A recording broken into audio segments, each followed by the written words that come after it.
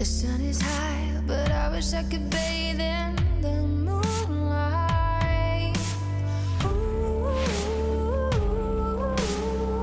this is it now, come out of the shadow. Ooh, make the walls fall. Memory is headed for disaster, heart is beating slow. I hear the words, I see the ghost of laughter in the afterglow. Ooh, this is it now, come out of the shadow. This is it now, come out of the shadow.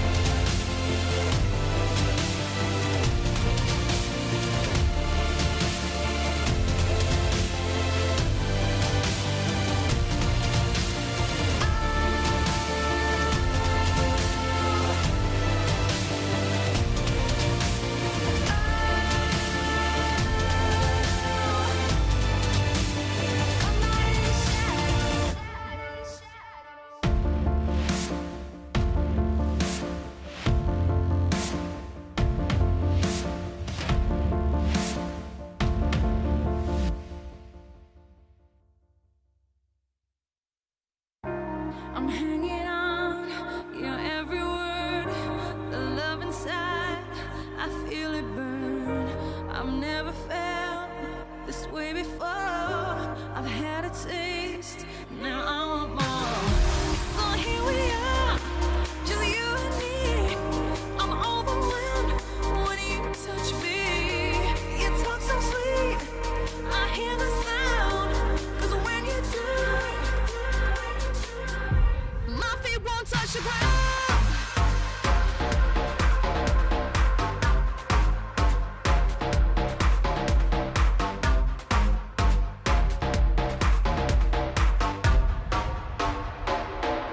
My feet won't touch the ground.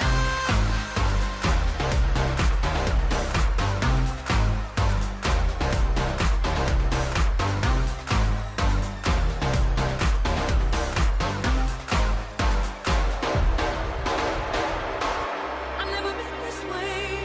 I felt so hard, and now you're in my life. A brand new start. I can't walk away. I've never been this far.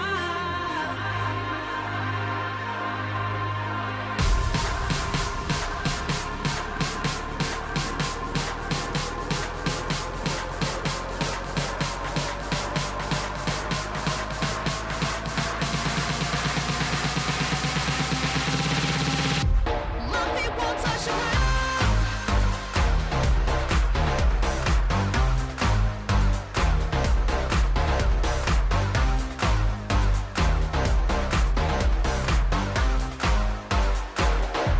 My feet won't touch the ground.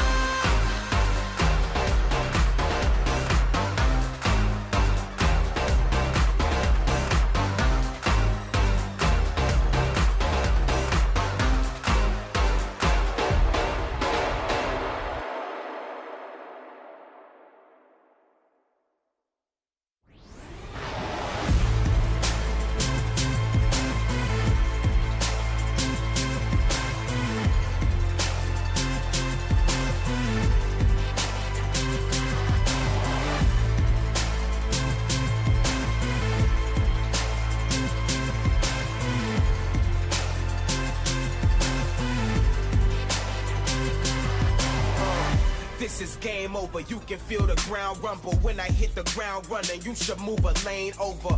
Rain holder, we don't run on the same motor. I'm a chain smoker, you a lighter to a flamethrower.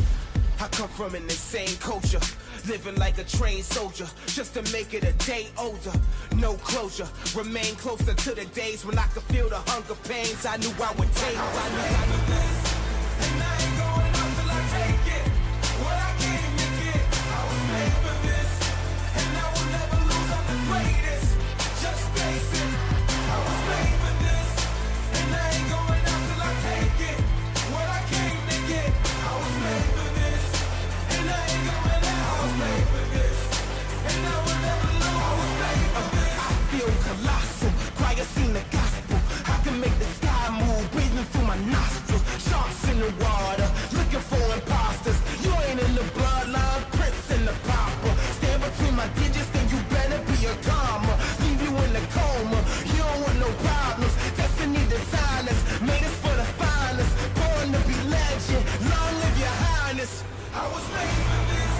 I was made for this.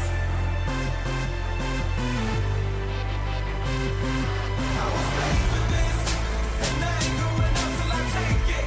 What I came to get. I was made for this, and I will never lose. I'm the greatest. Just face it. I was made for this, and I ain't going out till I take it. What I came to get. I was made for this, and I ain't going out. I was made for this, and I will never lose. I was made for this.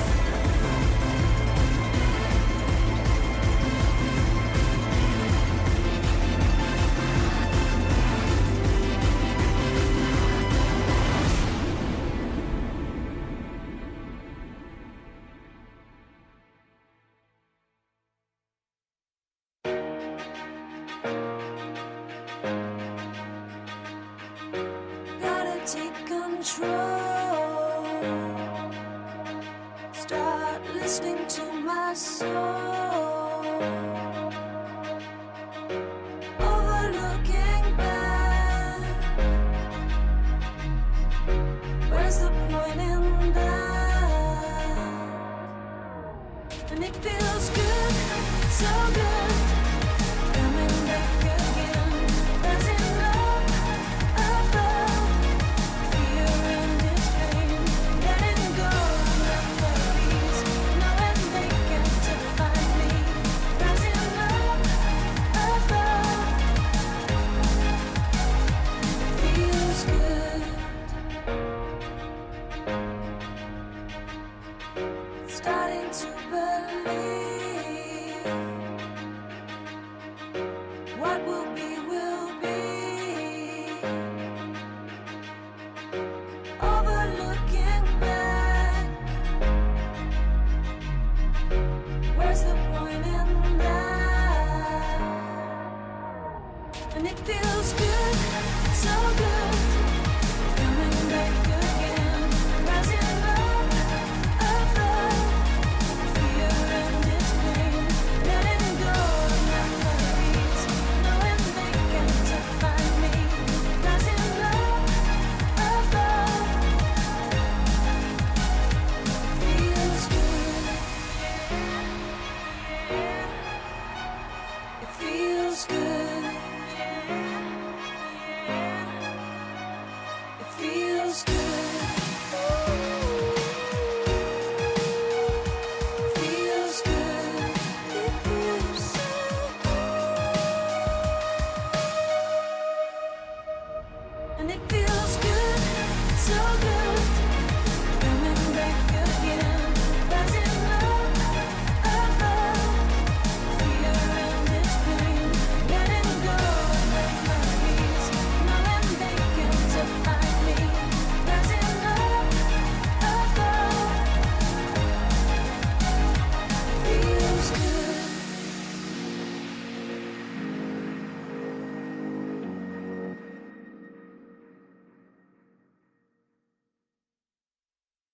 No point in fighting. It's hard pretending. Wake up. It's time to leave. I took the time to breathe, and now I see I'm just too good for you. You're no good for me, and I know what I need. So I'll set you free.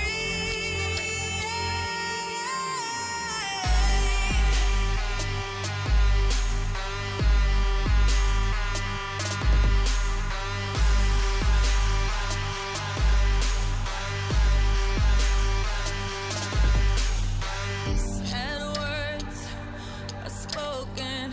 Move on.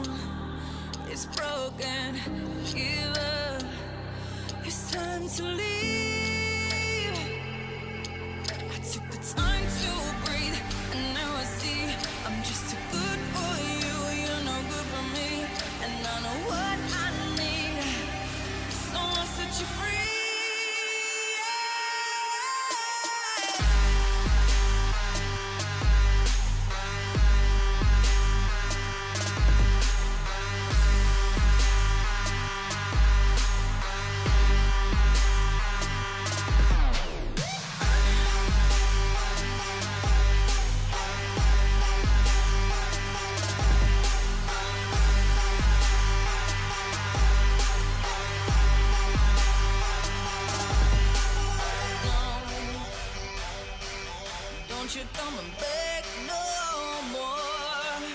Oh no, 'cause I will never let you in.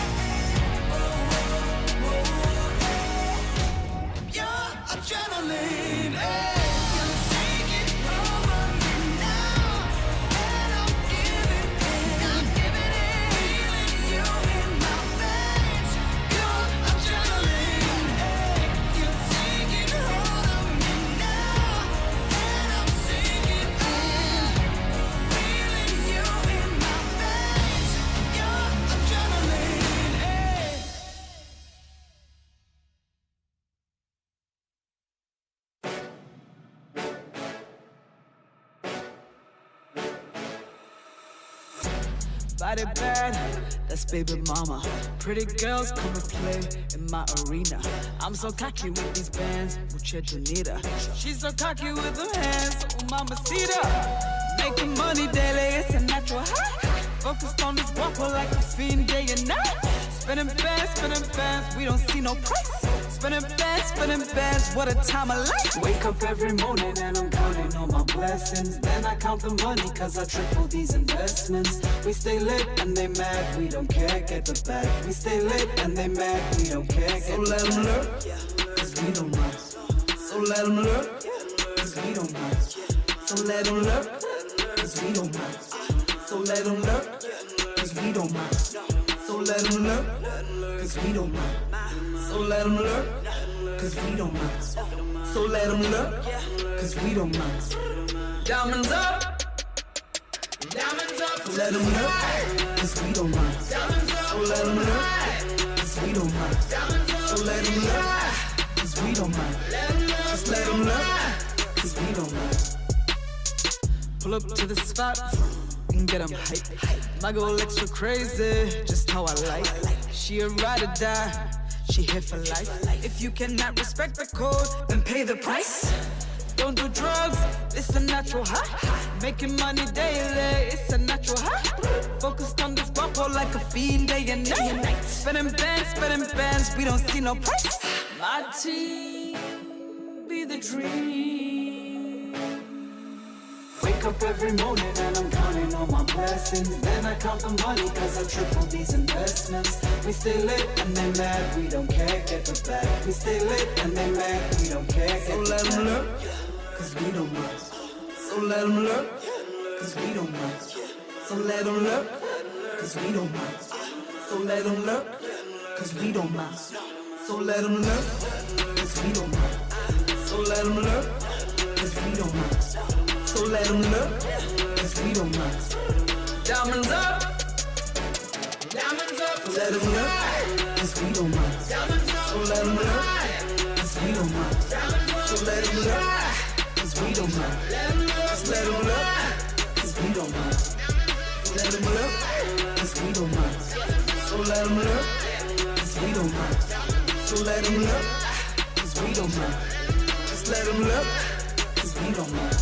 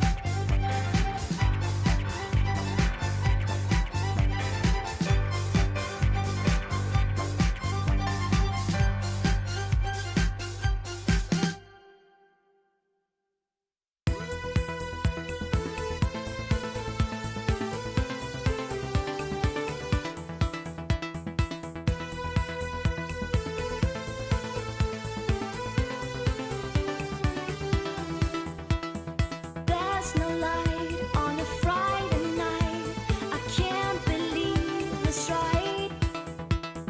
Better show me a place to go. No more time to waste. It's a crime. No, this can't be right. What is wrong tonight? Better find another place to go. 'Cause nobody's here. Come to me, I need a friend. Sorry,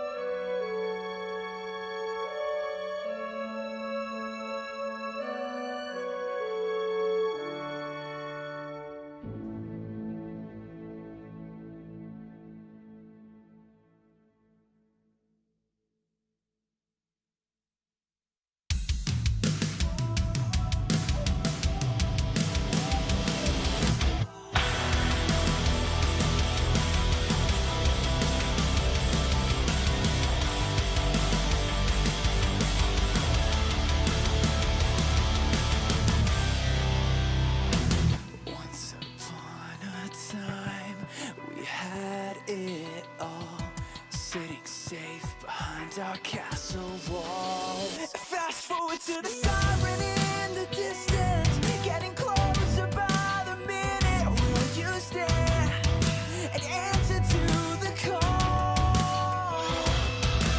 Burn like a fire, willful and wild. This is the night that you were made for. Don't close your eyes, safer to stare into the sun than to turn away from what you could become. This was once a perfect symphony, soft and steady like a heartbeat. But these notes turn dissonant and sour, getting violently devoured. So will you stand or let the curtains fall? Burn like a fire, willful and wild. This is the night that you were made for. Don't close your eyes, safer to stare into the sun than to turn away from what you could become. The time has come to stand and fight for what you believe, for what you believe.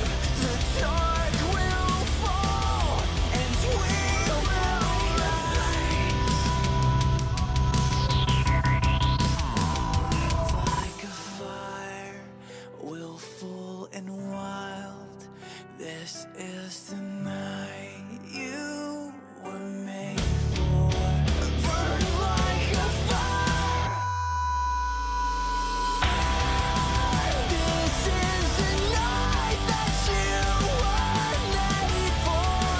Don't close your eyes, safer to stare into the sun than to turn away from what you could be. The time has come to stand and fight, deconstruct, reignite. Safer to stare into the sun than to turn away from what you could become.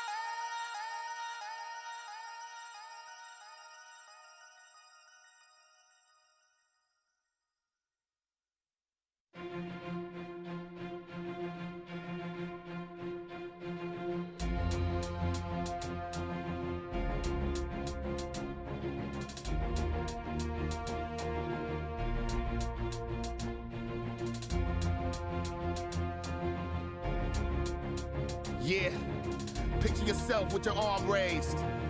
Yo. The place is here, the time is now. On top of the world and I can't come down. No, I can't come down. This is how it feels to stand on the clouds. The place is here, the time is now. On top of the world and I can't come down. No, I can't come down. This is how it feels to stand on the clouds.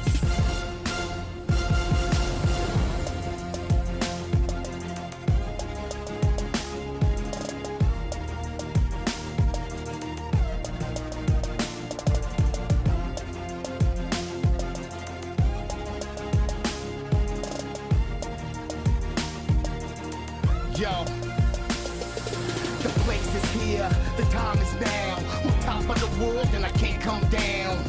No, no, I can't come down. This is how it feels to stand on the clouds. The place is here, the time is now. On top of the world, and I can't come down. No, no, I can't come down. This is how it feels to stand on the clouds. The place is here, the time is now. On top of the world, and I can't come down. No, no, I can't come down.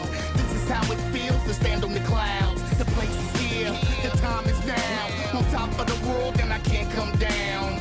No, no, I can't come down. This is how it feels to stand on the clouds.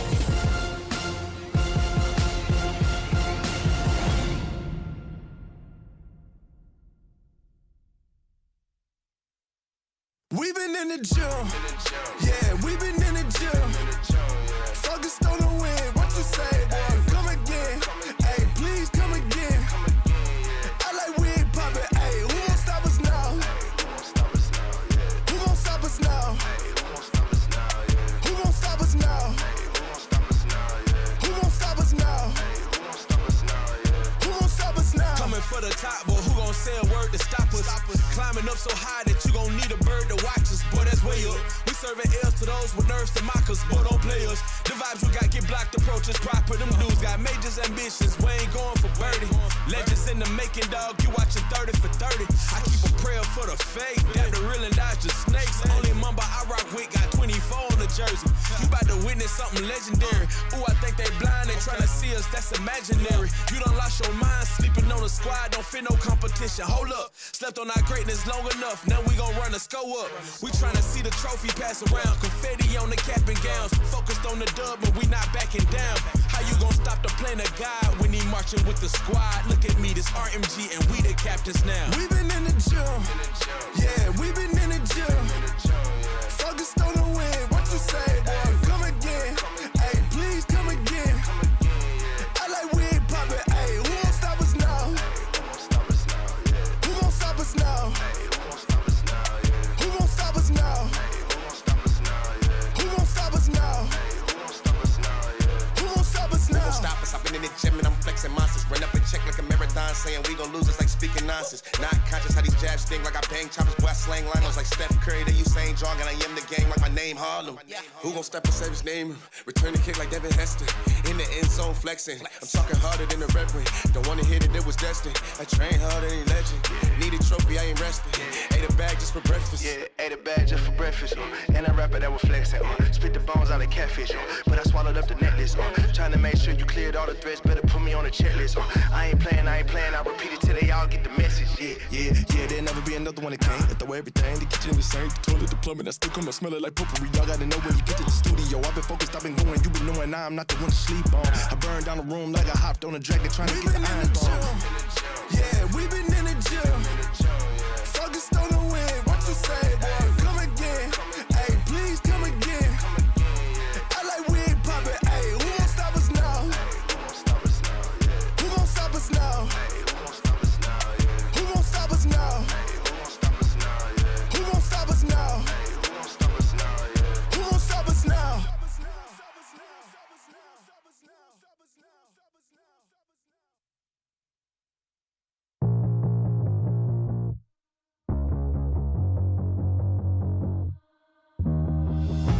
I'll watch you while you put your jacket on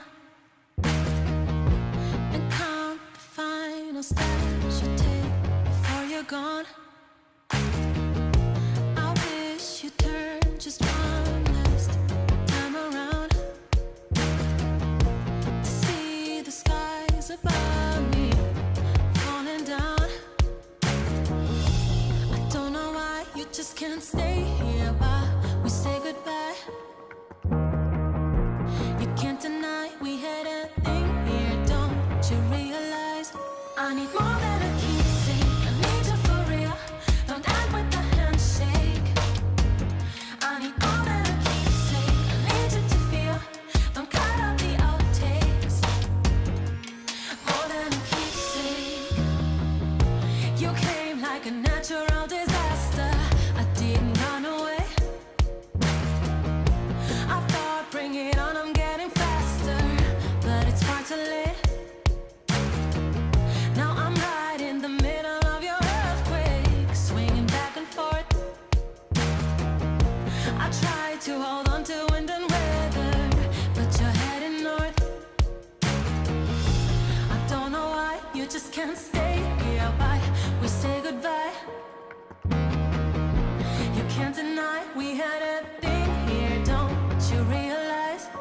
I need more than a keepsake. I need you for real.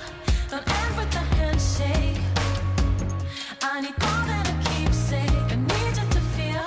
Don't cut out the outtakes. I need more than a keepsake. I need you for real. Don't end with a handshake. I need more than a keepsake. I need you to feel. Don't cut out the outtakes. More than a keepsake. I need more than a keepsake. More than a keepsake. More than a keepsake. Oh, I don't know why you just can't stay here. Why we say goodbye? You can't deny we had a thing here. Don't you realize I need more than a keepsake? I need you for real. Don't end with a handshake. I need more than a keepsake. I need you to feel. Don't cut out the outtakes. More than a keepsake. More than a keepsake. More than a keepsake. More than a keepsake.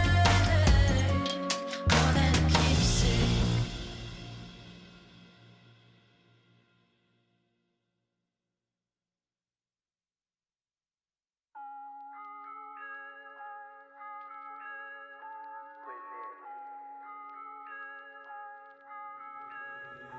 Putting in big work, yeah.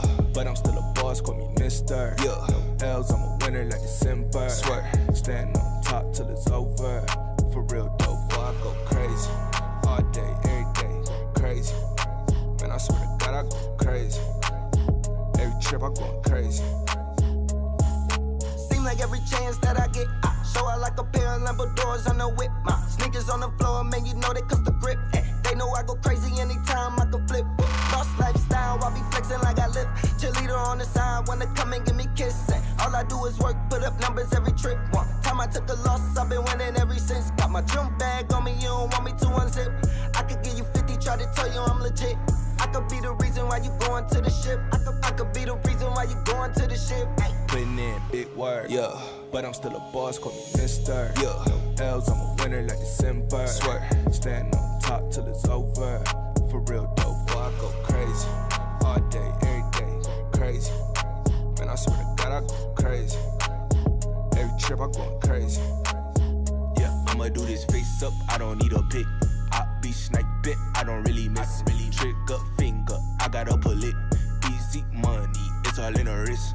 Don't get on my bad side, that's when I'm the best, yeah. Taking all bits, if I shoot it and it's wet, yeah. I'm a real threat, yeah, I ain't done yet. Double back, do it again, just in case you forget. Now you know who it is, putting blood, sweat and tears. I die for this here, ball for life, that's for real. Like cleats in the field, put in work, do drills. I just gotta get to it, I can't never sit still. Putting in big work, yeah. But I'm still a boss, call me Mister. Yeah. No L's, I'm a winner like December. Swear, stand on top till it's over. For real dope, boy, I go crazy. All day, every day, crazy. Man, I swear to God, I go crazy. Every trip, I going crazy. Putting in big work, yeah.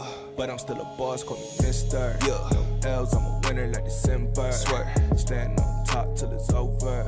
For real dope, boy, I go crazy. All day, every day, crazy. Man, I swear to God, I go crazy. Every trip, I going crazy.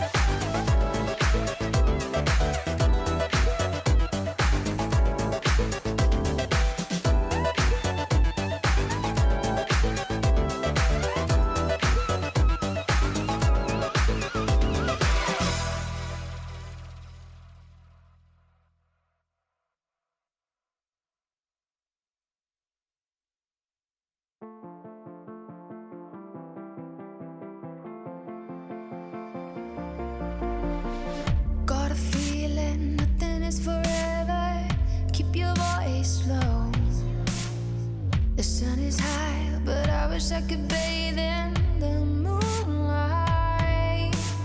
Ooh, this is it now. Come out of the shadow. Make the walls fall. Memory is headed for disaster. Heart is beating slow.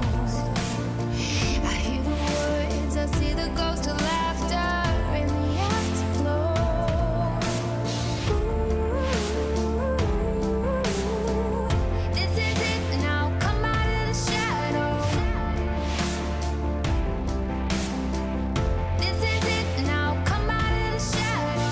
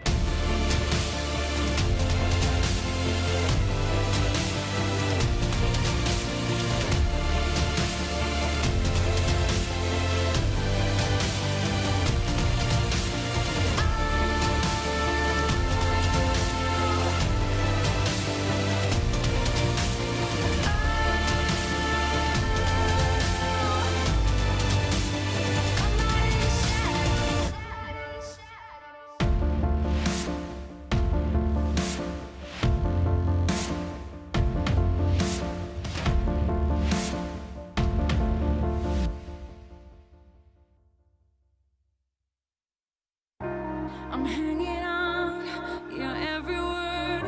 The love inside, I feel it burn.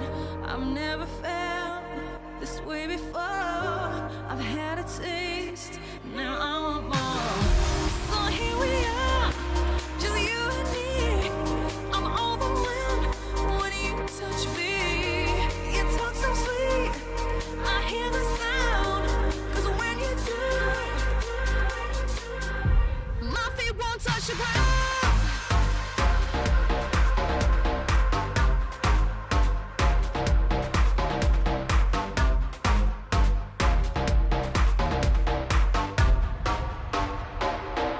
My feet won't touch the ground.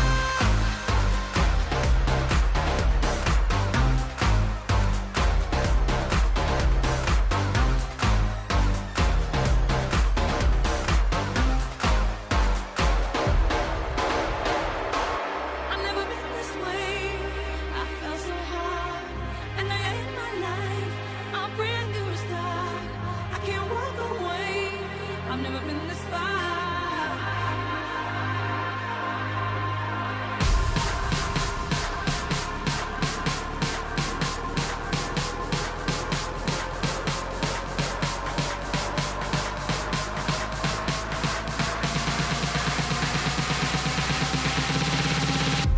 My feet won't touch the ground.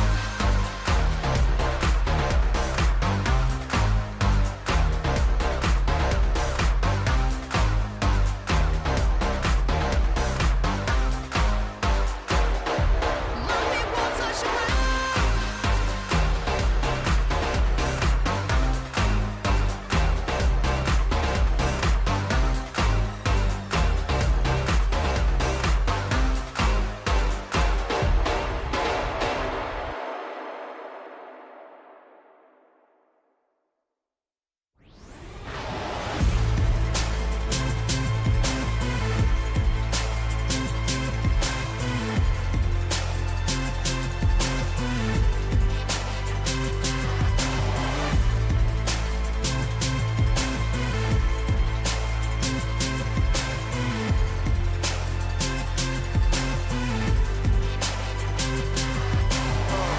This is game over, you can feel the ground rumble. When I hit the ground running, you should move a lane over.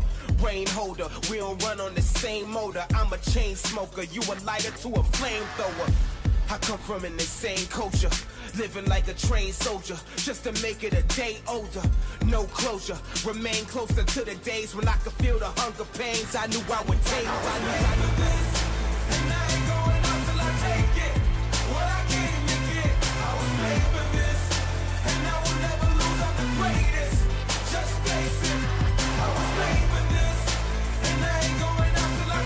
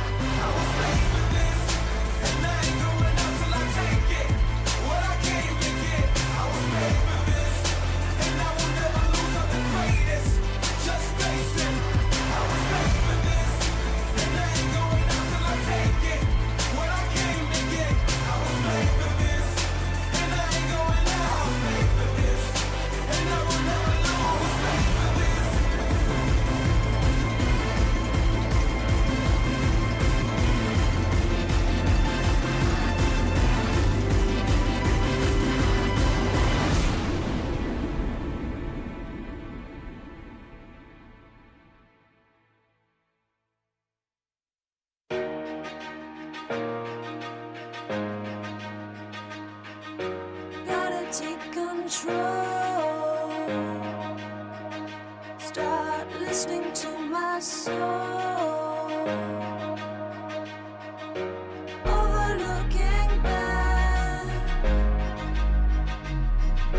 Where's the point in that? And it feels good, so good. Coming back again. Rising up above fear and its pain. Letting go of memories, knowing they can't define me. Rising up above feels good. Starting to believe what will be will be. Overlooking back. Where's the point in that? And it feels good, so good. Coming back again. Rising up above fear and its pain. Letting go of memories, knowing they can't define me. Rising up above feels good. It feels good. It feels good. It feels good. It feels so good. And it feels good, so good. Coming back again. Rising up above fear and its pain. Letting go of memories, knowing they can't define me. Rising up above feels good.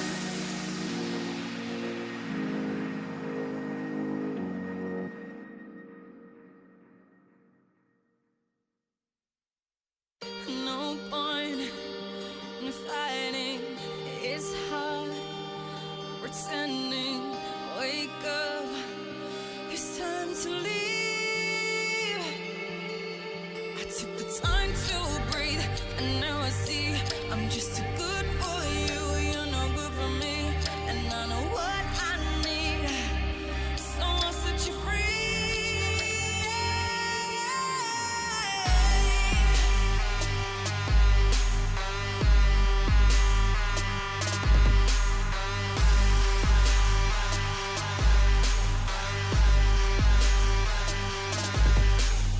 Sad words are spoken. Move on. It's broken. Give up. It's time to leave. I took the time to breathe, and now I see I'm just too good for you. You're no good for me, and I know what I need. So I'll set you free.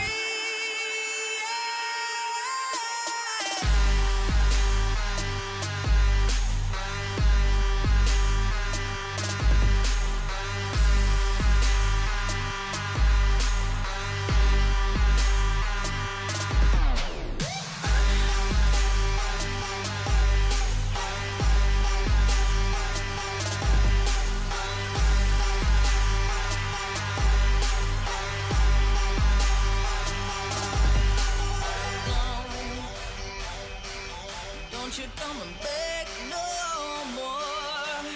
Oh no, 'cause I will never let you in.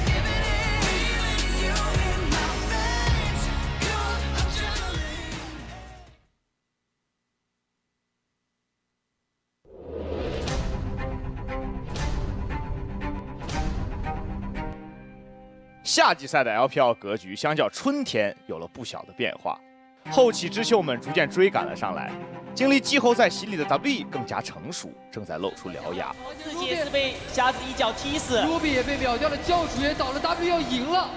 破而后立的威武也迸发出惊人的蜕变。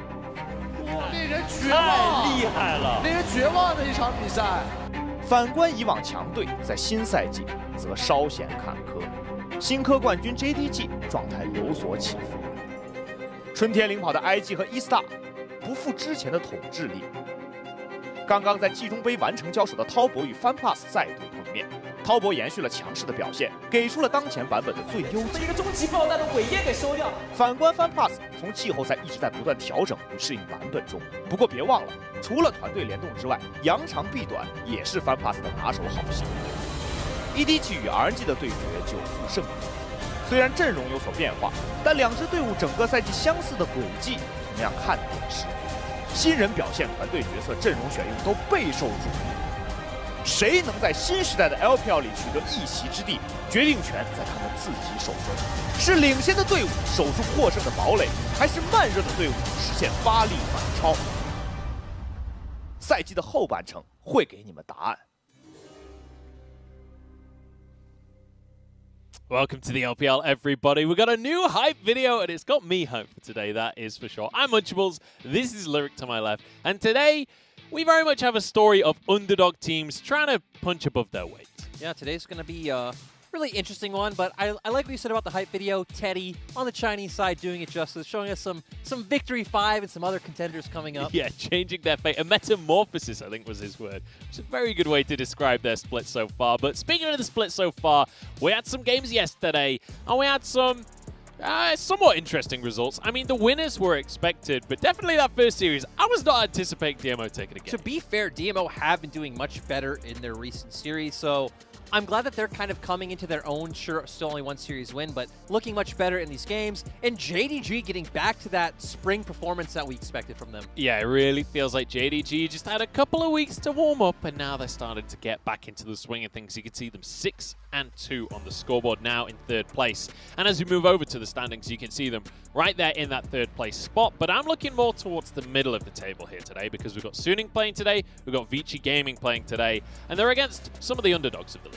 Yeah, both of them have the chance to work their way up. And, you know, looking at the bottom, 4 Rogue Warriors, I just want to see them pick up a series. We've seen them show some life in some games. They picked up some games. They have some fight in their hearts, Munchables. Now they just need to be able to follow through and close out a game. They've got some individual games, but when it comes to series, they are still the winless Warriors. They'll be starting off the day against Vici Gaming, who had a really rough spring split, but a rough spring split is still better than what they managed last year, and it feels like they are on an upward trajectory. So we'll see how that first series is going to pan out. Then later on, we'll jump into Suning against E-Star. Yeah, and that one's going to be really exciting. It's going to be Sword Art up against the support that he groomed to replace him on Flash Wolves over in Shaoxi, so that's going to be a big match to watch later. Yeah, the battle of the LMS going on later on today. But let's start off by talking about our first series with Vici Gaming specifically, because they've had a bit of a 2v2 switcheroo when it comes to Lien moving into the roster from IG and Zika stepping forward as the highlight mid laner for the team. Yeah, and it's really nice to see because, of course, Vici's old play style was very based around Ikes and Forge looking for these strong 2v2s.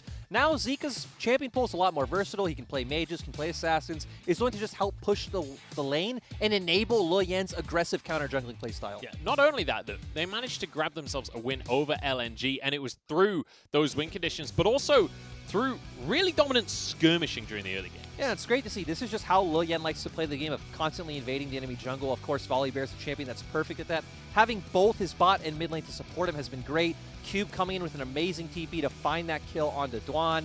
And here we see a bit of an extended skirmish, but overall, Vici do come out in the end, especially once Zika has the confidence to go in and secure this kill on Flandre. And I think confidence is a really key word with one of the differences that has come into existence for this squad. We saw it in their series against E-Star going 1-0 down to start things off, but then in these scrappy fights, managing to find the series. Exactly, and they definitely have confidence when they get on comfort champions like Kalista and Tarek. This is what iBoy and Hung were known for. Towards the end of Spring Split, of course, iBoy was able to pick up some MVPs on this Kalista, and I just love Le Yen jumping right in the middle of all of E-Stars, running forward, knowing that this team's going to follow up and back him up on this play. And I'm starting to love that combination as well of the Volibear Taric. Like, Volibear could just jump in as aggressively as he wants. He knows, worst case scenario, he's got a Taric ult coming his way. But Vici looking great on the team fighting, looking a lot better on the coordination as well. And when we talk about looking better in terms of team fighting, it immediately goes over to the other side of the board as well. Because, you know, Rogue Warriors, they may not have a series win yet, but damn it, they are relentless. They are the relentless Warriors so far this split, because with Harrow coming back into this roster, they will not let you go. They will fight you. Exactly. It's very much reminiscent of Spring. We see the highest champion kills per minute in the LPL. Just about 1 champion kill per minute. So, you know, someone's dying every minute of this game for Rogue Warriors, or, you know, on the enemy team. Rogue Warriors, that team that are constantly looking for blood. That will always be the story of this team. And isn't that just so much fun? Even though they are the bottom team in the LPL right now, they're still so much fun to watch, because you know when you watch a Rogue Warriors game, you are signing up to chaos. You are signing up to an absolute bloodbath. And we've got some clips of their most recent series as well, where, you know, in fact, before we go to the clips, let's highlight one of the players that has been setting up a lot of this action, and it's Lei in the bottom lane. And we need to remember that Lei had a really bad first few weeks, got subbed out for Shunyu, but since coming back in week 4, has looked much better, getting his hands on the signature Thresh, and really being involved in the early first bloods, the early turret takings, and as well just having good kill participation overall for this team. Yeah, Thresh definitely his highlight pick so far in this split as well. Now we've got some clips of him really popping off, especially during the early laning phase. Yeah, and we saw up against JDG, they put up a good fight against him. Great arrow coming out from Zhang Wuji, and Lei with great follow-up on that one. Just Lei, Haro, and Zhang Wuji really being a strong core for this team. Definitely a lot of setting up for Harrow to come in and make a play, especially on picks like the Graves. But ultimately, it's just impressive that we've seen Rogue Warriors as a team taking games off of teams like JDG. That is a big statement win, even if they don't get the series. Yeah, that's true. So they are showing that they are able to punch above their weight if it comes to it. And even here, a champion we wouldn't necessarily associate with Lei, we see them execute a really good gank onto SMLZ, good use of the exhaust coming out, and Lei just holding turret aggro as long as possible, setting up for a great dive. So Lei and Haro, ever since Haro coming back into the roster, Lei coming back into form, have really been the pillar for Rogue Warriors' improved gameplay. And it feels good to see them kind of brute forcing ganks in that way, because we saw that clip there onto SMLZ where a lot of teams, once he starts to get away, once he flashes the pillar, they'll be like, all right, let's just leave it. We're not going to get this kill. But they're just like, all right, we've committed now. We're going for this kill. Go for the tower dive. And it pays off. And that's one of the things that is so much fun to watch about Rogue Warriors is when they start making a play, you know they're going to follow through. They don't back down. Exactly. And they're the kind of team where even if they fall behind like 5,000 or 6,000 gold, okay, they probably shouldn't do. We've seen a few times. They probably shouldn't do this, but they will go invade the enemy red buff and still look for these fights constantly. And you know, typically it'll still end up with them just dying in the end. But the thing I like about them is they do realize when they fall behind, especially with a lot of the early game compositions they draft, hey, we need to go for this big coin flip play to either get us back in the game or we're just going to bleed out anyway. And it has worked a few times for them. They are picking up games in the series. They're just not able to finish any series out. And I do think that Vici is an opponent that this could actually end up being quite an interesting match between the two teams, because Vici, they're a team that have been losing to the top teams and they've been beating teams lower down in the standings than them. So there is potential for Vici to be one of these top 8 teams, to potentially be a playoff team, but they still have to prove that. And Rogue Warriors is a team that really could test them in the mid-game. Yeah, it's going to be really interesting to see, especially seeing Le Yen against Haro, because Le Yen is very big on this counter jungling style that we talked about. Of course, you know, for the Volibear, this split, and of course the Nidalee historically, to where Haro is all about those ganks. He's just going to, especially for bot lane, right? We're going to see him try to either get in bot lane early on or even split the map and try to set up an early dive, you know, for Zhang Wuji and Lei. And it's a scary concept for Vici fans as well, because one of the biggest criticisms of iBoy across spring, across the start of summer, is him getting caught out a little bit. If there's going to be ganks in bot lane, iBoy has to be diligent there, has to not be getting caught out in the early games. But we're heading on towards the stage. We'll be starting things off talking about Vici Gaming as they move things out here. And obviously, we talked already about Le Yen stepping into this jungle role over Ix, and Zika being the premier mid laner. Yep, and you know, the other members also playing very well. Cube obviously had a very great performance on the Wukong up against E-Star like we saw in that clip. And iBoy and Hung, if they can get on comfort champions like the Kalista Taric duo, is extremely strong.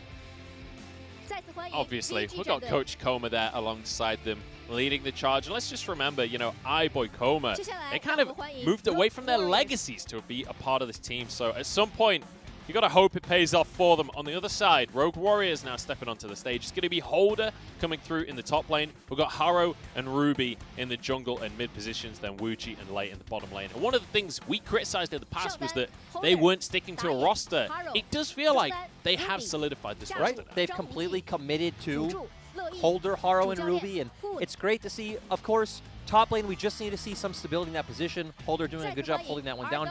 Haro has been a standout player for this team. Feels like every game he's performing quite well. It's just kind of whatever happens with the team around him. And Ruby's Ruby. We know he's going to get on a control mage and do his best to do his job. And we just need to see Rogue Warriors. You know, it's not about what we need to see from Rogue Warriors. I like what we're seeing from Rogue Warriors much more. I like the coin flip. I like the aggression. I like the 50-minute Nexus killing games. And that's the thing, right? Like, I'm not looking at Rogue Warriors for like what I want to see them improve and what I want to see in terms of perfect League of Legends. I like the kind of League of Legends that Rogue Warriors plays. I just want them to tighten up a couple of little bits that makes this style turn into wins. Because we've seen plenty of teams over the years play this hyper-aggressive style, and it worked out wonderfully for them. So it feels like now that they have solidified this roster a little bit, it could work. It could start to get them some wins. Yeah, and we did see in spring, right? They pushed IG to the limits. They took that really crazy 2-1 series up against RNG. And I know we say this every time we cast Rogue Warriors, but they were only one series away from that 8 series mark in spring, which did solidify WE as the 8th seed for playoffs. So they were right there as well, and it was with this roster. But WE were the best on the day, has to be said, Lyric, is they are now one of the best teams in the league. Not going to say like I was always a fan, but I was always a fan. Enough about WE, though. Let's talk about Vici and Rogue Warriors as we jump into draft here. The Nidalee ban has started to become a staple, but especially against Lien, you got to get that off the board. Yeah, but the thing I'm surprised about for Rogue Warriors, they've also showed they really don't like playing against LeBlanc, and that has been Zika's best champion. And we just saw iBoy play Kalista as well and get 2 MVPs in their last series, so you have a lot of things you need to take off the table against Rogue Warriors. Now that Vici taken off the Aphelios, I would expect it to be the Kalista. And I love that Aphelios ban coming out from Vici as well, basically saying, look, we don't really want to play Aphelios. We don't really want Aphelios in the game. So I like this actually from Rogue Warriors. Instead of saying we're going to ban the Kalista, just ban the support that goes best with it. Yeah, so their show, and it makes sense because Zhang Wuji is willing to play the Kalista itself, so just saying, hey, we're fine with giving you the champion, just not the combo that your support is very potent and feels comfortable with. So we do still have the Ashe open, the Ezreal there as well. But I like the Ashe a lot more. We've seen it have a lot more proactive options here in the LPL. And I think that is really important that Vici drafts something proactive in this series against a team like Rogue Warriors. You know they're going to be aggressive. You know they're going to try and make things happen. But also this Ashe, very much a takeaway from Zhang Wuji. This is his most played AD carry this split, and it's been something that we've seen a lot of success for him on. Yeah, and when he hasn't gotten on the Ashe recently, we keep seeing him go towards the Lucian. He actually picked it up both games against EDG, and it's not working. I don't think I want to see the Lucian again. Just go towards the Kalista yourself. Obviously, Kalista Thresh very strong. Sure, you're gonna get slowed by the Ashe, which obviously hurts Kalista a lot more. But I don't think Zhang Wuji has looked like a very good Ezreal player, and it doesn't fit the way Rogue Warriors like to play this split. Yeah, we'll see. There's also things like the Kai'Sa available to Zhang Wuji if he does want to dip further into the AD carry pool. You know, I thought they were going to go for it for a split second. I don't know why. It's going to be LeBlanc here for Ruby. Yep, so to me, it's a lot more of a takeaway from Zika than it is a pick for Ruby. He has played it 2 games, but hasn't really looked that good on it, right? He's a lot more synonymous with the Azir, with the Zoe, these champions that play for more of mid and late game team fights. So, but the great thing about this is they're setting up for some early aggressive plays coming out from mid-jungle or mid-support. Yeah, and also it's a takeaway from Zika, right? So I actually quite like this, and I'm excited to see if Ruby can have a bit more of an impact on this LeBlanc pick. We've got the Volibear. Typically in the LPL, it's a top laner, but Lien loves this pick in the jungle, so keep your eyes on that. It's very much a flex for Vici Gaming, as they're going to be looking towards their mid laner next. And like you just said, I completely expect it to go in the jungle. We actually haven't seen Cube pick it up yet this split. If Vici can get this, it is all about Lien because it is great in those early skirmishes and duels in River. Great for counter jungling and use your priority elsewhere. And we're already setting up a comp that has a lot of globals, right? We have Ashe Arrow coming in. We now have the ultimate coming out from Zika as well. So they're really going to enable Lian's aggression into Haru's jungle. The longer this draft goes on, the more insane value that Taric ban is getting, because this composition would love a Taric out of that bottom lane, just so that it can follow up on the crazy all-in. Talked about the Kalista pick here for Wuji, and it is going to be the lock-in. So now, as we move to the second phase here, what are you expecting the bans to be, Larry?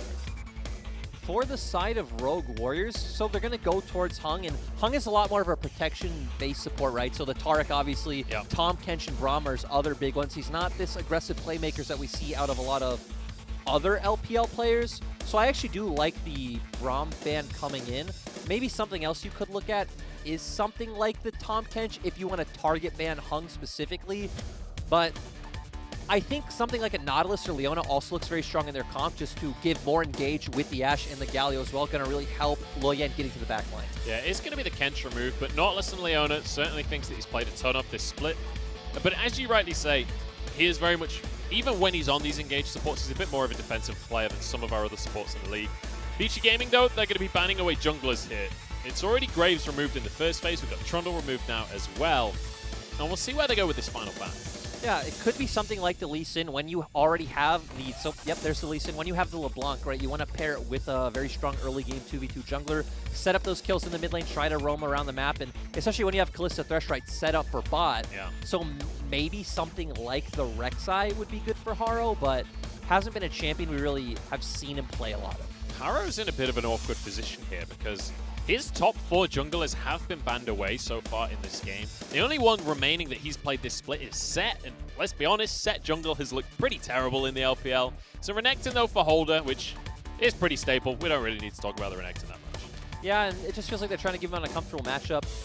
Obviously, the Volibear could still be flexed for Vici, but I really doubt it. So it's actually strange to me that Rogue Warriors wouldn't just want to counter-pick top, but, you know, Renekton's strong in pretty much every lane unless Cube's willing to pull out a Quinn, which definitely does not seem like Cube's style. I guess he's going for a Jace instead, which, I mean, that also doesn't really feel like his style necessarily, but he has played it once this split, so we'll see what Cube is going to be able to pull out in that matchup. It can be a great matchup as well if you're able to keep Renekton at arm's length.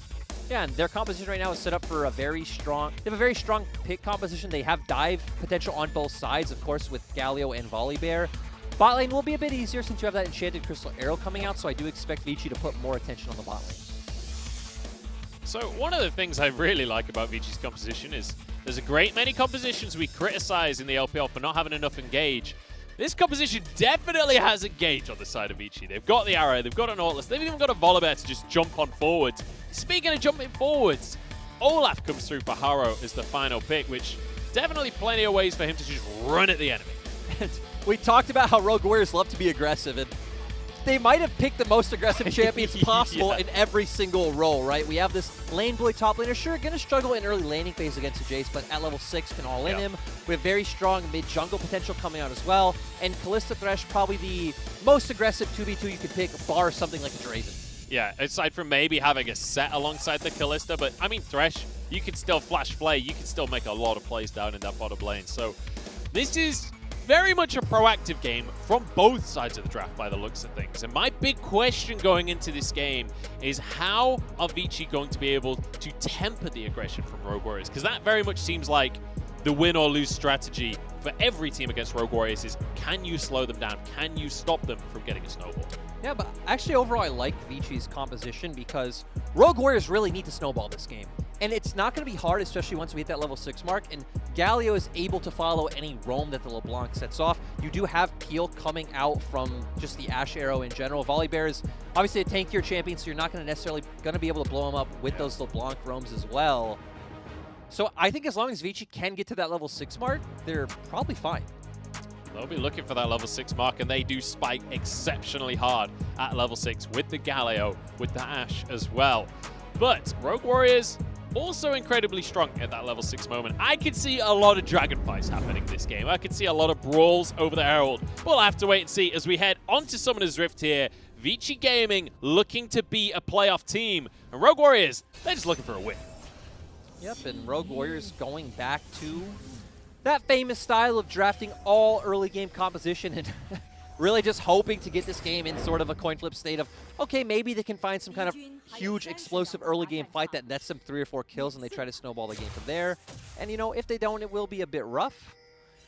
The thing I want to see is where do teams play around the map with the fact that we do have a Jace on the map? Because we set up Vici will probably have a much easier time looking for these aggressive plays on bot since you do have the Enchanted Crystal Arrow. But Jace is a champion that does need a bit of babysitting, especially once him and Holder hit that level 6 mark, because if Holder comes back to lane full HP, has the dominance, can just try to flash on top of Cube, and despite the fact he has phase rush, could be hard for him to get away. Certainly could be, if they can chain that CC, if they can make that combo happen. And let's bear in mind that this Rogue Warriors strategy of just draft early game dominance every single game, it has worked in the past against teams like JDG is one of the wins that they got. They also picked up a win against OMG, but ultimately, those wins came from this kind of draft, came from this kind of strategy. So we'll see if Rogue Warriors can pull it on out.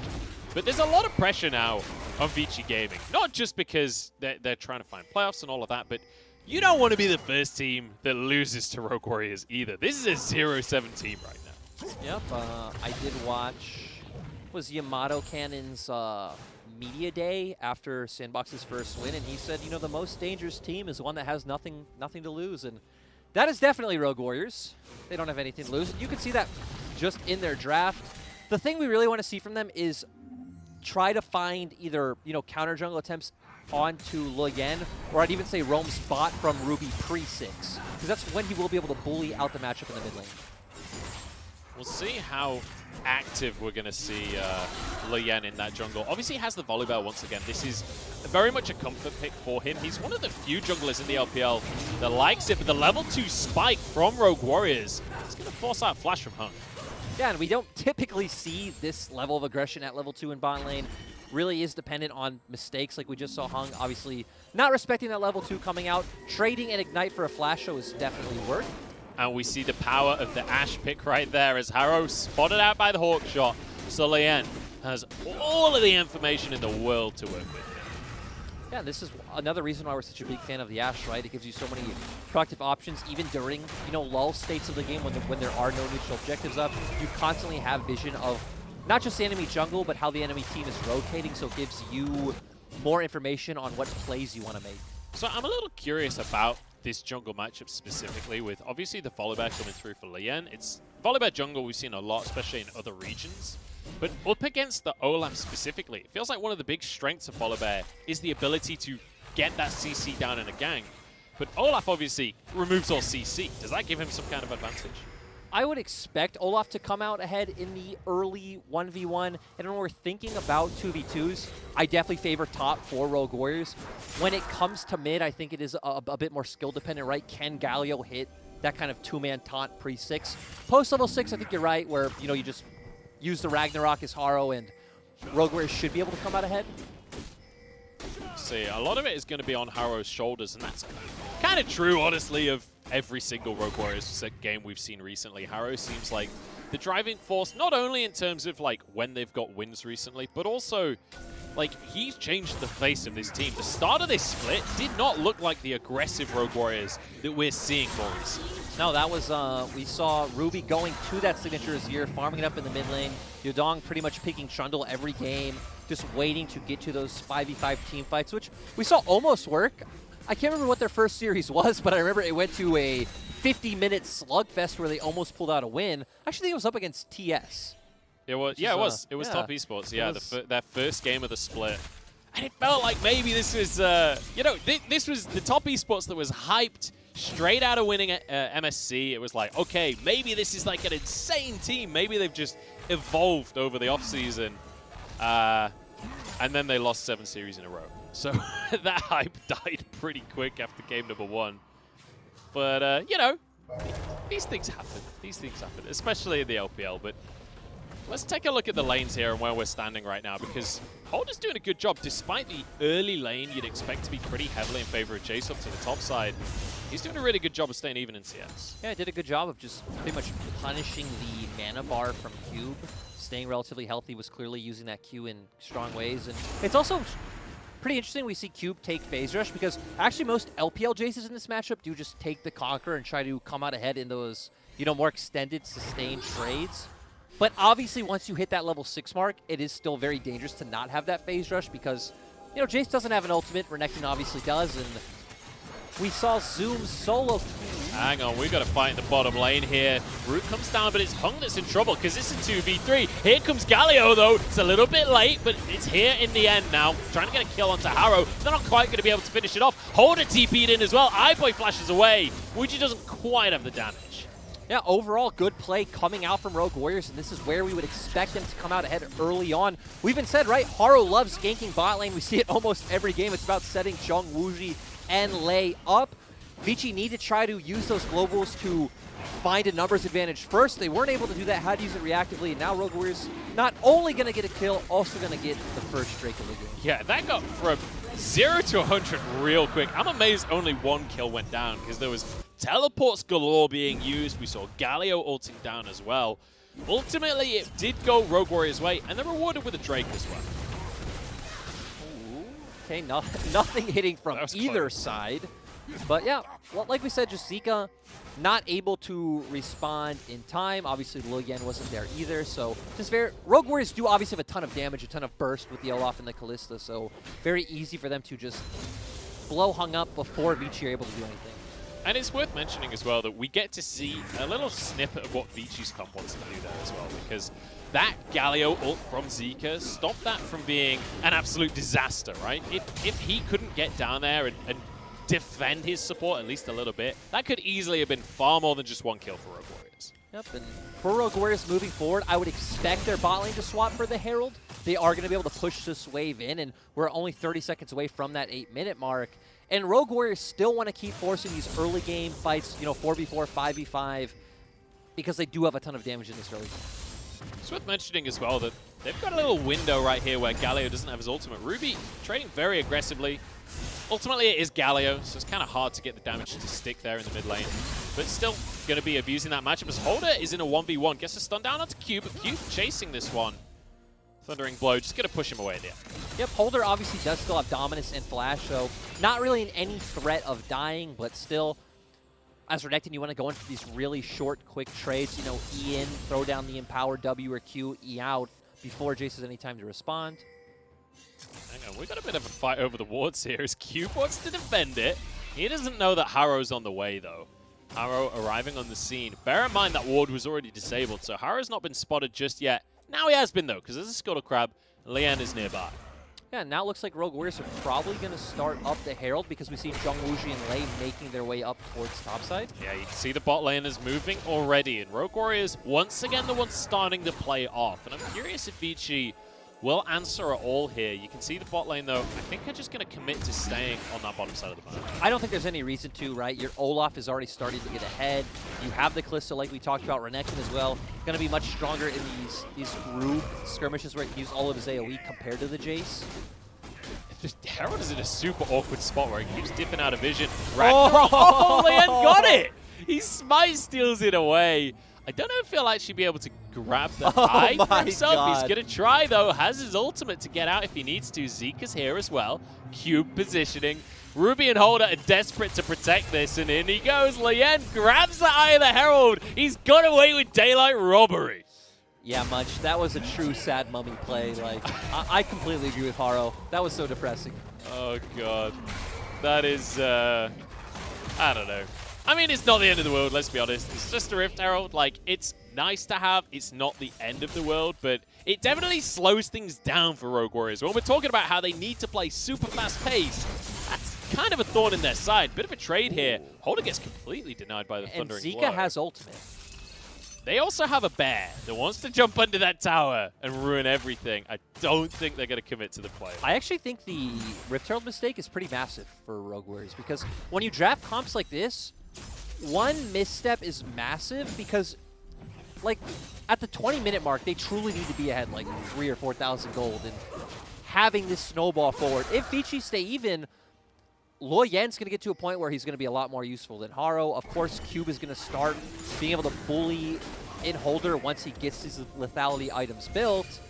And Zika has numerous ways to get on top of Jungwushi in the backline. And, you know, you talk about leads in the lanes, you talk about getting ahead. Actually, Vici are the ones that are kind of winning that out right now when you look at the AD carries. There's a CS lead for iBoy, who's about to receive a wave as well. He's got 29 stacks remaining on a Cole, not to mention. And then in the top lane, it's pretty much even, if not slightly favored to Cube. We've got an engage in the bottom side, though, as Wuji just gets jumped on by the bear. Ooh. Arrow flashed away from. Now the knockup comes out from Lei. Follows up with a hook as well. And Zika, you're a little bit late on the play, mate. That was actually really well played by Jungwushi, though. Yeah. He held that flash to the perfect time, flashed out of the Enchanted Crystal Arrow, and then even baiting out Zika's ultimate was really nice to see.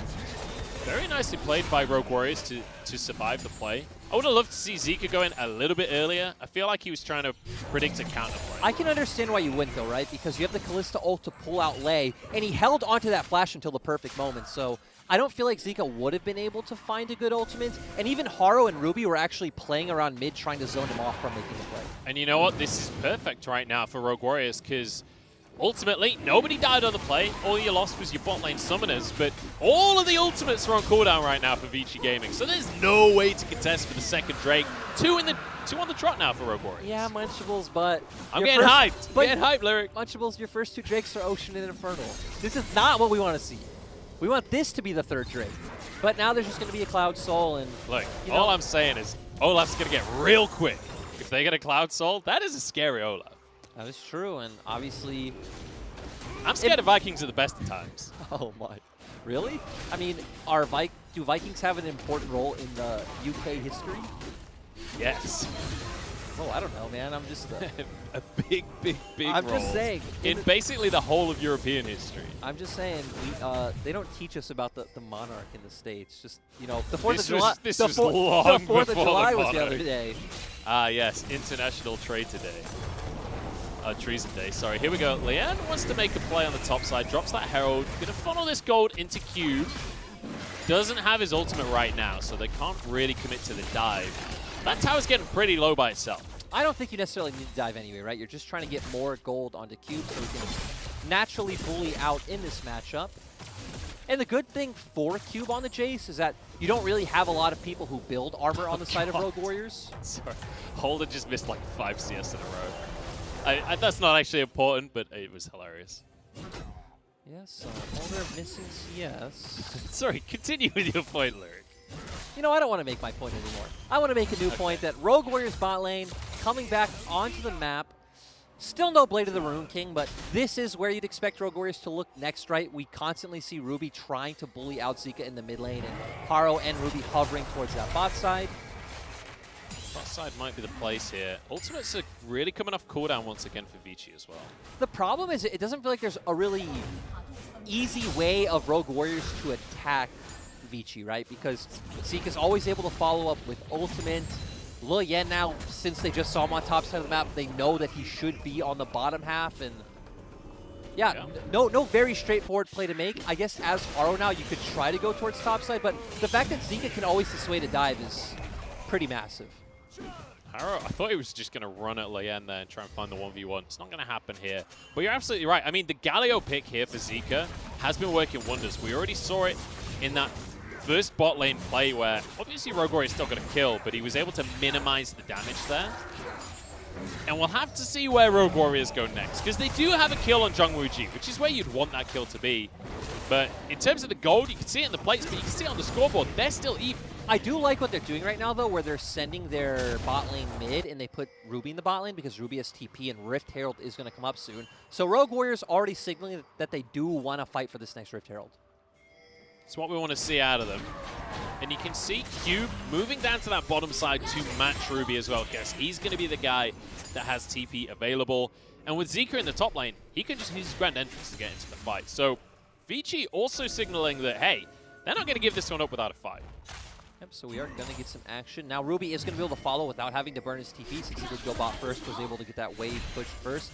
Potentially they can look for something on mid lane right here, since Ruby is here, but we do see iBoy and Hung hovering quite nicely towards Herald. They're moving up here, and you can see Ruby has walked over so he can save that teleport. Holder dodges away from the taunt coming out from Zika here. So Herald, I think, is about to reset, so everything kind of delayed for now. TP used by Cube as Rogue Warriors try find an initiation here. They're onto Hung over the wall. Are they going to... Whoa! Where did he go? Ruby with a magic trick makes Hung disappear.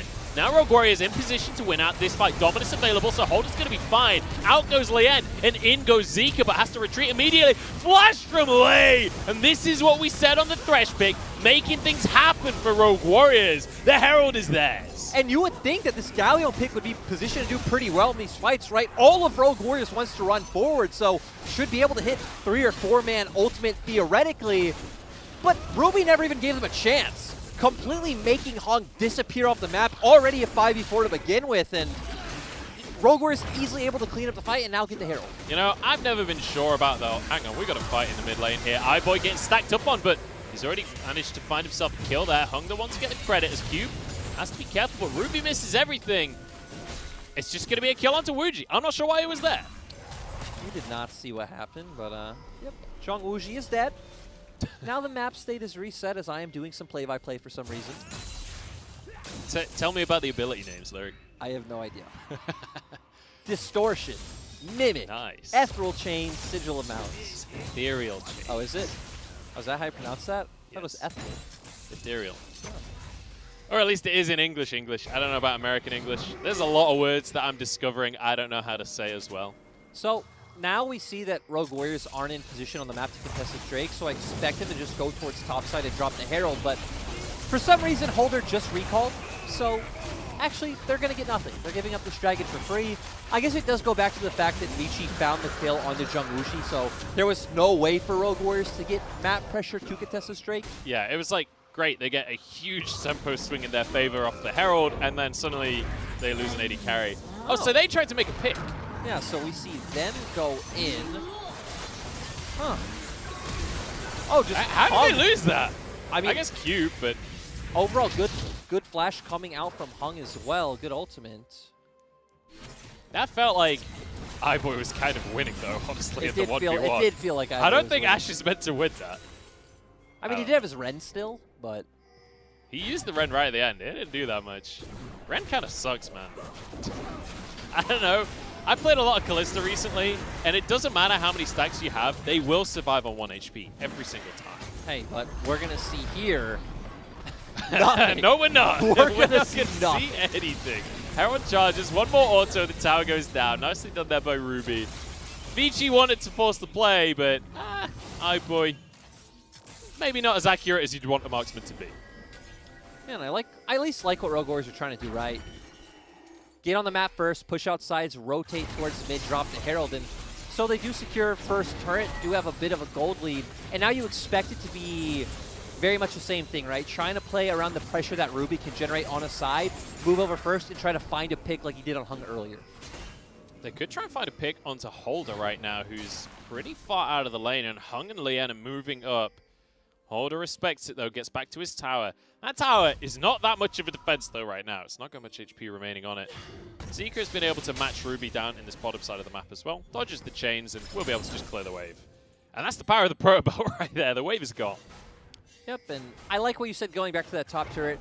Honestly, Munch, that top turret is a mirage. It's a lie. It doesn't give you any safety. It's just false. It doesn't exist in our reality. Vici are going to drop it anytime, so I'd actually prefer to just see Holder back off, start hovering over towards mid lane, and be prepared to support any potential play that Rogue Warriors are going to make on the opposite side of the map. Just abandoned ship up there. It's the island in the middle of the ocean that doesn't actually exist. You think you see it on the horizon, but it turns out you've just been playing too much Sea of Thieves. Well, it is going to be the tower going down in the bottom side in favor of Rogue Warriors, and in the meantime, Vici will be able to match that with that tower we were just talking about in the top side as well. So it is still going to be Rogue Warriors with the advantages here. They've got a small gold lead for themselves. They've got a tower ahead. They've got 2 Drakes ahead. Next Drake not up for another 2 minutes, though. Yeah, and we're going to see the teams play out in very opposite ways, to where Rogue Warriors are going to keep doing what they just did, have Ruby in that side lane, have Haro and potentially Lei hovering over so he can, do any damage freely, get pressure on this turret, and even move over if they do notice an opening on the map for him to create a pick in mid. And for Vici, it's going to be the same thing, but on the opposite side for Cube. They want Cube to continuously pressure in this 1v1. Obviously, he's very strong with that Ghost Blade and even working his way up to a Black Cleaver. So I want to ask you here, Lyric. I want to kind of pick your brain in a second. Because we talked about the Rogue Warriors composition being like all in on the early game. Like, at what point does that early game end? At what point is it just too late for Rogue Warriors composition? Surprisingly, I feel like they'll actually have a pretty decent window before they just start hard losing. Maybe around the 3-item mark where Zika and Lo Yen should just be too tanky for Ruby to deal with. Holder will start falling off as well. Didn't go the Blade of the Rune King route because, you know, most Renekton's don't go Blade of the Rune King here in the LPL for some reason. Why is that? Do you have any idea? Or is this just an LPL They thing? don't like to win lane and actually add some scaling element to their composition. I'm going to assume they want, you know, the faster cooldown, also, you know, a bit more HP and, you know, in theory, be stronger in team fights faster. So there are benefits to the Black Cleaver build. It's not just memes. Yeah. I guess not. I guess not. By the look in your face, I'm saying that there is no benefit to go for. If you're playing solo queue, build Blade of the Rune King, please. Lyric will be very disappointed if you don't. True. It doesn't matter what champion. I mean, I feel like that's going a bit too far, but yeah, overall, I feel like this game will start swinging once the key, not the key members, but the obvious members of Vici will be too tanky for the early game burst-oriented champions of Rogue Warriors to burst out. Yeah. I mean, we saw that burst firsthand when Ruby just one-shot Hung. Speaking of Hung, he's been hooked in the bottom lane. Does have a stone plate this time, so he can survive way longer, and maybe things have already turned around. Rogue Warriors being forced back in the fight. Lei goes in, but he's forced to flash out immediately. But they are turning things around. Holder flashes over the wall. Zika's low, but that Sonya's going to keep him safe. Everybody walks away from this one, but Vici claimed the dragon. Well, Munch, we already got a little taste of it. Like you mentioned, the stone plate on Hung already making him harder to burst out. And once Rogue Warriors start all their combos, they want to go for this one. The dragon is taken, but Iboy's stuck in the back of the pit. Still haven't. I wasn't sure if he was going to flash or just fight them right there. Q forced away. They get away with it in the end. It just costs a couple of summons. And we're on the way to Vici just stacking up for Cloud, so we're going to see Ashe and Galio Ultimate off cooldown. It's going to be pretty fun. Yeah, we're going to see them have the ability to just force anything, anytime, and then be really fast when they do it too. So that's great. What an underwhelming soul. Like, comparatively to the other 3 souls, how pitiful is the Cloud You're trying soul? so hard to sell it to me right now, and I'm just... It's just so... You are not a good Cloud salesman. I'm not trying to be. If you tell me to sell Cloud, I'll say no. I will turn that commission down. I'm not a dishonest salesman. I mean, then I feel like you're just not a salesman at all, right? Can you be a salesman without being dishonest? I mean, I guess logically... It depends how good the product is. I was going to say, I guess logically, yes, but... But at the same time, no. No way. Keeps pushing out this bottom lane. I wasn't sure if Ruby was going to try and make a play onto him. Ruby's been a little bit quiet on this LeBlanc. Considering the early lead that he found for himself, considering the fact that he's on a massive power spike when it comes to items, as if by magic, as soon as I say it, he tries to make a play, but Lian, he's getting pretty tanky right now. We've got to play onto Zika in the meantime up on the top side of the map. He's just eradicated. Yeah, I mean, to be fair to your last point, Ruby has been trying to make plays happen, and Rogue Warriors actually switching it up. They were playing around Ruby in a side lane before while having their bot lane answer waves in mid. Switching it up this time, committing 4 men top.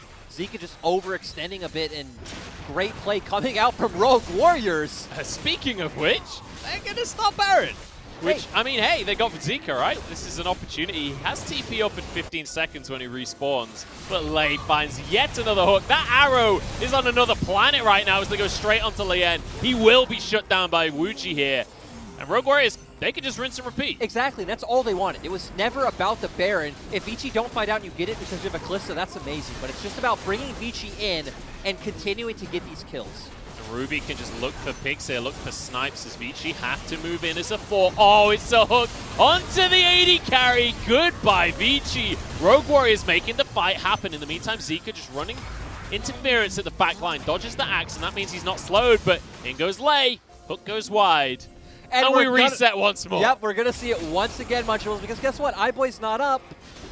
Oh, they're actually going to respect this time. Their health bars are, you know, about 50% HP, but knowing Rogue Warriors, I thought they would have gone for it. You know, I feel like this game, especially in the early game, was way slower than I was expecting it to be. And now we're starting to see them really pull the trigger on the ways that they can force fights. Right, like, when you looked at these drafts, you thought it'd be about Rogue Warriors getting, like, pick after pick, kill after kill. But it really has been more about these big, like, team fight moments, which is pretty surprising because when you think of that, you would expect that Vici would either come out ahead or at least be able to disengage and not lose out on anything. It's worth mentioning as well that when you look at Vici's composition, it's actually a lot about being the ones to force the fight, right? They actually don't do that well if they're being forced onto. The thing that's decent for them, right, is that you do have... Ooh, you have Hung getting caught out again. That ain't the place to be, Hung. He's going to go down. Another kill to Wuji as well. Hey, coming into this game, we said this guy's known for his, you know, more protection, defensive-based supports. He plays Taric well, plays a great Braum, plays a great Tom Kench. Outside of that, it's a little bit rough. Yeah. But then you also have to bring into question here, that was a positioning issue. That was nothing to do with Nautilus. Oh, true. That was just like, I don't know why you're there alone at this point in the game. You know they want the Baron. They've just spent the last 5 minutes proving that. And now they're going to do the exact same. They found a pick, they start the Baron. And boy, you got to hit an arrow, man. This is disastrous so far. Another hook from Lei. This time it's onto Zika, but he answers with his own life. Should be able to get the trade as Cube tries to walk on forwards. Holder keeping everyone at bay. Zika barely getting away with his life. Wuji wants to chase it. Will finish the kill off in the end. Holder in the meantime get pushed back by Cube. Wuji's in trouble as Lien got onto him. And iBoy wants to redeem himself. Looking for Ruby now as the clone distracting everyone. But Vici finally find a fight. Yeah, Vici coming out ahead, and this was actually going back to the point you made before. I was going to say, you would think Vici feel fine with Rogue Warriors running into them when you have Galio taunt to dissuade anything. You're obviously jumping into a big, massive, tanky bear that also has a ton of base stats and would have a great time bursting out. If iBoy held the arrow instead of trying to create an aggressive pick, you also have that if Ruby jumps in. And now, on top of all of that, they've got another dragon for themselves. This is Mortal CDR, and it's one step closer to that Cloud Soul that we discussed earlier. Not the most exciting soul, but hey, it's a step closer to Elder Drake. It's a step closer to win condition. And I want to see if they're going to keep it on iBoy. Darn. I was going to say, we can see what his ult cooldown is going to be at this point, but yeah, iBoy just continuously whipping arrows where I feel like you can hold that and wait for Rogue Warriors to come in onto you. We see Lei find a good hook, but gets burst down pretty much instantly. iBoy dealing a tremendous amount of DPS. Haro trying to zone off Cube. Zika really low from that initial play of dissuading the pick coming out from Lei. And here we just see Luoyan chasing down Zheng Wuji, and you know, no one wants to be running from this massive bear, and great job from Vici. And this, hang on, we've got yet another fight. There's no time for this one as Lien hooked in and goes down. This is very back and forth all of a sudden. Vici find themselves on fight and then fall for the exact same trap they've been falling for all game. Yeah, we keep seeing Vici get picked off and not coming together in these types of 5v5s that we want. Like we just saw, right, where you have the Galio, you have the Volley Bear to dissuade, and you think they shouldn't get picked off when they have that Hawk shot also able to come out from Ash.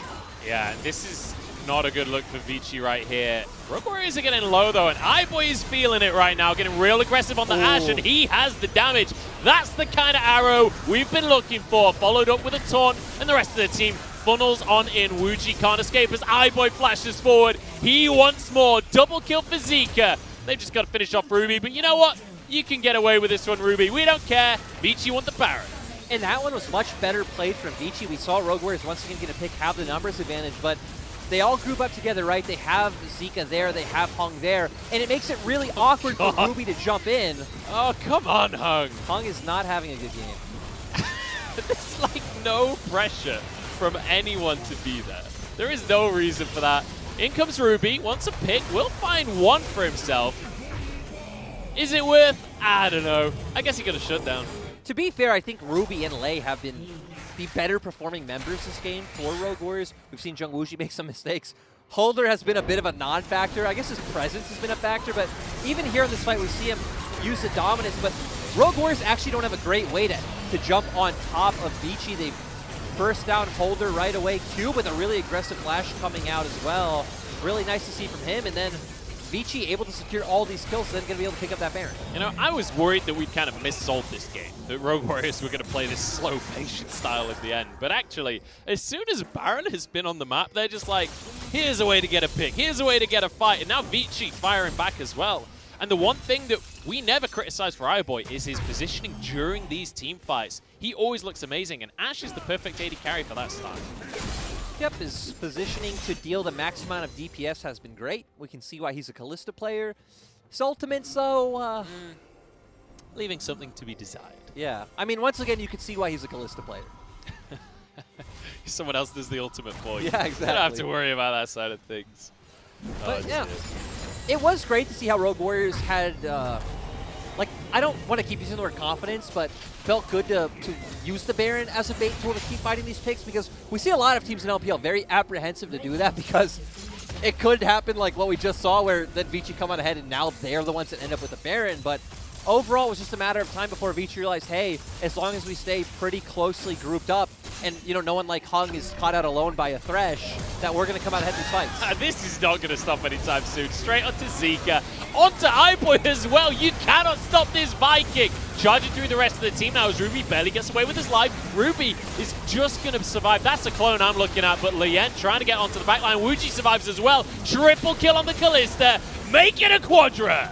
Munchables, I just said that Vici had finally figured out they just got to stay grouped on top of each other and Rogue Warriors can't jump in. That way we saw them going two different ways, two members heading towards River, and obviously iBoy singled out alone in the lane. Everyone able to just get on top of him, and Rogue Warriors keeping this game competitive. You know what? They may be inconsistent. They may not have a series in the LPL yet, but I love watching Rogue Warriors, and Lei is so willing to just blow everything in search of a pick. You know, we talked before this series, we were both sure this would go to 3 games, and watching this game, I'm still sure this is going to 3 games. Yeah, I don't see a way that this is a 2-0, because Rogue Warriors now, they find themselves an inhib turret. They won't get the inhib, but they have to reset, because the Drake's coming up. Look at the, I mean, just look at that goal graph. Doesn't that just say everything about this game? Yes, it does, and I mean, Vici still have a Baron. I wouldn't expect it to be on for too much longer, but looks like they want to use it to at least guarantee. Okay, so it's actually already gone. They want to push down mid, guarantee some pressure,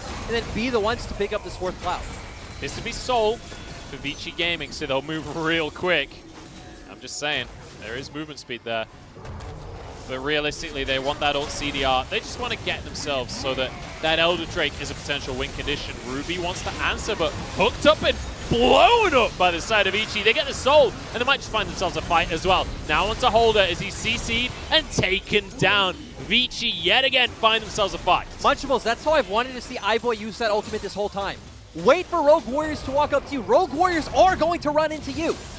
Lian can't quite find a bonus pick there.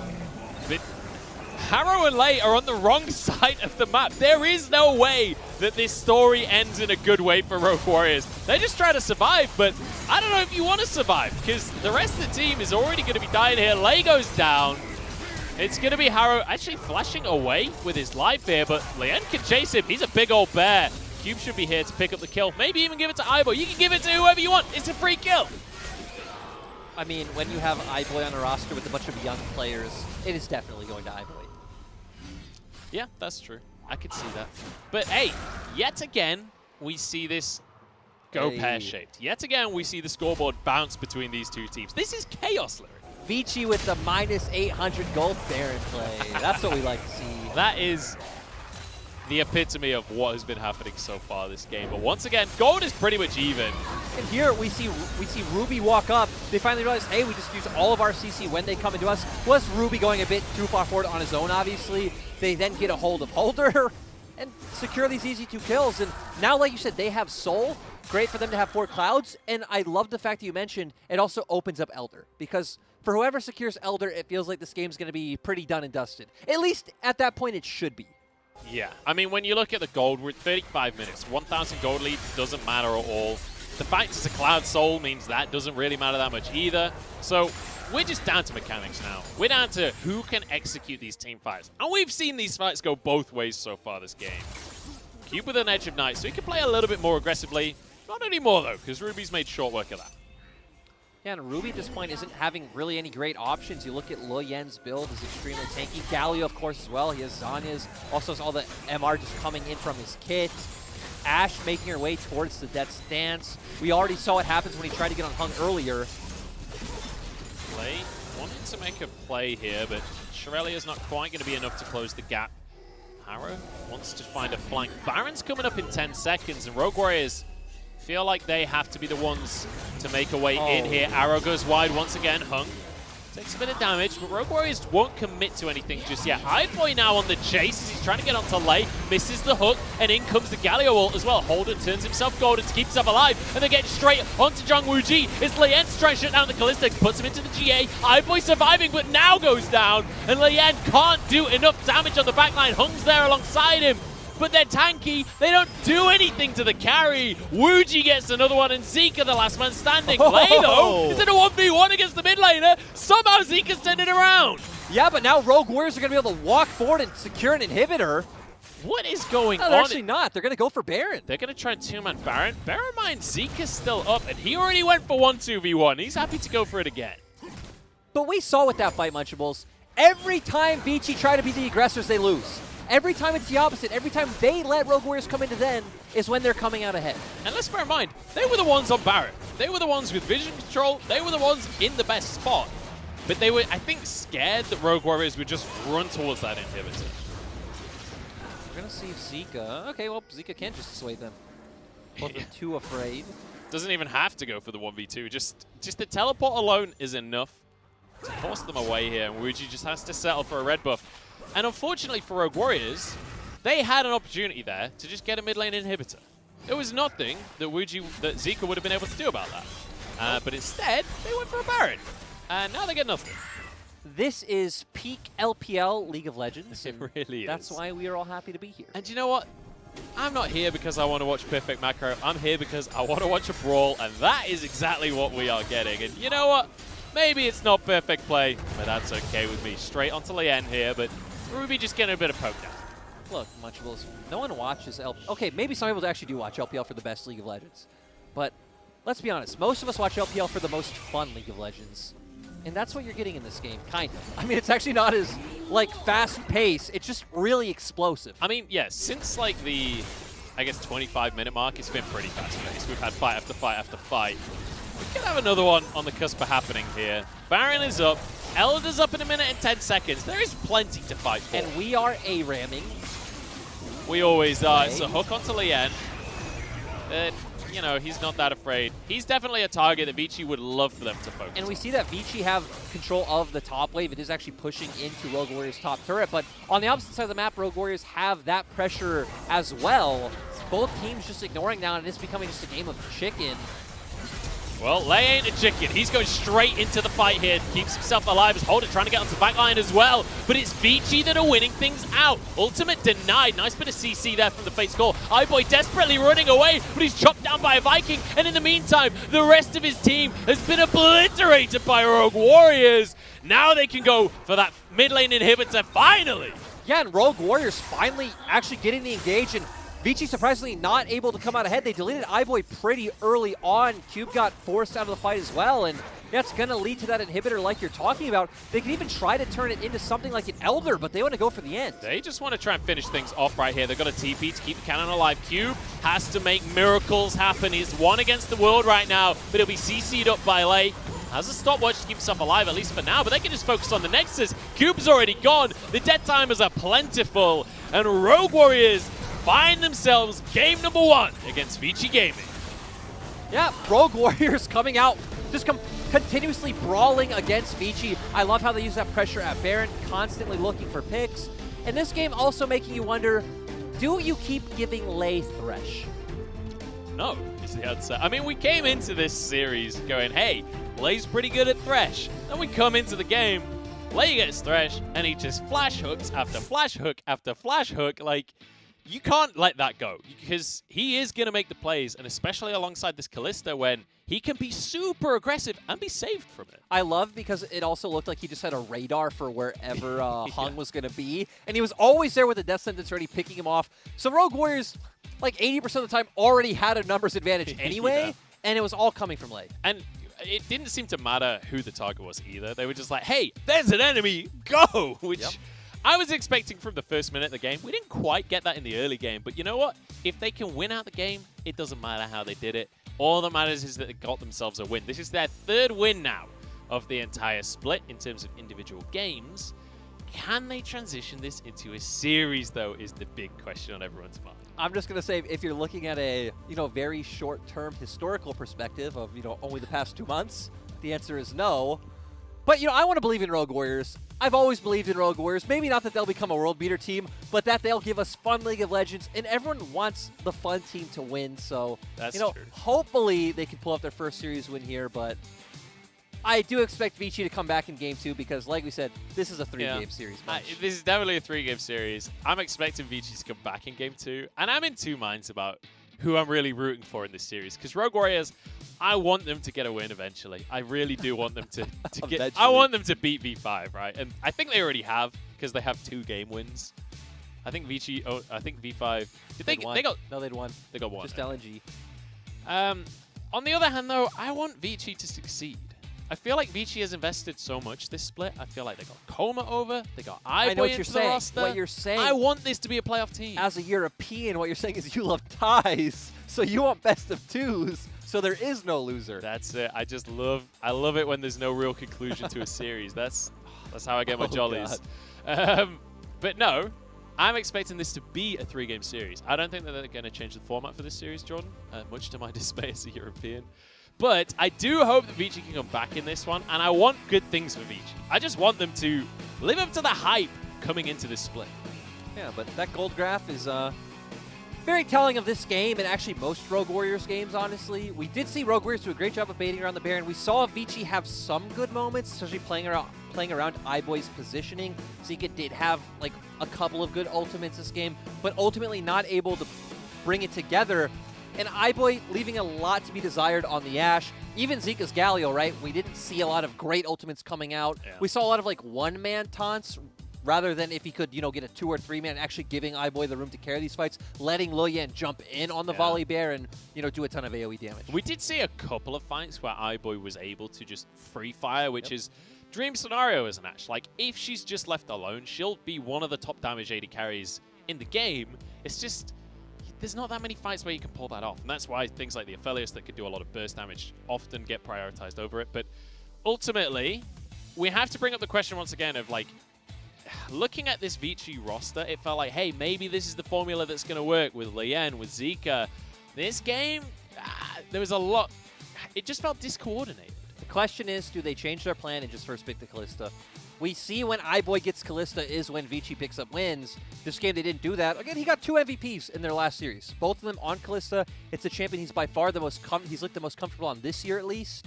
And I feel like that's a potential change you look to make. Yeah, it also takes it away from Wuji, right? And let's just reconsider the pressure that's on Vici now, because they don't want to be the first team to lose to Rogue Warriors. You do not want to give the 0-7 team their first proper win of the split. And Vici are on the cusp of doing exactly that. And with it being that close, it's a very real possibility that Rogue Warriors win this series now. Yeah, so what you're saying is you want Rogue Warriors to win and hashtag bias casting, but that's not what I said. But overall, I think we are going to need some changes in draft, even though I don't feel like draft was the reason, Rogue Warriors won or Vici lost. Just getting iBoy and Hung onto something more comfortable, maybe even getting, a Tahm Kench, Braum, or Taric early on, would go a long way to, give the Vici players more to work with in the game. Yeah, Hung struggled this series, that is for sure. Yeah. Hung maybe needs to change things up going into game number 2. We'll see if he can bunker things down as we move on in the series. We'll be back in a few minutes, right after the break.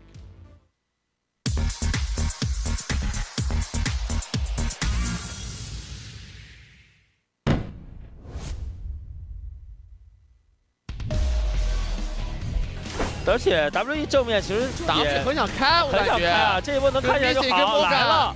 2个肉鸽顶在前面，顶了一下，直接给到了。这里艾希要一个净化，点一个灯笼，这波打的还不错，但是刀子能反打吗？闪现时要上推了，这个羊怎么叫一下左边的2个肉，手心这边交一个大招，小鹏的话也是吸一下 ，S 大招还没有吸，闪现交一个闪现，吸完之后方向反手大招，哦呦，这个天女散花好漂亮，直接秒掉了一个推了。 这边徐斌在尽力输出，但实在 A 不动摩根啊！闪现过来刮了个虚弱，徐斌也交出自己的闪现，上到高点。找机会。勒弗兰 TP 了，勒弗兰 TP 这个位置，后部这波要小心，没有双招的。EDG 都没有大招，所以 EDG 这波团战其实并不好打。这龙怎么哎呀进？完了，这边射到了，拖住了，勒弗兰没血了，牙膏没血，美火过来指一下，后部这边的吸吸起来了，没有死，大招做一下，哦呦，不灭狂人被带走，后部吸起来了，这边吸带走了一个奥恩，美火的话是要捐了，但是自己的话也是打出了一些伤害，后部这边再打一个远古龙。哎，这里指的还不错，把这个大招奥菲留斯走位躲掉，后面有一个 TP， 奥迪的羊，龙火这个位置很尴尬，闪现躲一下羊，后部的话也是交闪现躲在电塔下，哎，这想强行杀有点过分了，这波 Local 有点想过于操作了，这一波进攻的下路有点给机会，但是牙膏下来，哎，我高子哥这一波也忒帅了吧，外表可是具有欺骗性的。Double kill。等级的话，雷克赛是领先3级，勒弗兰在上，好3级啊，那这个怎么抢啊？杰照了一下过去秒，美火这边被带了过来，直接给大招，哎，杰抢到了，而且牙膏被秒了，这波还要出事了，后部这边闪现过来，加料过来，后部这边顶一下，龙和人也要被带走了，狗熊只有狗熊一个人，但狗熊这个英雄很笨重，没有办法去做持续的输出。秩序为光，混沌为影。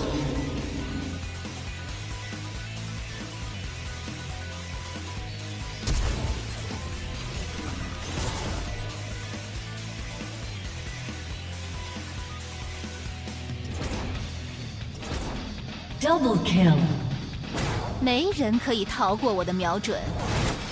雷克赛在哪？在旁边被奥迪赶着，6000血，奥迪这个位置很强，奥迪，哎，奥迪这边在干嘛？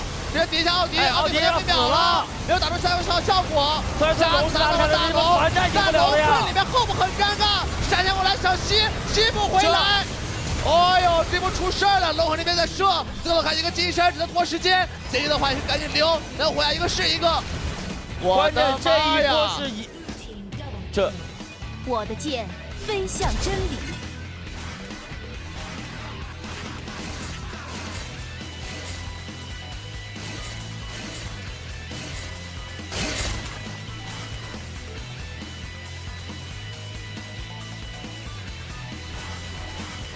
Triple kill。Got a feeling nothing is forever.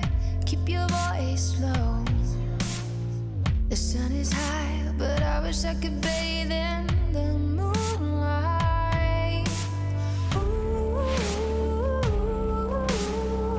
this is it now. Come out of the shadow. Make the walls fall. Memory is headed for disaster. Heart is beating so. I hear the words, I see the ghost of laughter in the afterglow.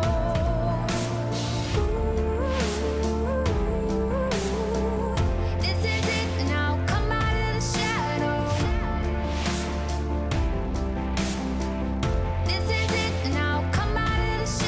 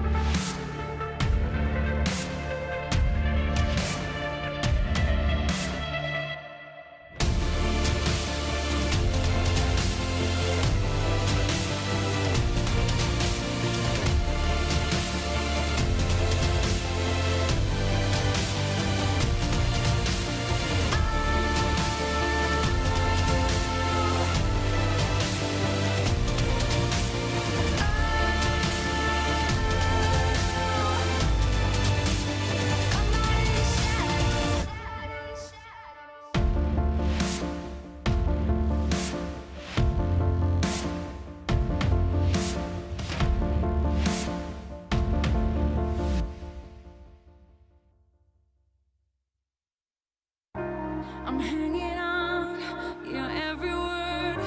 The love inside, I feel it burn. I've never felt this way before. I've had a taste, now I want more.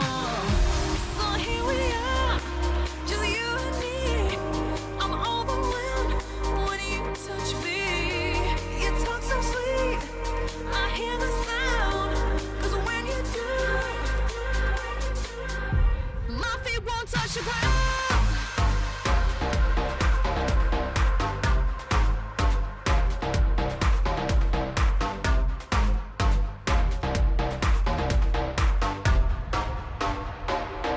My feet won't touch the ground.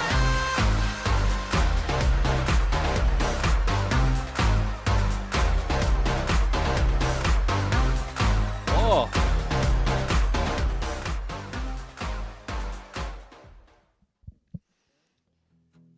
Welcome back to the LPL, everybody. We're jumping into game number 2 here of our first series of the day. It's Vici against Rogue Warriors.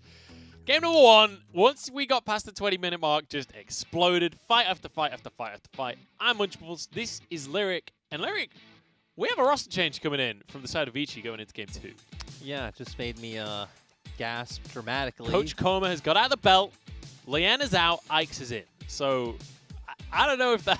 I feel like Lien was one of the strongest parts of this team. Well, also, we haven't really seen Ike's and Zika be a pair, right? It's been Ike's and Forge. It's been all about, you know, the mid-jungle 2v2, picking something like the Silas or the Aatrox in the mid lane with the Gragas or a Sejuani. So now we're going to see something completely new from Vici. And it could be something they've been practicing behind the scenes. But before we do see that, let's look at our MVP for game number 1. Lei, and I think it's almost unarguable that it's Lei. The engagers were just magnificent. Yep, Lei obviously having a great performance. Maybe you could have said Haro for just running down iBoy in all those fights, even though his team did abandon him in most of them. But still, Lei doing a great job on this Thresh, finding so many key death sentences. And we said ever since he got subbed out and came back in, he's like a new man. He's like a revitalized player. And overall, I'd still say there's a difference between his Thresh performance and like the rest of his champions. But on Thresh, definitely one of the best in the LPL. I think his set can be good occasionally. It can be really terrible as well, though. But set allows you to be really terrible and then hit W, so that's okay. Yes, it does. Yeah, we do have this substitution coming in. Lien out and Ike's coming in here, which, again, as you rightly say, when we've looked at Vici in the past, it's typically been Ike's and Forge as a duo, or it was Zika and Chieftain. Now it became Zika and Lien. We haven't really seen much of this Ike's-Zika combo. We also haven't seen much of Ike's with a bit of a mustache, so we got to wonder if that's going to, you know, give him some power going into this game. Go full Chuck Norris here. Maybe that's the strength that he needs. And obviously Rogue Warriors on the blue side, still going to keep the Nidalee ban. This time they're going to ban out the LeBlanc, which we talked about. Ruby was not actually much of a LeBlanc player this split. He plays it a lot in solo queue, doesn't play the champion, but I'd say it's not one of his better ones, like the Azir, which he does look prominent on a lot of games. So I like that they're banning this. And overall, the interesting thing is that Vici have not banned out Varus yet. That's true, and a little bit terrifying because I don't know if you guys see the Reddit threads. Varus is like 99% fan presence. There was one game where he got through, actually lost. And it was actually against Vici. Vici are the ones who let it through. They gave it to E-Star. And then they beat it. Yeah. Which is pretty good. But still, doesn't matter because they leave it open now. And Rogue Warriors once again saying, we don't care about Aphelios. We don't care about any priority 80 carries. As long as we get Lei on Thresh, we're going to win the game. This is our win condition. Get Lei Thresh, because otherwise he might run it down. So the Thresh is locked in. We've got Aphelios on the other side for Vici Gaming, which iBoy has played plenty of. And we'll see where they go next. Something like a jungler certainly could be a good option. Or get hung something defensive that it can protect Aphelios. Huh, that's surprising. They just blind picked Zoe outright. So obviously with the LeBlanc ban, and they also banning Syndra themselves, saying, hey, we put a high priority on this champion. Now I want to see where Rogue Warriors go with jungle. Haro could go towards something like the Trundle. And you would expect him to pick up the Ashe in this rotation as well. Oh, there's the Ashe you were talking about. iBoy leaving something to be desired with his ults during that last game, but Wuji has played a ton of the Ashe himself, and it has been one of the more successful picks for him as an AD carry. Alongside a Thresh, you have a ton of kill pressure. You have a ton of safety as well for that Ashe. Yep, Rogue Warriors have been all about just champions that have the option to play aggressive. And hey, let's just get signatures across the board. Why not? If we get the Azir for Ruby, this is absolutely the standard Ruby pick. And this makes sense because Ruby's only played 5 champions this split. He's played Zoe, he's played LeBlanc, he's played Azir, and also Karma, so, oh, and the Syndra as well. So everything is either banned or taken outside of the Karma, so guaranteeing that Azir makes a lot of sense. Looks like we're going to see the Leona locked in here for Hung. So not going to be the Tahm Kench, the Braum that we were talking about, but you can still play the Leona in a very defensive capacity. So there is some level of defense there. Yep, it does fine against the Thresh in the sense that, you know, if he ever does try to full-on commit to, you are extremely tanky. You have the CC to shut him down, or even just ignore him and go straight towards his AD carry as well. So they're going to be fine in the laning phase, and both teams still able to index into these straight-up 5v5 teamfight comps. Obviously, we have a bit more proactivity on the side of Rogue Warriors thus far with the Ashe. Yeah, the Leona does offer some level of engage as well, but now as we move towards the jungle bans here, we've got a Lee Sin taken away by Vici Gaming. It's answered with this Renekton ban against Cube. Renekton, one of the picks that Cube kind of made his name on. When you think all the way back to Demacia Cup at the start of the year when Cube was starting to get some hype behind him, Renekton was the pick that really stood out. Yep, his Renekton, his Mordekaiser to me were the two big ones. I expect Vici to go towards jungle on next pick and then just guarantee a counter pick for Cube. We do know, it's pretty surprising to me that Vici actually banned out the Lee Sin first, because the two champions that jump out to me from Lilian from, you know, Spring Split were Nidalee and Lee Sin. The Volley Bear is still open though, so. But it is not Lien playing, it's Ike's playing. Yeah, so you're right. He hasn't played any of the Lee Sin. Jarvan has been his #1 pick, but he's played a lot of different things. Yep, like he's got a wide pool. He's been another one to pick up something like the Echo. But obviously the Trundle's still there as well. The Trundle would typically be our next highest priority jungler. It does also do well up against immobile AD carries like the Ashe, since Pillar does offer a lot of value. Bit interesting to see that Kayle banned away there. It does open up things like the Ornn for the side of Holder, where he could go for the Ornn, have a big teamfight ultimate, and not just be punished and outscaled during the lane phase. The Ornn, I'm sorry, would be nice here. Another potential champion would be the Volley Bear themselves for top lane. Obviously, there's a lot of strong matchups in the top lane, and would be hard for Cube to get a counter pick. Maybe could go towards something like a Fiora if that came out, but you did talk about the Ornn, and it is the perfect champion for the front-to-back 5v5 team fights that they're looking for. But we'll see if they lock it in. The Trundle you talked about was locked in there. We do have this set coming on through. Could be a jungler. Could still go to Harrow in the jungle. I do really hate it in the jungle, though. I hope they take a top lane.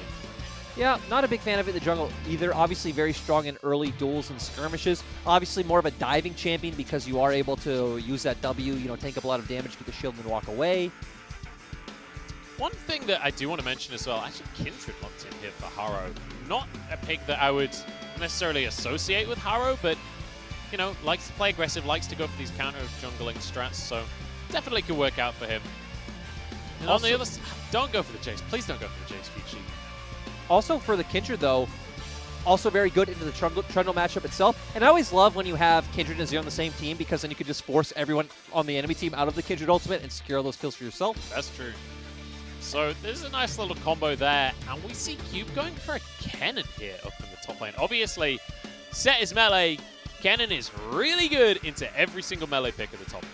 Yep, so going to be able to at least bully him out in early laning phase. But we actually saw this matchup a bit last split, and it's not too bad for Set. A lot of ranged matchups like this, Set can kind of just ignore you in lane, you know, throw the Haymaker to the wave and then just walk away, use your passive sustain back up and do it again. There's an extra interaction that's worth talking about. It's kind of similar to Kennen when there's a Lee Sin in the game. Like, they just take you the hell out of that fight. You don't get to play anymore. Yep. You don't get that ult onto the whole team. And we actually saw that quite a bit last split as well when there was the Kennen, so interesting choice coming out from Vici. And overall, I'd say I really like what Rogue Warriors have drafted.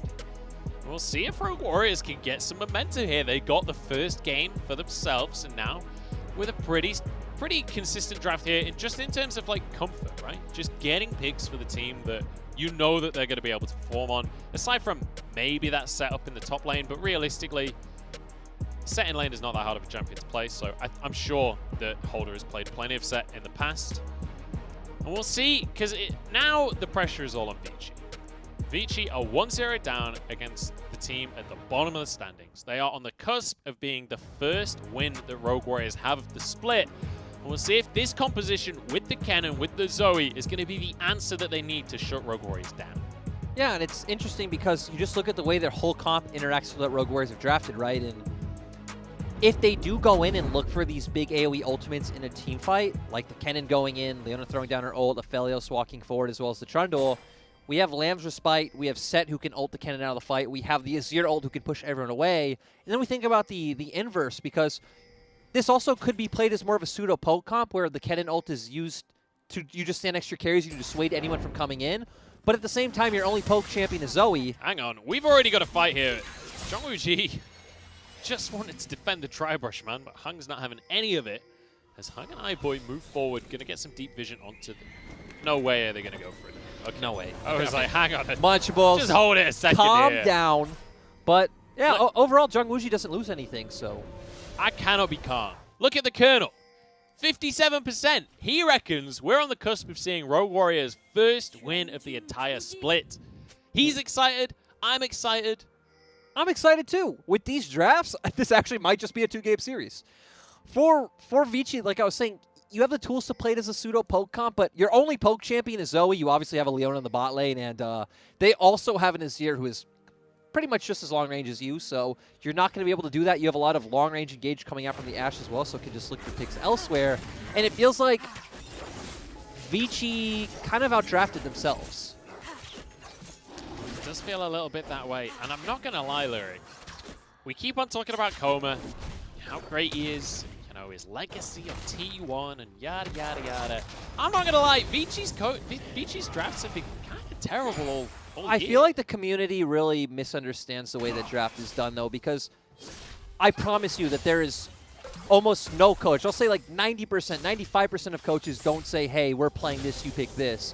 It is a collaborative effort, and you could, like, if you come in and say, hey, Cube, you're not going to play Kennen, you're going to play, you know, whatever, you're going to play you're going to play Ornn. You're going to play Ornn this comp. He's like, you know, no, I don't feel confidence on Ornn. I don't think Ornn fits this comp. And you just say, no, you lock in Ornn. He now doesn't have confidence going into the game. He's not going to perform well regardless. You know, you're put in a rough position. So it is a very collaborative effort. You could see that on Vici. This wasn't just Koma coming in and saying, hey, guys, you pick A, B, and C. He's working with his players and giving them what they feel comfortable on as well. Whether you think that is the right or wrong approach, I'm going to stop, though, because Haro has his own approach. He's approaching the top lane right now. There's a flash engage with Q goes downwards and immediately flash followed by Haro here. They want this kill. They're going to be able to find it immediately. Haro with first blood. We said Haro is the big catalyst for this team. Being really cheeky, finding a way around, forcing the flash out of Cube and securing the kill. Beautifully done here. It was 2 flashes for 1, but you know what? They got the kill, and that's what matters at the end of the day. And I believe that was also a stack for Haro, if I'm not mistaken. Hang on, Ike's wants a 1v1, and that's going to be a pillar that's a bit of a pain as the flash comes out from Zeke, and flashes galore. This is the kind of game that we wanted in game 1. Yeah, and that's great from Vici. Ike's reading the situation well, knowing that Haro's probably going to walk back over, potentially look for the Scuttle Crab. And he had no flash, so no way to get away from that pillar once it comes out. Great hover from Zeke as well. We were questioning how this 2v2 would work, since this isn't the combo we typically see. So far, working out well. We might have another fight here. Lei steps forward, goes for the hook. It's on to iBoy. Cleanse not going to be used here, as Wuji just easily able to follow up. We're going to see another couple of flashes. No! iBoy goes down with both of his summoners available. Now Hung tries to find the counter engage onto Lei. Ike's can't get in, though. Slowed by Wuji and forced away from the play. Oh! Lei goes for it once again. Do not give this man Thresh, because he's going to make it happen. Haro jumps over the wall to try and follow onto Ike's. I don't think they can find another kill, though. Hung needs to be careful, but Wuji can't follow. Munch, you described it quite well. iBoy still having all of his summoners. Doesn't make much sense. Also, stop giving Lei Thresh. It's his best champion by far. They first picked it for a reason. Just look at the camera on iBoy right now. He does not look like a happy camper. To be fair, iBoy always looks pretty stone-faced and straightforward. I'd say he looks slightly glum rather than stone-faced. Lei! Just, it's like 100% accuracy. I told you, it's like Hung is the magnet and the death sentence just goes. So you're saying it's more of a Hung thing than a Lei thing? It's definitely more of a Lei thing, but you know, I actually feel bad. You just put it in perspective. I'm kind of just kicking Hung while he's down. Yeah. Sorry, Hung. I don't think he's listening, mate. He's listen. Actually on the stage. So, they do listen. We said to Rogue Warriors, hey, like, stick to a lineup. They stuck to a lineup. That's true. They listened to our cast. There's no way that they could see similar issues that you could see in the roster. It's just it's unfeasible. It is. It's not realistic. After all, we talked about coaching staff don't do anything in the LPL. That was your quote, right? No. I mean, I guess it was close enough. No, not just in the LPL. I think I insinuated more of the whole world, but... This is speaking from a person that spent a lot of time coaching in League of Legends. But Haro is spending a lot of time ganking lanes in League of Legends. Oh That's no, actually very potentially ganking lanes. Which is kind of interesting because Kindred not really the pick that you'd expect to be super gank heavy, not offering any CC, but ultimately, if you can find the stacks through the ganks, you're more than happy to go. You also don't have a lot of setup in your lanes. Like Ruby's only real setup is him going in, using that ultimate aggressively. Holder, I guess, could look for flashy. Now his ultimate's up as well, can try to get behind the cannon, but this is the style we expect Haro to play. Oh no! Ike's, the timing could not have been worse. This is another kill for Haro. He's already getting fed on a Kindred. He's got 2 stacks for himself. This is perfect for Rogue Warriors. Whether it's because of the draft or just something him in general, Coma, like, literally throwing Ikes to the wolves. Get it? And Get it? the lamp. Lamb and the wolf? Good one, Lyric. Excellent joke. God, I kind of ruined it. Yeah. I really ruined it. You shouldn't have said get it. That was the mistake. But that's always the funnier part. When you make a joke cringy, it's actually the funniest part of the joke. It was already cringy. So you kind of just added to it. So I don't know about that one. Either way, we've got some mid laners moving around here. Zika, I thought he was going to go and try and make a play on the bot side. He's not. He's just going to go back to the mid lane. Yeah. And, you know, we didn't really talk about it, but Ruby did take Comet this lane, so going for the much more aggressive Azir approach. Doing it so once Zika sets up the paddle star and then walks forward, you're supposed to drop the soldier as the Azir and get that guaranteed poke damage coming out. So let's just take a second here, because there's been a fair few fights already this game. Let's talk about the Rift Herald that's going to be coming up in about 30 seconds. Because it feels to me that Rogue Warriors should easily be the ones with a huge advantage going into that. Yes. I mean, it's just that simple. I feel like for the Rift Herald, Rogue Warriors should just be able to go and guarantee it. We talked about the top lane matchup, how Sett can pretty much just ignore the cannon, and we've seen Holder push in top all game. He's always been on Cube's side of the lane. Cube not really able to find any advantages himself. Lei wants a hook, and he's going to find it again. Hung had flash, but he's not going to respect it. Now Flay onto this Leona, but it is a Leona, and it's Lei that's in trouble now. One more auto would do the job. Flash from Zika to make it happen. There's a trouble bubble as well. The cleanse is going to be used before he can go down. Haro walks away. Hung doing a great job of getting hooked and bringing Lei under the turret. Did you just compliment Hung? Yes, I did. Oh my goodness. I mean, not necessarily, his fault that Lei decided to go in that deep, but great job, Hung. You set that up. Did you just take it away from Hung? A little bit. You complimented him, then I comment on it, and you're like, actually, I take it all back. This was entirely Lei's It goes against my brand. You can't be positive. You're positive about Lei all the time. I think Lei's Thresh. Lei's Thresh. It's not a favoritism. Don't give me Lei's Leona. That's true. It's Leona has been suboptimal. If any of you saw Rogue Warriors against top esports, it was not a pretty sight. It was if you're a top esports fan. True. If you like some good League of Legends. Speaking of good League of Legends, Zika has really been a standout for Vici since coming back into the roster. Way more stable than Forge. Always goes even in lane, has a much wider champion pool. Might get caught out by Haro and Lei, but they're gonna hover towards the other side of the lane, which makes sense because we now see Ike's killing this Grump. Yep, so he knows that he's going to be able to play this one safe, and I like this from Vici. Just respect the fact that you definitely cannot fight for this Rift Herald. It's going to go the way of Haro here. And the big question, what is going on with the Herald? He was like, were the soldiers trapping him? I don't know. That's a good question. Either way, they're going to get the Herald, which is the most important thing about the whole situation. I'm kind of scared for Jung Wooji if he actually walks up to his turret. Because the map is split right now, right? Ikes and Hung can come around, keep him under turret and go for that dive. But nope, Jung Wooji respecting. Nice job out of Rogue Warriors. And you asked, what are we going to see with Rift Herald? Rogue Warriors, it feels like they should win team fights at most points in this game if it comes just straight up even. Vici are going to need to capitalize on Rogue Warriors' mistakes like we saw them do with that last game, or just continuously trade sides on the map and just hope they get to a 50-50 team fight later on where Zika hits like a massive trouble bubble and you pick someone off. And let's just bear in mind what the win condition generally is against things like the Aphelios when we talk about scaling. Like, Aphelios is a win condition in of himself, but keeping him at range is how you beat it. That's exactly what Azir is. It's exactly what Azir excels at. We don't have time for scaling right now, though, because Rogue Warriors are going to start this dragon off as Vici were forced away. The Holder's here, so I don't know what Vici's trying to do.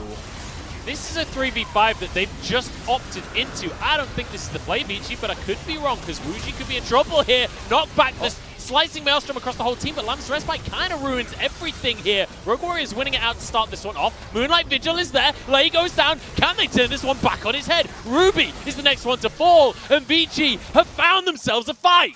Yeah, Munchables. Zika! Rogue Warriors were not on the same page. We saw Zhang Wuxi flash away from the Lamb's Respite. Flash the complete opposite way. The members weren't on the same page at first with running forward. You pointed out they had a 5v3. They could have won that completely. All of Vici going in a bit too soon, but great job of them taking advantage of Rogue Warriors' mispositions and coming out ahead. And just keep your eyes on Zika in this fight, because he played this beautifully. Yeah, we see them go in. Ruby not in range to deal any DPS. Zika on the back. We see Zhang Wuxi here, gets a bit scared, flashes out of the Lamb's Respite, goes forward, still gets stunned. Ruby dealing no DPS in the meantime, was not CC'd even a little bit. And just great play coming from Zika, like you said, had some really good threat with those Sleepy Trouble Bubbles and dealing a lot of damage with that Paddle Star. And overall, it feels like Rogue Warriors carries were the ones who didn't step up in that situation. And Vici's carries really did. Great ult coming out from iBoy. Zika able to clean up the fight at the end of things. You already talked about Zika being one of the standout players on the side of Vici. You can see that on the scoreboard right in front of you. 4-0-2 on the Zoe. Trying to make some plays onto Ruby as well, but won't find the trouble. That flash from Zhang Wuxi is so disappointing. I guess it makes sense, though. Like, you see everyone running towards you, a Kennon's coming at you, there's a Zoe behind. You're like, oh god, I need to flash away, but it's like, no, you have a Kindred. Yeah, just hold on tight. He was actually fine anyway. Like, yeah, he would have been fine regardless. Even outside of the Kindred ult, he would have been fine. He didn't get low enough for it to matter. Yeah. But this is now going to be the Herald being dropped in the top lane, so Rogue Warriors find themselves at least some gold out of the back of all of this action. It's still going to be Vici with a gold lead. And to be fair, I don't think Vici getting ahead changes the dynamic of how the fight should go with the mechanics that Rogue Warriors have available to them. It might change if Zika quickly gets to a point where he just one-shots with some massive Paddle Star, because right then you quickly get a 5v4, and that will be an avenue where Vici can punish. Also, getting a bunch of gold onto Aphelios. I mentioned it before, it's a win condition. Always, right? Yep, always. Doesn't matter like what the comps are. Aphelios is always, it's like standalone, like checkbox on a list of things, a list of ways you can win the game. Oh wait, he smited that early. Wuji got the red buff there against a smite from Ice. And Koma suddenly shaking his head, wishing he'd put Lien in. Yeah, we don't question Coach Koma. He's the most decorated coach in League of Legends history, That's so... true. I have been memeing on him a little bit here. Yeah, can you please respect the GOAT? Ornn isn't even in this game, dude. That's true. We almost had Ornn, but sadly not today. I mean, I'm not that upset that we didn't get Ornn. We get Ornn like every game, dude. I love like, Ornn. I'm cool Ornn is still fun. Ornn has good trades in the lane, is strong. We see him walk across the map, open up the Call of the Forge God. We see some great knockups coming in with his E as well. It depends on the Ornn. Ruby is going to be okay. Slides on out of there. So yeah, back to you. Tell me about Ornn. You know, I think I've said enough about Ornn. I think you have too. I'm sick of you talking about Ornn on this broadcast. What about Maokai? No. I love Maokai. Let's not talk. Oh, you mean assistant coach Maokai on Vici Gaming? Yes. I see who you're talking about now. Zika's in trouble. Harrow won't be able to find too much though, as Hun able to block a lot of the damage here. Zika did get very low. What is that? Lamb's Respite available, but I don't think he was expecting that damage. No, and I also don't know why Rogue Warriors are looking for this aggressive play on this timing. We have Dragon up in a minute. We're also going to have Rift Herald up soon. So Vici are going to be forced in a position where they aren't under their turret and they're near a neutral. So Rogue Warriors just being a bit overzealous and are punished. But hey, if Rogue Warriors isn't overzealous, is it Rogue Warriors? I'd say no. I'd say no as well. It's just the Warriors. They're just rogues at that point. Yeah. They're just alone in the world. Into the mid lane they go. Lei, narrowly avoids a paddle start, and we've already seen how much they do from Zika. He's got a smite for himself right now, and Drake is up in 20 seconds. It's one apiece right now. And this time, it's the soul that is worth fighting for. And remember how I said the dynamic doesn't change unless Zika can, like, one-shot people with this paddle star? Yeah, well. We quickly found out Zika can one-shot people with this paddle star, so Vici now have a way to play out this game. That was... Oh, and iBoy as well, all that gold. Yeah, I mean, iBoy got all 5 plates in the bottom lane. You have to bear that in mind. He is that Aphelios. He's already got an IE, heading towards a Hurricane as well. Like, he's ahead on items when it comes to the AD carries. And, like, obviously we talk about Aphelios being like a 3-item carry, right? But Ashe kind of is as well. Ashe really doesn't do very much damage in the early game. True. Ashe is definitely more about the utility in the early stages of the game, which I would argue should be enough when you have a Kindred set Azir. You really just need to be someone who spams your ultimate as well as your E, but so far we're not seeing it work out for Rogue Warriors, and maybe this is just destiny. Maybe this is the fate of Rogue Warriors where you go to 3-game series and it's going to be a big fiesta. Maybe. I mean, they went to 3 games against JDG. They went to 3 games against OMG. Hey, Vici as well. Their last 2 series were both 3 games. That's true. I mean, inconsistency is king here at the LPL, apparently, because, I don't know, the big problem is it doesn't feel like we're seeing a coherent, like, I don't know. Every single game from these 2 teams, we see a different thing. Yep. I don't feel like going into a game with Vici or with Rogue Warriors, I know exactly what I'm getting. Well, aside from Rogue Warriors, are gonna fight, yeah, right? Yeah. Other than that, though, I guess even that, we didn't even see that in game 1. I'd say there are these teams like Vici, maybe Suning, EDG. I guess you always know what EDG's mistakes are, but there's a couple of these teams. I think Vici and Suning are 2 of the standout ones. Oh, well, Rogue Warriors gonna get this turret with Herald, but yeah, those teams that you don't know what form they're going to get or how they're going to play the game. Heck, we didn't expect Vici to use Ikes today, and they randomly pull him out in this game, too. Not going to be able to find a tower here. Holder going to use Hung as his pathway out of the play. Still has his flash if he needs it. Haymaker still available as well. Dodges away. Keeps himself safe. Almost got a return kill onto Hung there as well. Yep, we just see Holder on a champion that... And you know what? Rogue Warriors are like, okay, if you're going to make a play on the top side, if you're going to commit that many players to the top side while we've got a Herald in the bottom lane, you can take the tier 1. We'll take a tier 2. We see iBoy actually rotating over, though. Okay, so it's dissuaded at the last second. I was going to say, you have a Kindred plus Azir, so it's pretty much like a double marksman. You're going to be able to push on that turret very quickly. So overall, solid macro play coming out from Rogue Warriors with that Herald. Really nicely done from Rogue Warriors. They're able to win out the trade overall. In terms of gold, though, they are still ultimately behind 2,000 gold right now. So Vici, very much with the advantage.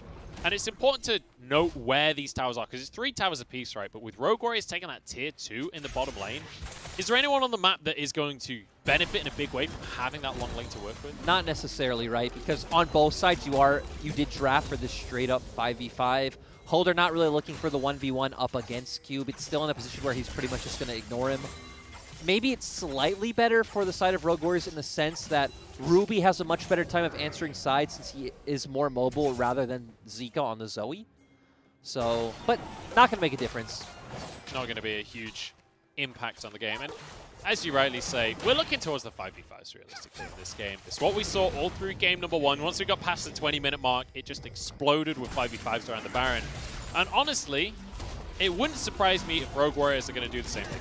I mean, we had true ARAMs in game 1. We had both teams standing in mid, just staring at each other, saying, who's going to go first? We'd see iBoy throw out the Enchanted Crystal Arrow, it whiffed, and then, you know, Rogue Warriors come out with the fight. So I expect it to be something similar this time around, just hopefully without the whiffed ultimates. iBoy did hit one of them. Yes, he did. So, he did hit one ultimate. We'll take that over none. Take that.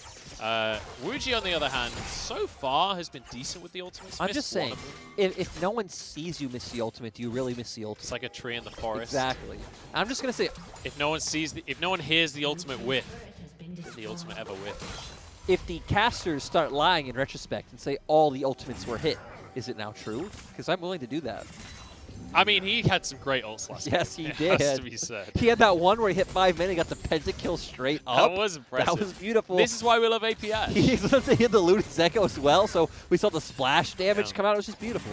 And it was like the TFT scaling And you guys might not have seen it because the stream probably went down right at that second, but it was beautiful to see. Just trust us on this one. Trust us.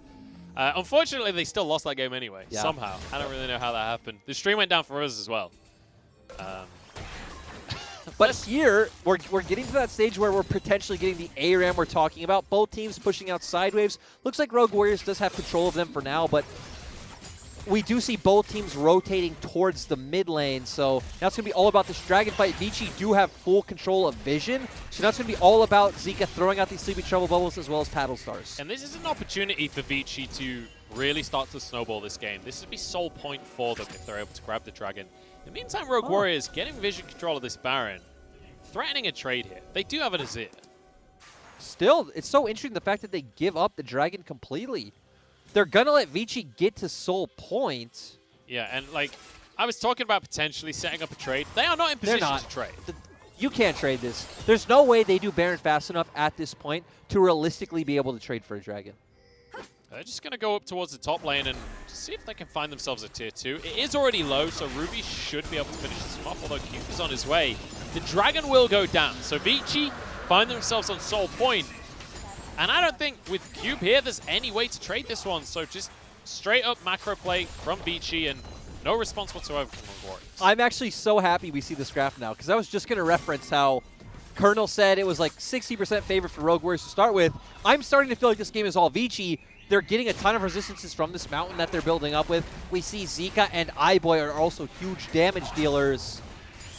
The Colonel's liking what he sees from Vici. It is worth mentioning, though, once again, there is a ton of combo potential on the side of Rogue Warriors. When it comes to these 5v5s, even with Vici having a lead, like a lot of it is going to be down to individual play. Lei is getting individually played upon right now, but he walks away with his life. Harrow was looking for a flank potentially with Holder there, but they back away in the end. And once again, Ruby's still going to be up on the top side trying to threaten this tower, but with everyone dipping out of vision, he knows he's got to get out of dodge. Yep, so now it's going to be all about that next dragon. I mean, we still are going to get to a place eventually where Ruby will obviously become a massive threat, but iBoy also 1-1-5, has a bounty himself, nearing that 3-item mark. So he's going to be quite the monster to deal with as well. And ultimately, like, when we talk about the 3-item mark, most of it is about having that 75% crit chance, right? Yep. With the crit cape in there, he's still a 70% crit chance. Like, by all accounts, he's essentially at 3 items.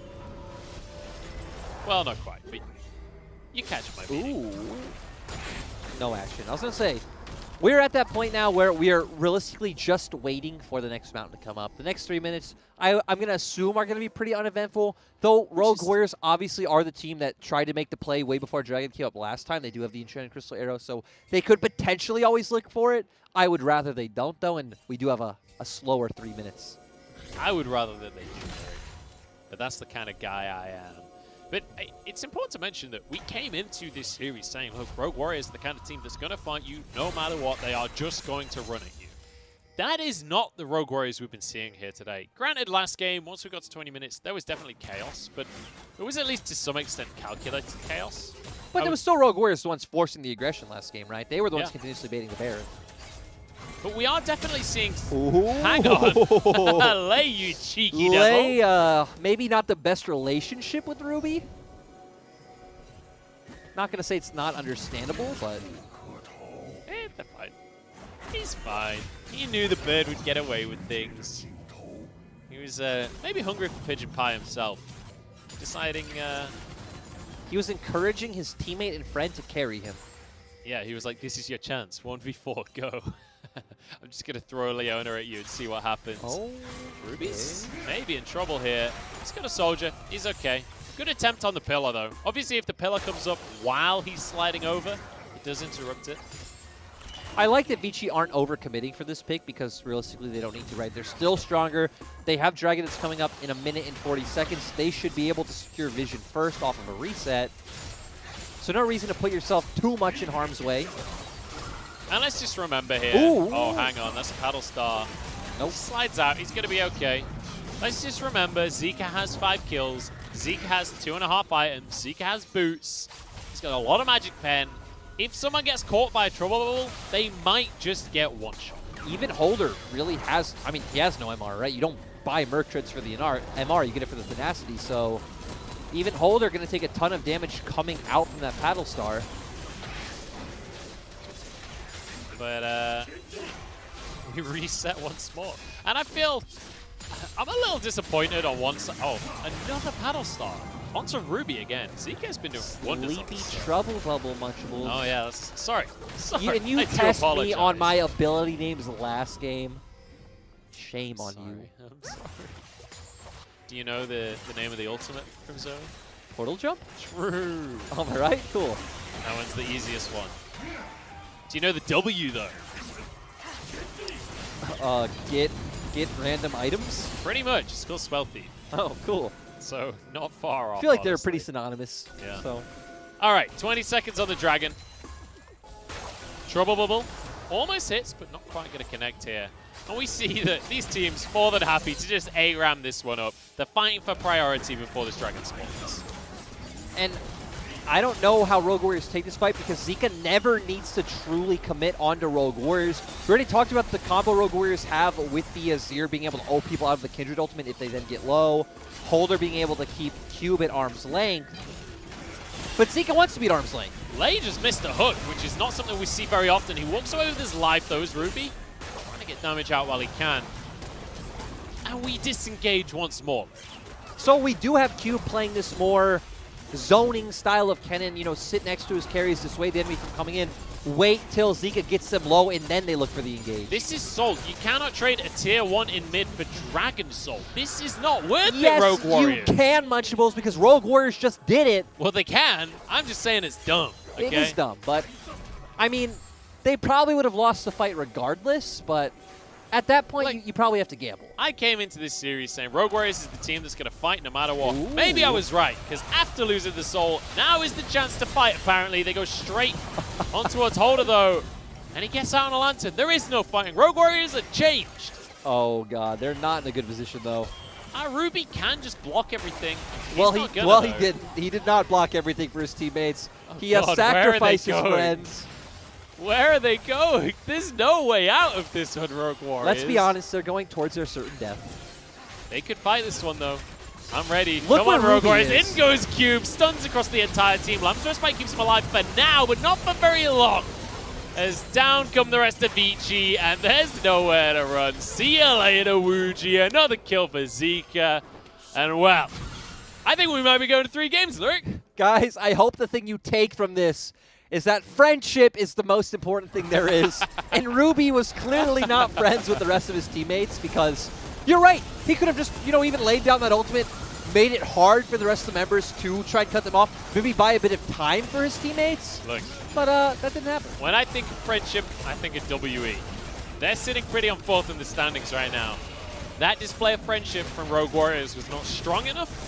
It didn't have the stuff of legends like WE do. I'm just saying, V5 also look like another team with lots of friendship. So clearly you're... Okay, we're going to see Cube use this ultimate, but let's be honest, realistically, nothing happens here. Look on the minimap, Ruby is nowhere close. So back to the important point, clearly your place in the standings is very synonymous with your level of friendship. Maybe bar top esports who are just so good that friendship doesn't matter.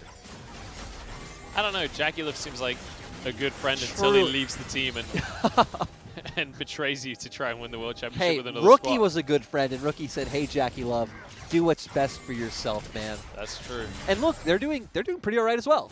So Both clearly, Rookie's friendship paying off in dividends for IG this split. And for top esports, for that matter. Yeah. So, mutually fantastic trade, and all off the base. So what we're saying is the reason that LPL is the best region in the world is because the best teams are all really good friends. And that's what we can take away from today, ladies All and gentlemen. teams are Season 4 Cloud9. Friendship trumps everything. This would be Season 3 Summer Cloud9. I mean, that team was pretty good for a long time. Yes, it was. Let's just clarify. We're talking about the roster that had high, had balls, you know, sneaky, Meteos, Lemon Nation, the Notebook. What a team. But, yeah, you know, back to this game. We actually see Haro fighting Cube on the mini-map. Haro trying to get more marks, which I guess makes sense, but Vici can just keep pushing forward. It doesn't matter. Really, I was going to say, realistically, there's he not can be much. on 12 marks. He's not going to be able to. There's a 7-0 and 2 Zoe, guys. There's an Aphelios with 3.5 items. And Rogue Warriors are behind 6,000 gold. Yeah. And they're against a Mountain Soul with 3 mountains. They've got a Mountain Soul. They've got a Baron. They can just sit here all day long and siege away. These cannons are going to do work, but Wuchi steps forward to try and answer them. One more shot from the cannon isn't quite enough. Hey, but there it goes. Haro split pushing. We have some map pressure on top side. We have some, what's another buzzword? We have priority coming out, Munchables. They've got themselves some tempo to work with. They can rotate around the map. I don't know if he's going to have much opportunity to rotate. Well, but he can recall, which is another word that starts with R. Yes, he can. But, you know. Can the minions get the tower? The observers are just as invested in this as I am. There it goes. Rogue Warriors secure an objective. That's the kind of tempo swing that I'm looking for. We go. These are the rotations that make League of Legends great. There's the split map scenarios. You don't get this in Dota, ladies and gentlemen, let me tell you. I've seen it. I watched Dota once, never again. Well, Rogue Warriors... Kindred doesn't even exist in Dota. How are you going to make a play as Harrow on Kindred? That's true. In Dota? You don't have iBoy in Dota. That's true. But, you know, for Vici, they can just continuously group up as 5 and stand in front of Rogue Warriors. They don't need to run in. They can just throw down Paddle Stars and, you know, pretty much one-shot them. Or they also can run in and just win a fight outright because at this point, Empress Divide and Lancer's Fight don't mean anything. Solar Flare doesn't mean anything anyway, because Rogue Warriors shrug it off like it's just a sunny day. They've got the sun cream on, they've got the shades, they're going to be Gucci. And I think Vici just going to back away again. Let's be honest, though, with the champions that Rogue Warriors have, if Vici does make a big mistake, you still have a ton of late-game DPS coming out from, you know, Haro, Ruby, and Zhang Wuji. So there is still some hope here for Rogue Warriors. Let's just bear one thing in mind here, that Vici have massive priority right now in the mid lane. And they're just going to start fight. Forget the mid lane. They're going for an all-in right now. Or they're not. They have priority in the mid lane, and Elder Dragon is up in 30 seconds. Yeah, so now Vici can just take this mid lane turret, then back off, get straight onto the Elder. They're going to have all the vision set up regardless. God, Rogue Warriors are just terrified. Like, what is the game plan right now for Rogue Warriors? How do you even get back into this? Because I feel like you're just all in. Well, no, you're hoping Vici make a mistake, right? So that's all Rogue Warriors are doing right now. They know the fact that they have scaling champions, forcing it. You don't want to force it to like a Hail Mary 50-50 until the very last second you need to do so. All right, I'm with you. Well, Elder Drake could be that opportunity. Oh, Ruby should not be the one face-checking brushes. Well, he does have soldiers. That's the nice thing about being an Emperor. It's a hook. It doesn't matter because of port jump, but it's a hook. Yep, and Holder doing his best. How is that the damage out of just the bubble? Wuchi taken to half HP right there. iBoy is terrifying on this Aphelios as well. Forgetting the 3-item spike, he's on 4 now. And Drake will just be started here by Vici. Yeah, I mean, Vici are still just trying to bait out a fight. They're not going to overcommit to the Drake and let a steal come out from Haro and, you know, pretty much throw the game into chaos. You mentioned how Ruby can't face check. Basically, no one on Rogue Warriors really can face check here. Holder needs to be the one to do it. You also do have the Lantern coming out. Oh, Cube's gone in over the wall here. Double stun across the team. And Lambstar Spike does keep the team alive here. Cube could be in trouble himself, but walks away with his life. Holder on the backside here. Jumping towards for the Haymaker, but it won't be enough. Ooh. And now it's all about iBoy finishing off the kill. It's another fight for Vici. And you know, it looked pretty good for Rogue Warriors for a second there, but it's just not enough.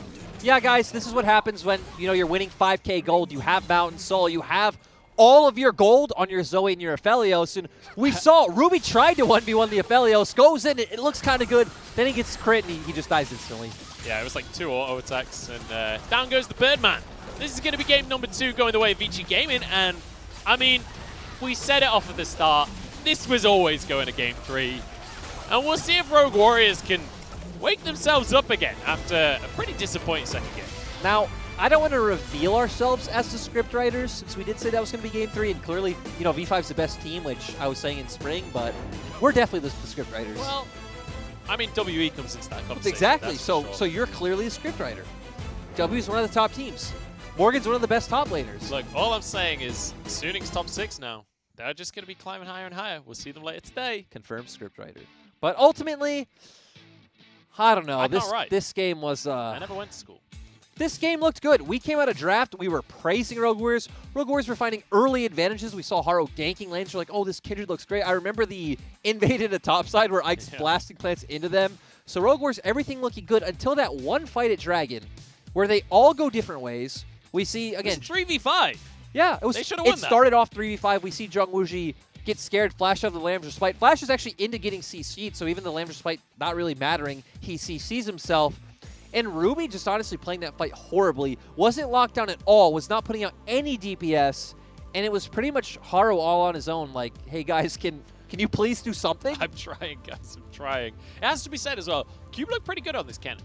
Yeah. Like, especially during that last fight, we talked about all the advantages that they had. They were super far ahead. But, hey, it was a great cannon ult to start things off. Just, like, grouped everyone up, got stuns across the team. I still feel like the member to highlight is definitely Zika, though, right? Oh, yeah. Zika played amazingly this game. He had, like, did he even die? I'm not sure. I don't think he died, no. I don't think so. Did not. Obviously, a lot of good sleepy trail bubbles. I mean, the one shot that we saw onto Hung as well, like, I guess 20 minutes into the game. I mean, if he did one-shot his own support, that would be that'd be pretty questionable. That's true. Obviously, the one-shot into Haro, which, to be fair, it was Rogue Warriors the ones aggressing that play, right? We saw the Enchanted Crystal Arrow come out into Leona. We saw Haro jump in onto them, you know, over the mid lane wall.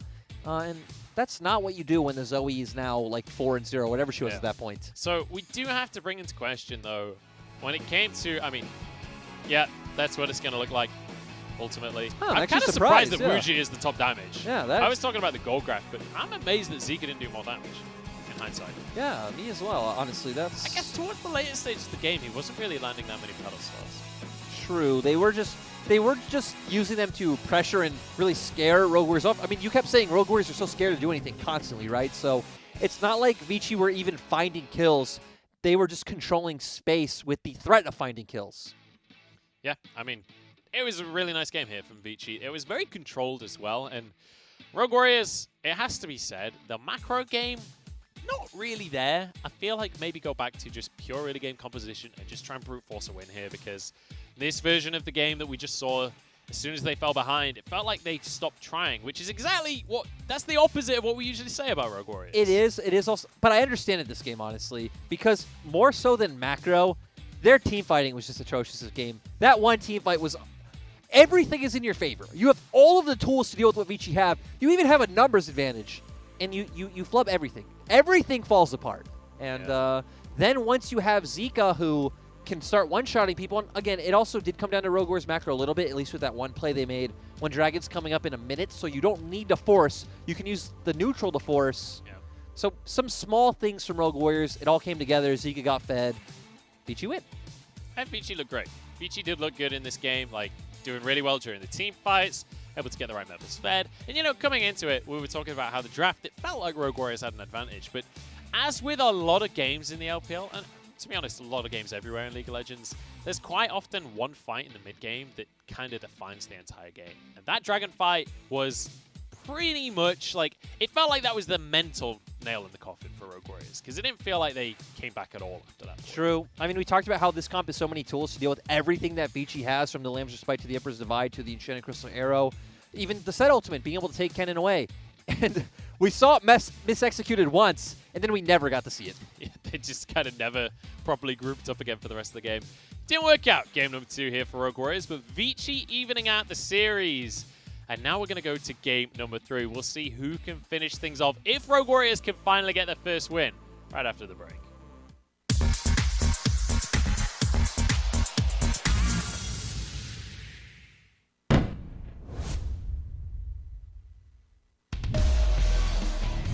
深渊面具，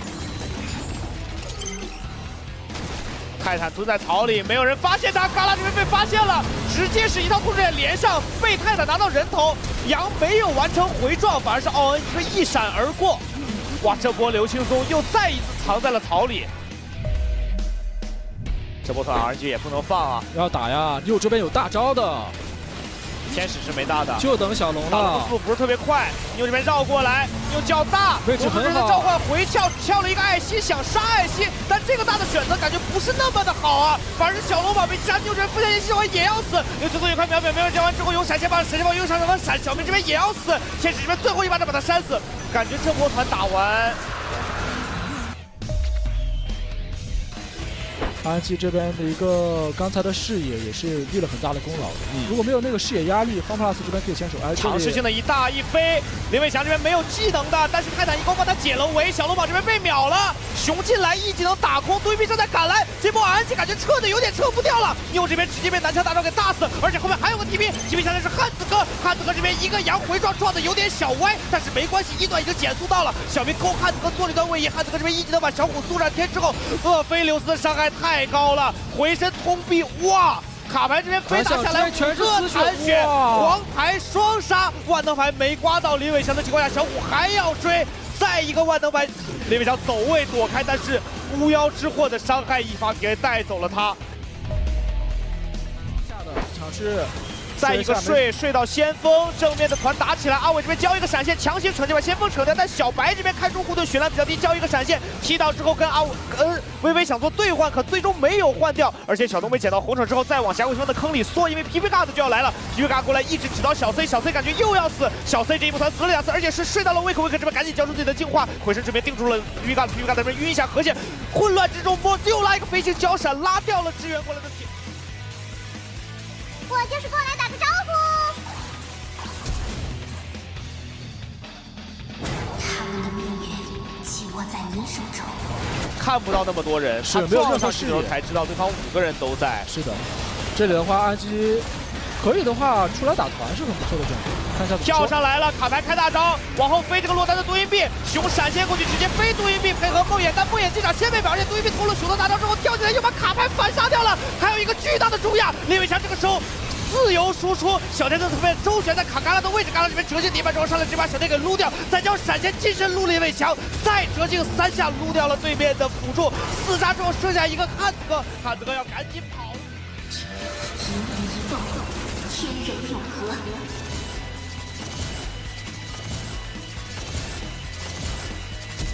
Shut down.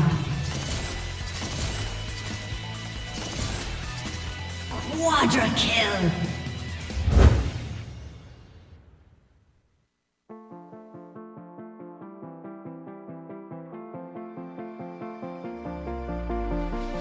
Got a feeling nothing is forever. Keep your voice low. The sun is high, but I wish I could bathe in the moonlight. Ooh,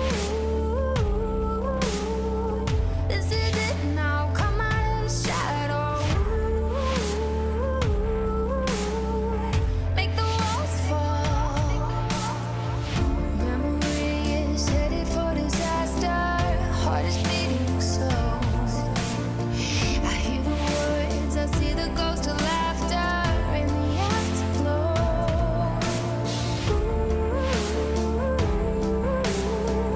This is it now, come out of the shadow. This is it now, come out of the shadow.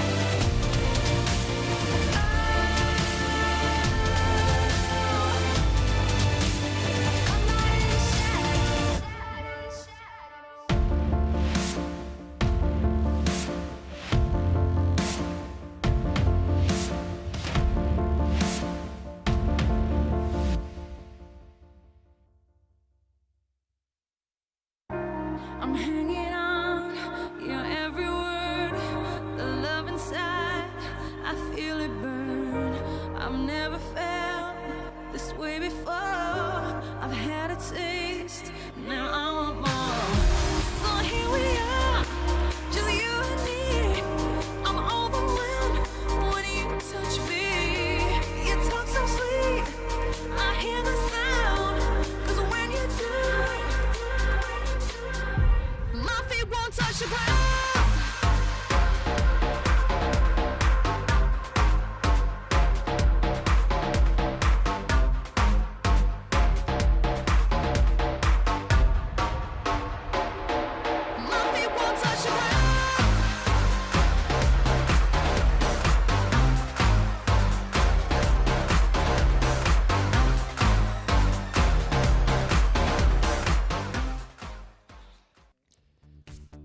We're back at you once again, everybody, as we head into game number 3 now between Vici Gaming and Rogue Warriors. And you know what? I wouldn't have it any other way with this series. This is how we expected it to go down. This is how it was always going to go down. I'm Munchables. This is Lyric on my left.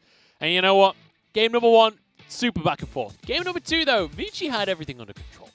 Well, after the early game. After like the 10-minute mark, this was Vici's game, and Vici were always in control, and it was really one man leading the charge.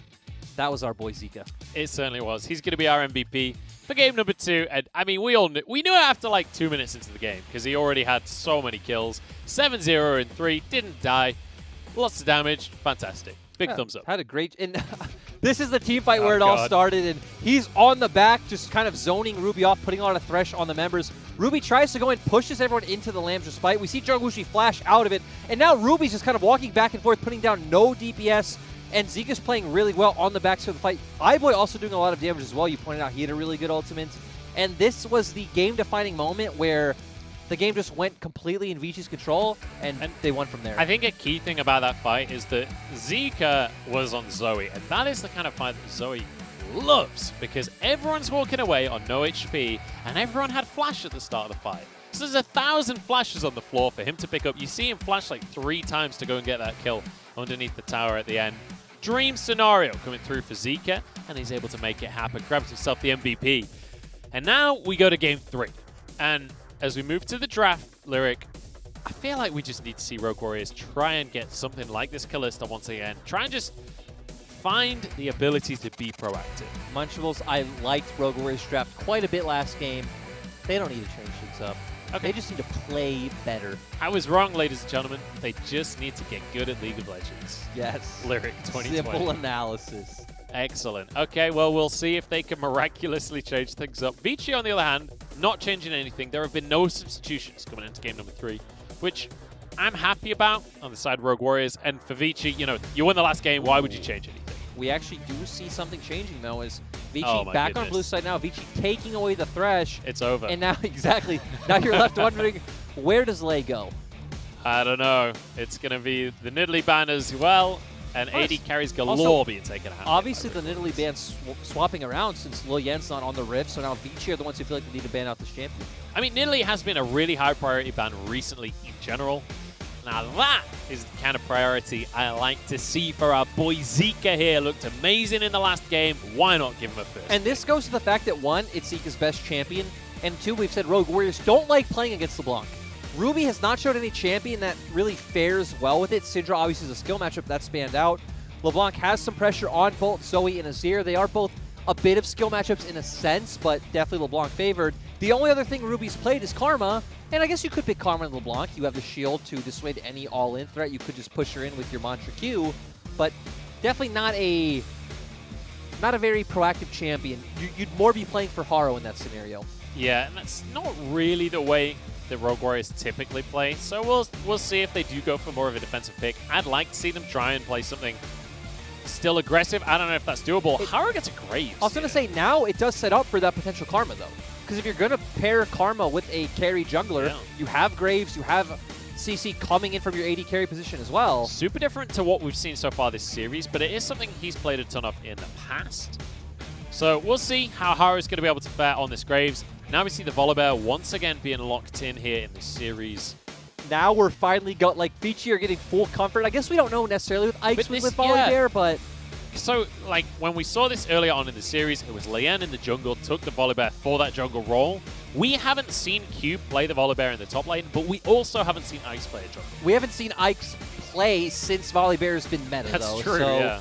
Could be something he's spamming quite a bit in solo queue, but iBoy and Zika getting on 2 of their best actually, both of their best champion, honestly. So now Rogue Warriors changing things up and putting Lei on a very defensive champion. The good thing when you see Braum with something like a Graves is obviously now you have double marks and you're very easily able to proc that Braum passive in team fights.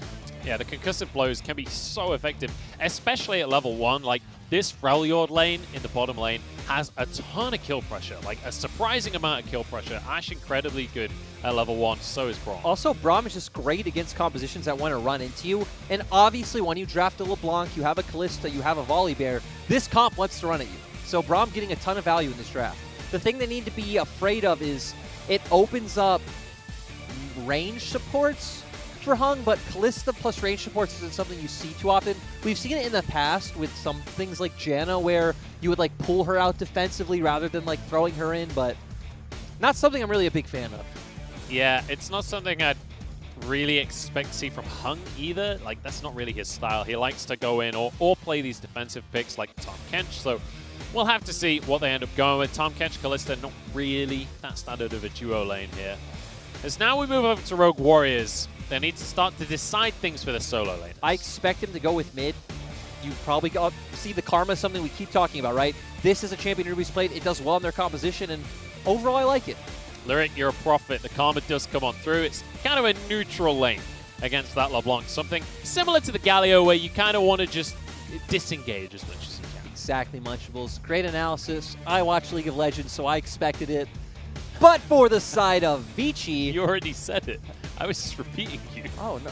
I liked your analysis, though. You said neutral lane. I didn't say neutral lane. Ah, that's true. I did use different words, so that's exciting. Renekton going to be locked in for the side of Cube.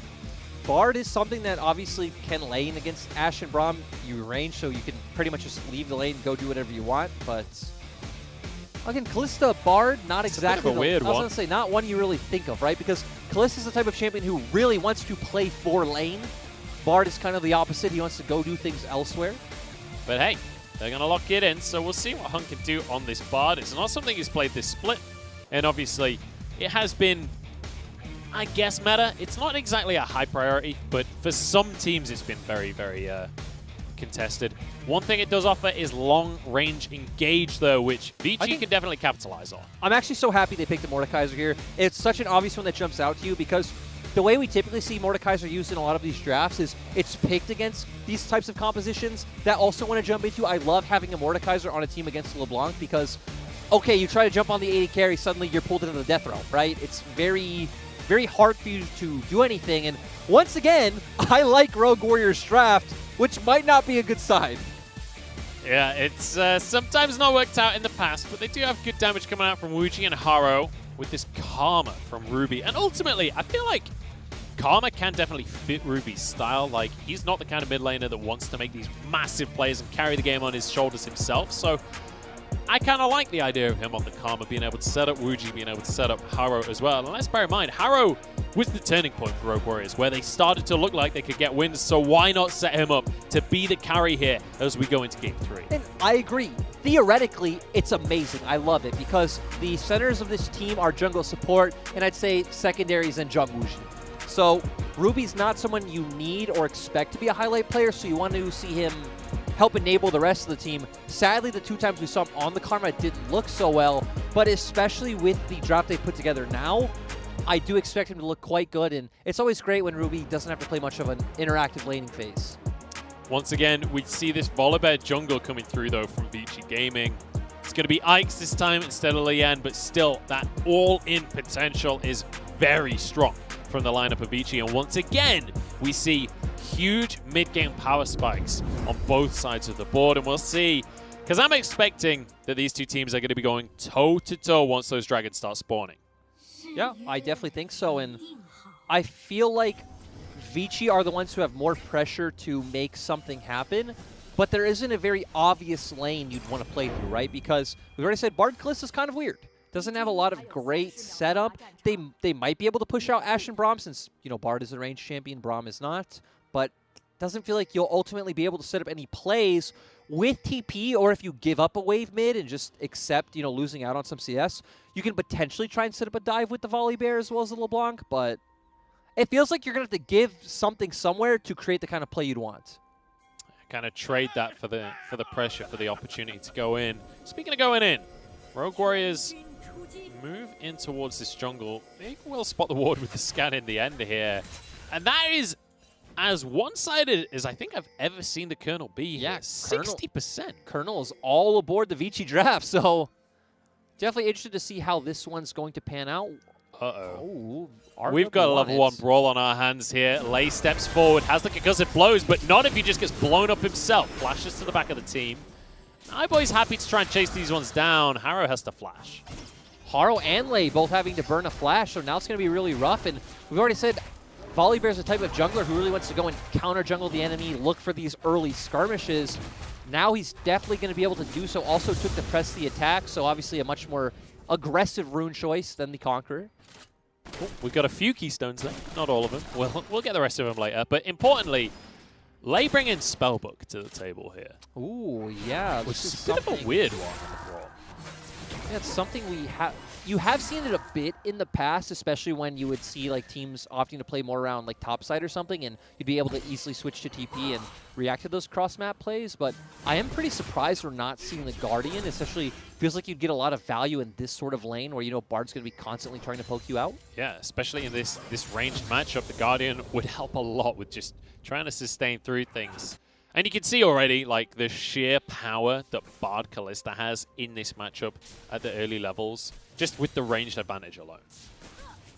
Yeah, and now we're seeing mid lane. You do expect Ruby to just spam Qs and be able to constantly push this wave in, which is great because LeBlanc doesn't have the easiest time of farming under turret. You would have to start like using things like your Sigil of Malice and your Distortion, which then doesn't give you any pressure in your trades. So Rogue Warriors should have full pressure mid, and it's going to be about what can they do with it. With Lei and Haro burning their flash, though, I don't know how much they could realistically do. And let's just quickly mention the fact that we talked about how we want to see iBoy on something like the Kalista, where positioning is king. We've got the iBoy Kalista, so we should have a bit of a show here, as Ike's wants to make an early play happen. He wants to go for a dive, and Hung is happy to try and set him up for that. Stun won't land onto Lei, though. They got a TP, though. They're happy with that one. Yep, so forcing out one summoner spell overall is a win. Ooh.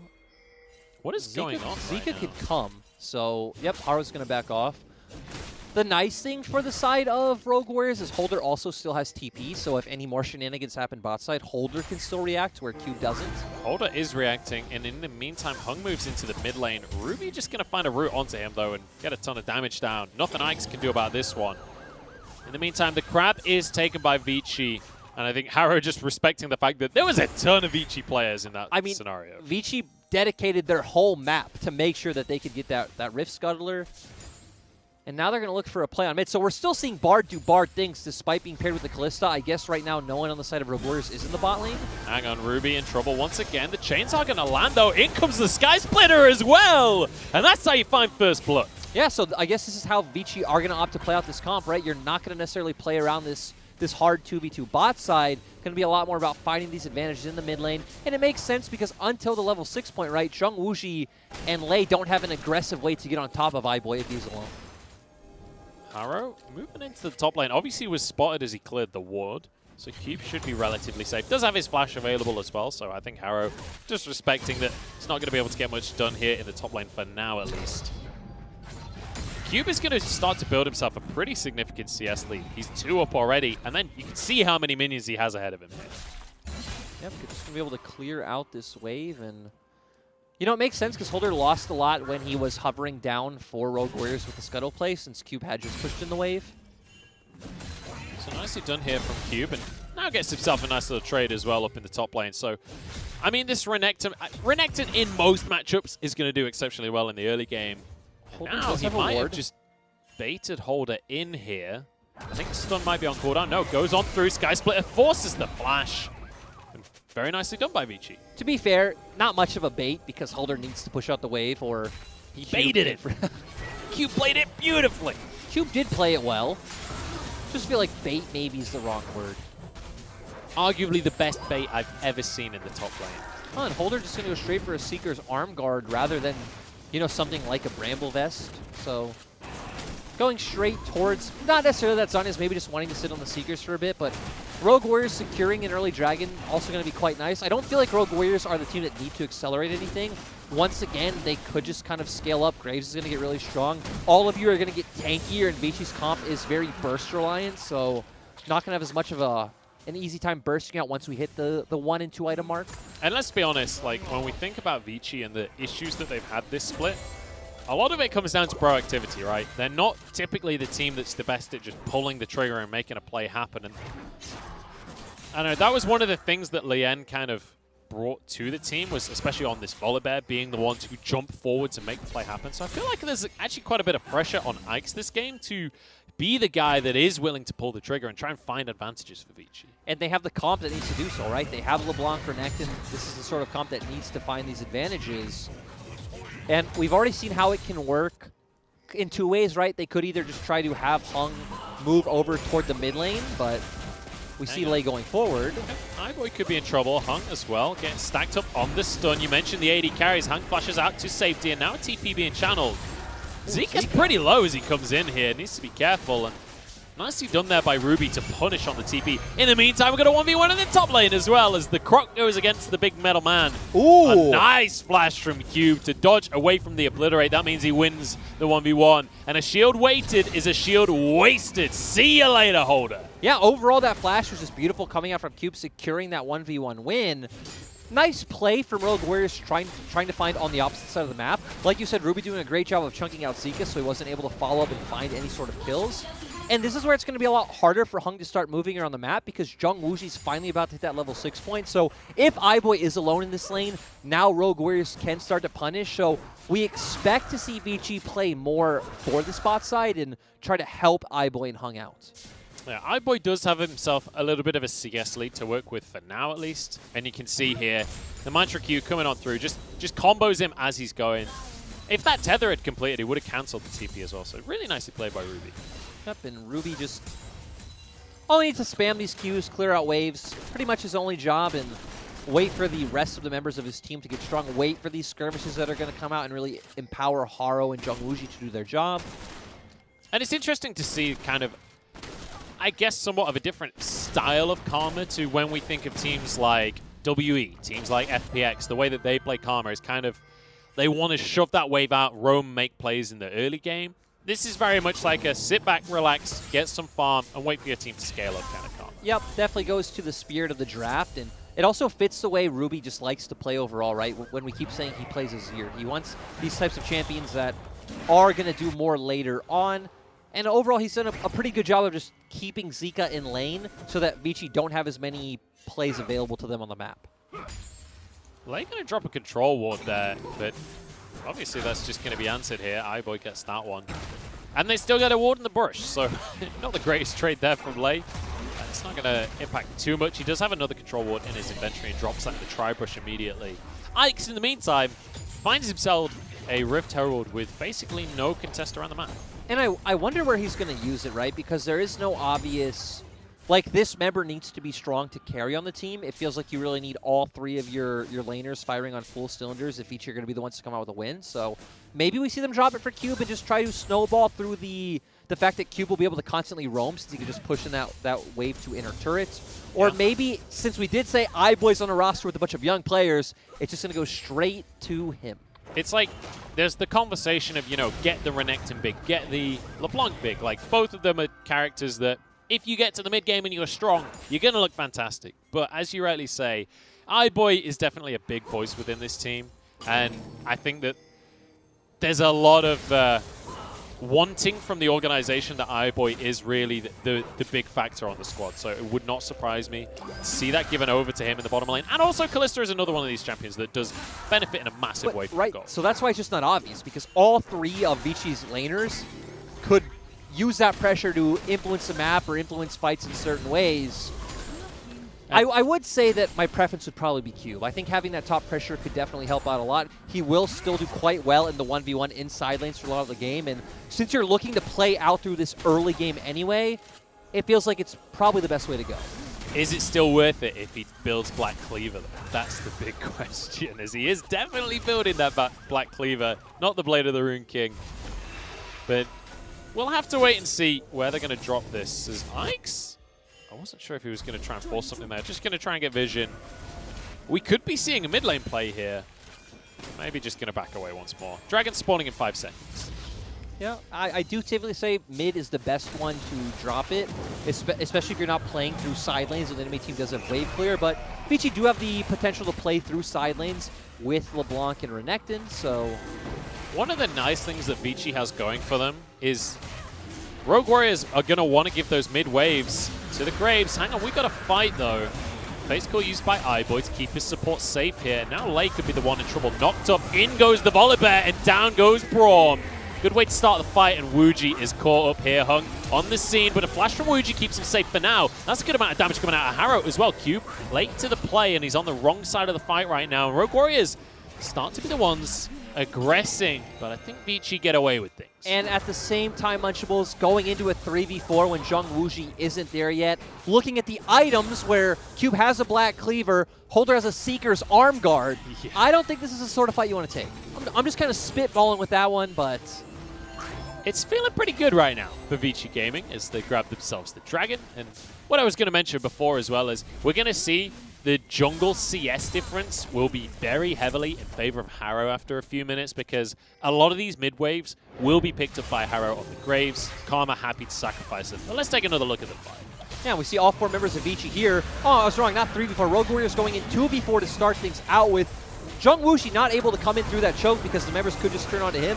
So very easily able to kill out Lei, get the Bard ult coming in. And we saw Holder walking over, but he was so far behind in items, I don't think Rogue Warriors could have kept going. Yeah, I don't think they could either. Harrow going to clear the Herald, and as I just mentioned, takes another wave in the mid lane. So he's now 20 CS up in the jungle matchup. But when you look at the gold overall right now, it's all going the way of Vici. And when you look at their composition, this is exactly where they want to be. I feel like we've got somewhat of a role reversal when it comes to how these two teams usually play. It's kind of like game 1, but backwards in the sense that Rogue Warriors even want to do a similar thing to how Vici want to play out game 1. You want to just stack on top of each other as 5. If, let's say, LeBlanc jumps in, you have so many ways of dissuading her, whether it's tagging her with Braum Pass, deploying her into Death Realm, Karma's Mantra Shield.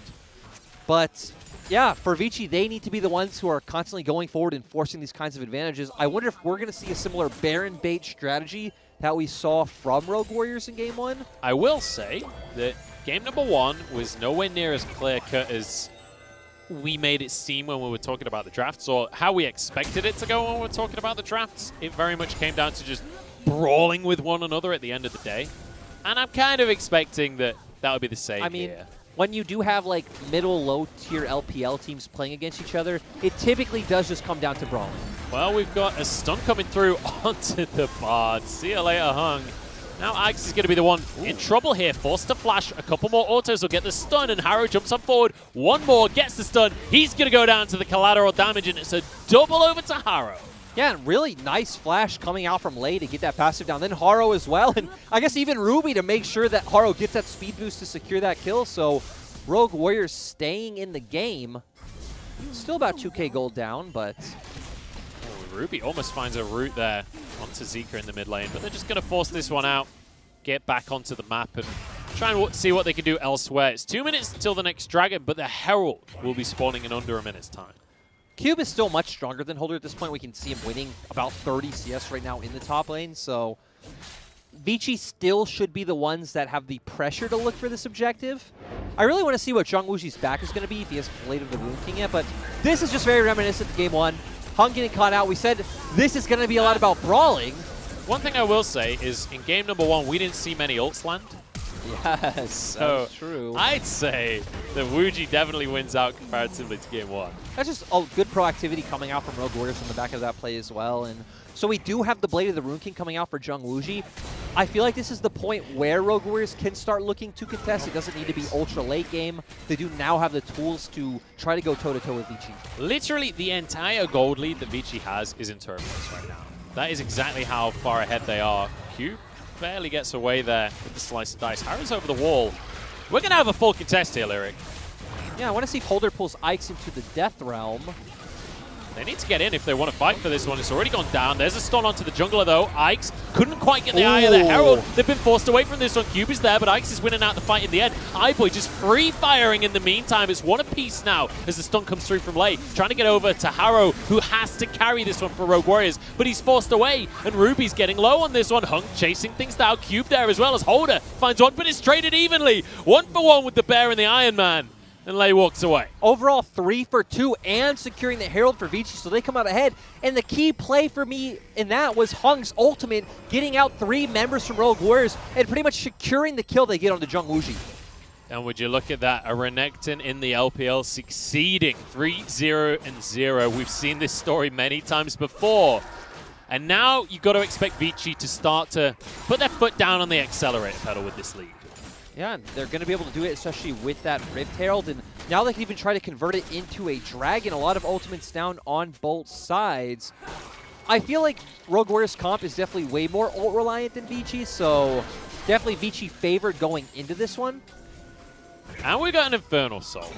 Now we have a good soul. Now we have a real soul that both of these teams are going to need to fight for, because we talked about scaling. It all goes away with an Infernal Soul in play. Vici now move in. They're the ones to start this streak off. And maybe we just see Rogue Warriors respect their strength right now. Like I said, we're missing a lot of key ultimates on Rogue Warriors. The Enchanted Crystal Arrow's still on up.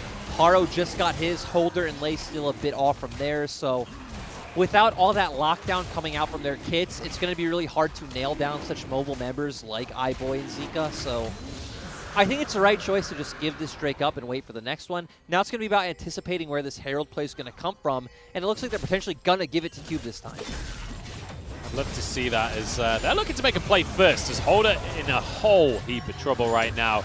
Pulls Ike's into the Death Realm though, and Ike's don't have much damage. He is a bit of a tanky bear, but ultimately gets taken down. Ooh. The arrow goes wide. And it means it's 1-for-1 now, but Ruby wants to make a counterplay. Looking for a root in the bottom lane. Lei is on the way.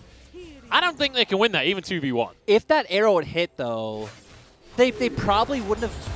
Oh, hang on. Speaking of the arrows, Wuji's in trouble. Stun goes through, but with Lei here, they think better of the situation. Still, overall, the fact. No, okay. Okay. Come on, Munchables. I was excited. iBoy was going. Get it together, man. But sorry. Ultimately, we also see why you don't go and gank / potentially dive the Mordekaiser.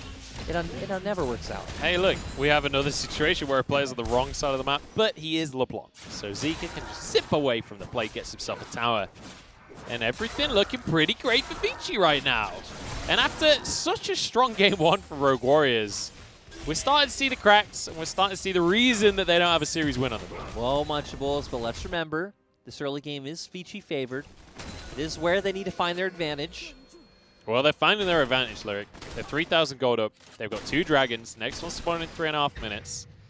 And we've seen that in this series, Baron has been very important. Now Vici going to drop a Herald on the bottom side of the map here. Yeah, and they should be able to secure it, so they're going to get more of an advantage onto Cube.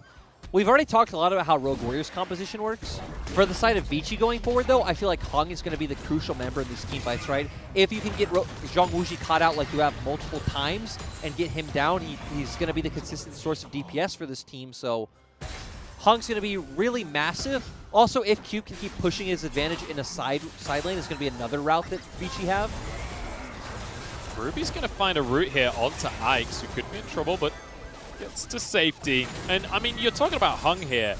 I'm excited for Hung, because this is the first time we're seeing his Bard here in the LPL. We haven't seen it previously.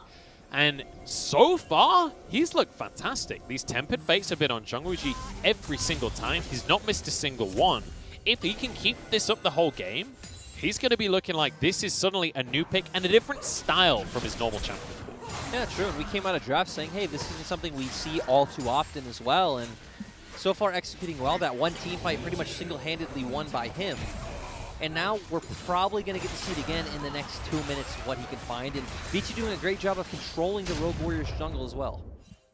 Speaking of Rogue Warriors, they're going to make their way down to this bottom side of the map right now. Cube desperately trying to deal with this wave. They pop the Dominus, but they decide they have to answer in the mid lane instead because Wuji's in trouble. Flashes away, though. And they don't need a tower, apparently. They're just going to force everyone away. But in they go with Zika, and he finds himself a double. Ooh, Holder now not in a place you want to be. He does have Death Realm, but he's going to be all right. It looks like Vici, they're not interested in more kills right now. There was a couple of pings over towards the Baron, but I think I'm surprised they don't just do it, Munchables. Like, they have a Kalista, they have a 5v3, the other two members don't have teleport up. I guess Lei does have Unsealed Spellbook, so he potentially might be able to change. But definitely not as confident as Rogue Warriors was in Game 1. That's for sure, but there's not that many, like even the top teams in the world are maybe not as confident as Rogue Warriors. But that's not necessarily a compliment. Wuji, gets caught again. Not much to be said. I mean, not even necessarily Wuji gets caught, right? It's that Rogue Warriors opt to make the play on bot, so now they have two choices. It's either, okay, the bot lane tries to defend mid-turret, or they just give. Clearly, in the situation, they should have just given that turret up, but I feel like Rogue Warriors should have been looking for the play onto Cube regardless. And just consider for a second, the towers basically don't exist if you're VG Gaming. They've got a Volibear that home-wreckers the tower with his ult. They've got a Bard that removes the tower from the game entirely with his ult. Like, if you want to dive on the side of Vici, just go for it. Like, you do not have to fear these turrets at any point. Yeah, and we see Vici still being pretty cheeky, looking for plays in the brushes. Obviously, Dragon coming up in 20 seconds. Tempered Fate across the team here. Wuji caught by that one once again, and now we go into the fray here. Renekton trying to jump forward, but he was brought into the Death Realm. Holder can't do much in the 1v1, though. He has to flash away at the end of things. Interesting arrow from Wuji. I mean, ultimately, we see how Rogue Warriors comp is supposed to work, but they are 5k gold down. Inspire across the team, but it's shut down by Hung, who looks fantastic on this Bard. And we kind of end up in a neutral state here. iBoy pulled in by Holder, but he's happy to go for this one. Damage onto Wuji as well. Sky Splitter slows onto Holder. Flash away from late to keep himself safe. And both teams back away. This is on a knife's edge, Lyric. Well, this is what we talked about with Rogue Warriors, right? They should be able to get through the engage of Vici. Oh, God. And if the gold was closer, if Rogue Warriors had the items, had the potential dragons, they'd probably be able to secure those kills, but the 6k gold lead, I guess 5k gold lead, really massive for Vici right now. It is a big one. 5,000. Make it a little bit more, because Zika just found himself solo kill. This is going to be the Infernal Drake going over, and you know what? The kill was one-sided a second ago. Now, on Soul Point, I think it'd be even more one-sided. Look, if there's a lesson we learned from this series, it's that just drafting champions like LeBlanc and Renekton is the answer. I'm sure Twitch chat would agree, and because it's now going to win 2 games. That's true. And, you know, results-based analysis is the only to go. Let's go. We only look at win rates. That's all that matters here in the LPL. You see the Lee Sin win rate? It's like close to 70%. So shows you Lee Sin's the best champion in the world. There is no situation in which he's a bad champion. Isn't that right, LCK fans? Huh? Hey, and they're watching today, actually. So. Oh, yeah, there's no LCK. Hey, guys. Welcome to the chat. I hope you're enjoying your civil war that's currently going on, I'm sure, in Twitch chat about which region is the best. For some reason, CBLOL seems to be winning that civil war in our Twitch chat. I don't quite know why. But shout out to the CBLOL fans that are spamming. Thanks for repping me, boys.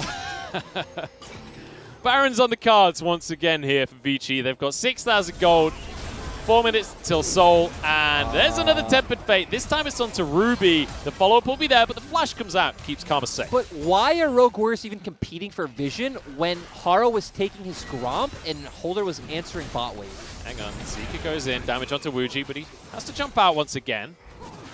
A lot of this feels like it needs to be on Holder getting a good Death Realm here. He's going to find a 1v1 with Cube, but that's not a fight that he wins. In the meantime, Arrow goes down. It's onto the Volibear, but he jumps away with his life.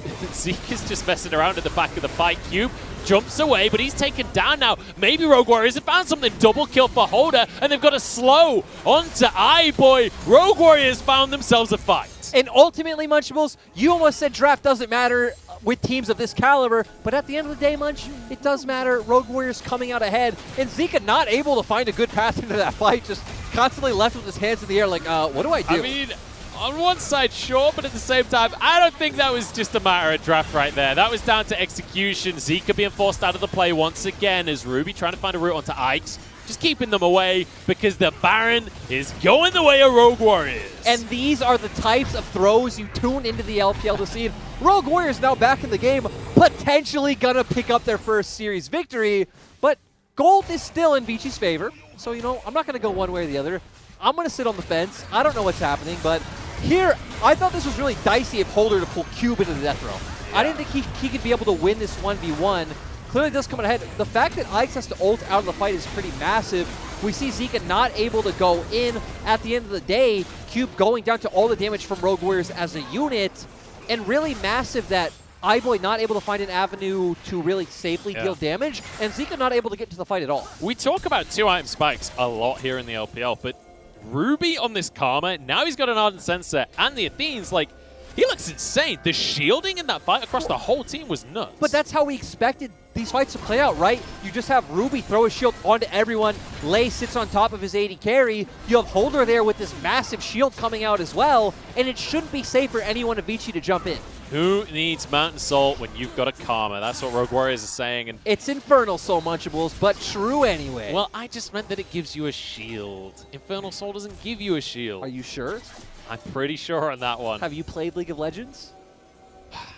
Once or twice. But I try to leave that to the pros if I can. That's a complete lie. I've played thousands of games. We do have ARAMs coming out once again. Very reminiscent to Game 1. Ults up on both sides. I will highlight that Zhang Wuji has flashed where iBoy doesn't, so that could be a massive decider into this fight.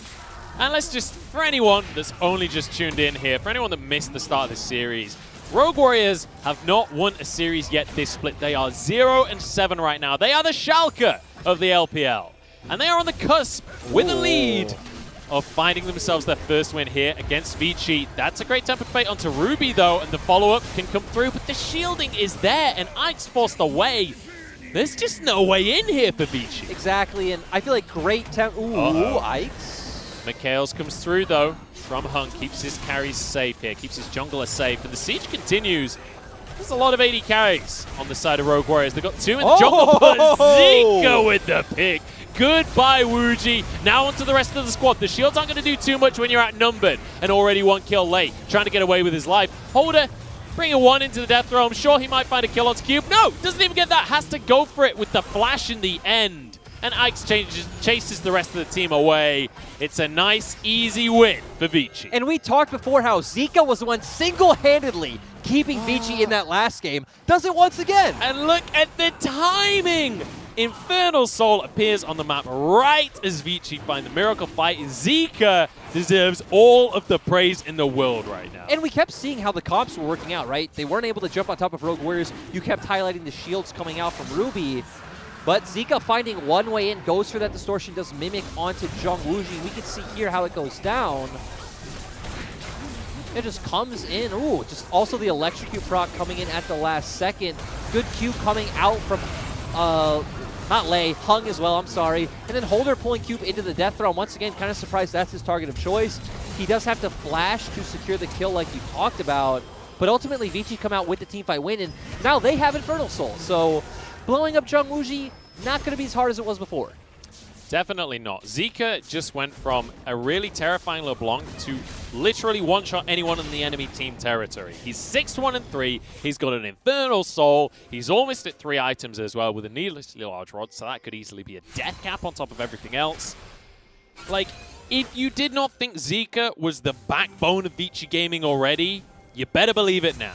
And definitely going to be the backbone when he gets his best champion, which we've highlighted many times. This is most played in LPL this split by far. It's also like the kryptonite of Rogue Warriors. They really hate this champion. They do ban it out quite a bit. And Lyric, barring throws, which we have already seen multiple of in this series alone, right now it's feeling really good for Vici. It's feeling like they might just be able to finish things out. We could still have the winless Warriors on the scoreboard. We could see Rogue Warriors go 0-8. And it breaks my heart because this has maybe been one of the best series they've had this split, which granted isn't saying that much. I actually feel like a lot of their series, well, not a lot, they only have 2 game wins in other series, but still, they've had a lot of games where they're winning and they throw. That's quite a Rogue Warriors like way of losing games. It feels like when I watch this team, there are always moments where I'm like, this is what we've been waiting for. This is the moment where they suddenly look amazing. But it's just like they can't quite figure out how to make that happen regularly. It feels like every single series, there's a couple of moments that make them look amazing. And there's been a lot of moments that make Zika look amazing this series as well. And the hard thing for Rogue Warriors is it's not, oh my god. Like, go on, Zika. Let's see it, man. Like, their comp can't change the way it plays. They still just need to kind of group up as 5, wait for Vici to jump into them, and then hope they can, you know, chain them down and out-damage. Hope they can survive a single distortion from Zika. Exactly. So now it's just going to be about, you know, is the Infernal Soul, which it looks like it is, you also have triple Infernal, enough to just burst out Rogue Warriors past all that shielding and sustain? Let's just catch up to where we're at on the map as well right now, because Cube, in the meantime, split pushing in the bottom side. The needlessly large rod we talked about for Zika has been finished into a death cap. We've got 3 items on iBoy. We've got 3 items on Cube. Like, if there is a moment in the game where Vici is strongest, it is right now. And Rogue Warriors are actually going for a big Hail Mary play. They know they can't match in side lanes, so they're just giving bot up to Cube, they're not looking for They're the not making a play. The arrow goes wide. Zika's on LeBlanc. He should be able to get away with this one. The root doesn't finish him off. There's a distortion. Zika trying to get away. In the meantime, he's going to have to zip back. Flashes out away from the Tempered Fate. He's in trouble, but he's just buying time. The inhib is about to go down in the bottom side. He's even going to find himself a minion wave if he wants. Now using the clone to try and just distract and run away. No way can he execute. No way can he find himself on these towers. In the meantime, Ike's trying to get onto Wuji. This is not a 2v1 that you win, but he gets away with his life. He doesn't care. And Zika escaped somehow. I mean, this was a pretty confusing past 40 seconds. Hung died as well, by the way. Ike's is now being chased away, but hey, you know what? The bounty survives. Zika didn't go down. And you got an inhibitor. You got 2 turrets as well. And Rogue Warriors had a... Okay, well, all right. Now we're doing Baron. This is why I love Rogue Warriors. Now they're onto the Baron. This is the chance for them to turn this game around. This is the chance to get themselves an advantage. Ike's wants to go in. The smoke screen going to make it hard for him as Zika tries to find a way through onto everyone. Lei can protect the team, and the Baron is taken. iBoy slowed. Crystal Arrow still on cooldown for another couple of seconds. Holder going to be rooted up by Zika. The follow-up is there if they want it. There's another Chains. Goes in. There's a Ruthless Predator, and Holder should go down here. Brings Cube into the death realm, but realistically can't win that one out anymore. Ruby dodges the Tempered Fate. Nicely done here. They get the Baron, but maybe Vici could just end the game. I'm not quite sure why Holder didn't just flash out of the chain. He had it up, could have probably gotten away just fine. But hey, the fact that Rogue Warriors got a Baron, it's probably a lot better than, you know, any other possible way of this game continuing. And Ruby can completely nullify the Q damage with his shield here, so Zika doesn't necessarily get to just one-shot people. I mean, realistically, this is still possible. This is still Vici's game to lose, like, easily. Like, by far, Vici should win this game. They have 3 Infernals, they have Infernal Soul. We saw how much damage even just 1 Q from iBoy did to Zhongwuji. It was like half of his HP. So... But here's the thing, Lyric. This is the Rogue Warriors we're talking about. This is Vici Gaming we're talking about. This is never going to be a clean cut. This team should win. We just saw Rogue Warriors find themselves a Baron against all odds right here. We just saw the craziest map play where Cube split pushes while Zika runs the entire team around the map. I mean, I have no idea what's going to happen. This is 10th versus 17th. So realistically, if there was a series for anything to happen, it is this series. Worth mentioning, though, Vici is 1 win away from 8th. And at that point, it's a top 8 team. But that's the beauty of the middle of the split, right? The middle of the table is always going to be exceptionally close.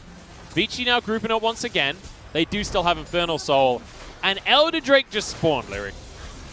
Yeah, if you're Vici, you can just be patient, kind of wait for your super minions to push in bot, make Holder go answer, have Holder commit a TP. And realistically, I would still expect Vici to be able to win fights with Infernal Soul, but maybe comp advantage could be enough for Rogue Warriors. We're not typically in this kind of position all too often. Oh. The Death Realm got denied. The animation started, but Zika got back in time for it not to finish off. Look at the shield on Holder there. It actually came out late, though. It came out after the Sigil of Malice came out from Zika. Sky split it down onto the team. Zika really wants to get in. Wuji's in trouble. Exactly. We need to keep our eyes onto Zhongwuji. Stay away from that wall, mate. That is not the place you want to be. But Zika spotted out on a ward. But much, look at bot lane for Rogue Warriors. Super minions are in their base right now. And Zika can just keep on prodding, keep on pushing on forwards. Holder has to recall to deal with these minions. They've only got 1 Nexus Tower, and there are supers attacking right now. Late, taken to barely any HP. In the meantime, by the way, iBoy's already started this dragon. He's going to be able to just secure this Elder Drake. Rogue Warriors kept at arm's length by Hung. There's an arrow onto the support, but they're just looking for Elder. They're not looking for the fight. Now with Elder, now they can turn things. Teleport came on through, but iBoy started things off, throws Hung into the mix. And now in goes the Renekton, in goes the damage, and down go Rogue Warriors. I don't think they've got what it takes right here. Cube getting onto the backline, but Wuji's still alive somehow here. It doesn't matter. iBoy gets to dance around everyone. With an Elder buff, there is no winning against this squad. Zika finishes off Wuji. And Holder, he just wants a consolation prize, but he's not going to find it. TP comes through from Cube. And Vici Gaming have done it. And overall, Zika being the MVP of the series, playing so well. You cannot let this man get this LeBlanc. Zika played insane this series, 18-12, and they've done it in the end. Vici are now 4-3. They are positive in the standings. And Rogue Warriors continue their winless streak. Overall, though, this is exactly how you'd expect a Rogue Warriors series to go, right? Oh, yeah. We see one game where it's like decently convincing. We see another game where they have the advantage and are able to win, but ultimately get completely shut out. And then this game where they outdraft and Vici just execute way better than they did. That they did. Vici looking great, iBoy looking good, but most importantly, Zika just stepped up in a massive way. He looked fantastic on the Zoe earlier on in the series, and here on the LeBlanc, just, I mean, he single-handedly beat Rogue Warriors in the mid game. Yeah, because they had the advantage, right? Then they threw. They gave up everything to Rogue Warriors. He found the one crucial pick on the Jung Wuxi where they were able to take the team fight victory, and then pretty much just guaranteed Soul. That fight actually might have been the fight they got Soul off of, actually. I believe so, but I can't say I remember specifically. We had a lot of fights. You know what? Yeah, we had a lot of fights this series, and ultimately, Vici gets the win, but once again, off the back of a Rogue Warriors series, I just find myself with a big old smile on my face, because they may not get the series win, but they are still easily the funnest LPL team to watch. I mean, if you don't like watching Rogue Warriors, I mean, you're probably not watching LPL then, because Rogue Warriors are one of the reasons you watch LPL, but for Vici, overall, good to see them get another win. They're actually still negative in game score since they lost 2-1, but hey, they're positive in series, and that's all that matters if you want to work your way up towards playoffs. And they're positive when it comes to the summoner mentality as well. Hey. And you know what? I'm positive about Hung now. This Bard pick looked great. Like, we talked about Hung, how he generally wants to be on these kind of all-in champions or the defensive picks. We don't usually see him on a range support. This Bard looked good. Lunchables is a positive guy. You know, Hung on the Bard looked good. You don't think it did? Hung on the Bard looked good. But positive on Hung overall, you know, maybe I want to see him play more Nautilus, Leona, Thresh to a good level, but his Bard is good. That's all you needed for this game to win. Okay. Overall, impressed with Zika, obviously. iBoy, obviously, always going to be a threat once he gets Kalista. And remember, we haven't talked about it at all. It's actually Ike's, because Ike's got thrown in the middle of Game 2. We didn't expect to see Ike's anymore. We don't know how much practice time he's gotten compared to Lilian, or especially with Zika individually. And, you know, he had some rough moments, like Game 2 with the blasting plant, but also, overall, did his job, looked pretty good on the volley bear in certain moments in this game, and yeah, I mean, they came out with a win. Do I think he looked better than Lien? Probably not, but do I think he did his job here? Yeah, they got themselves a win. He did his job, played the Volibear great. This Volibear Bard composition as well, hilarious. Turrets don't exist. Like, I like what I'm seeing here from Vici. Yeah, me too, and again, I guess we need to preface that Rogue Warriors are the last place team. I don't know if Rogue Warriors are necessarily the worst performing team in LPL currently.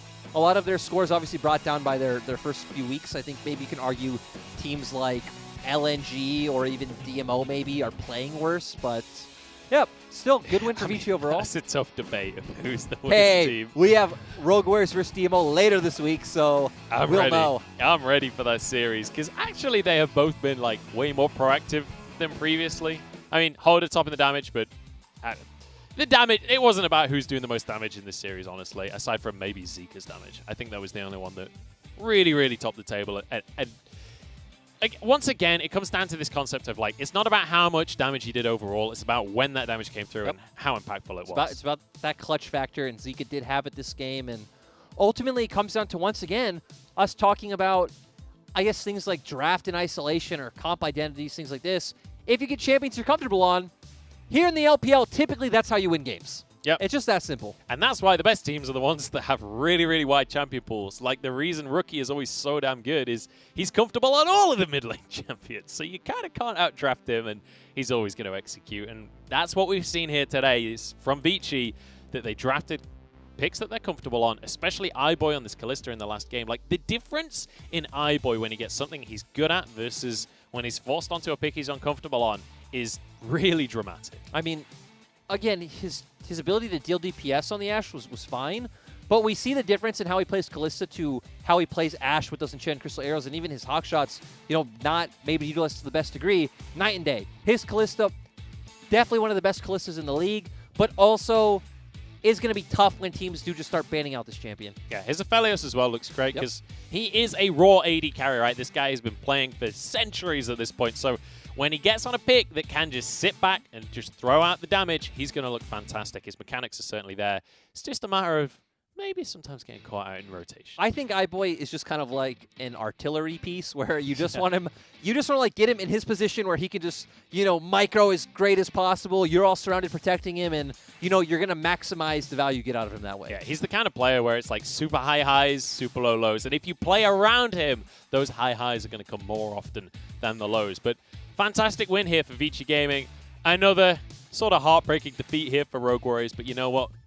I think we can take this as a positive still for Rogue Warriors because they are consistently looking better with each series. It's so weird that we're always like, okay, you know, we're fine with Rogue Warriors being 17th because they put up a fight in almost every series, even in the series where they get 2-0'd. Like, there's points in the game where they're winning. So we're like, well, it's acceptable. Rogue Warriors are better than what should be a winless team. So Rogue Warriors are like the team in the league that they play to the level of their opponent.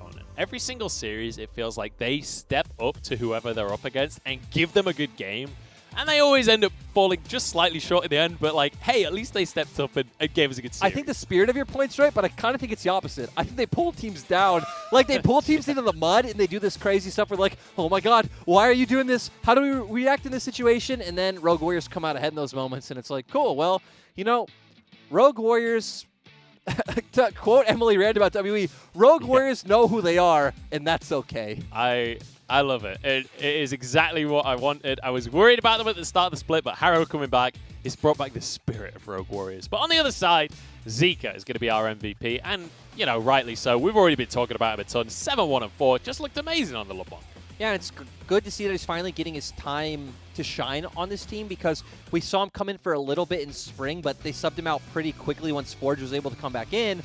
Even back then, I thought he looked like the better mid laner. Obviously has a more diverse champion pool, is willing to play more styles, is willing to play for the team, but then has moments like this where his team is losing, completely puts the fight in his backpack, and then Vici come out ahead.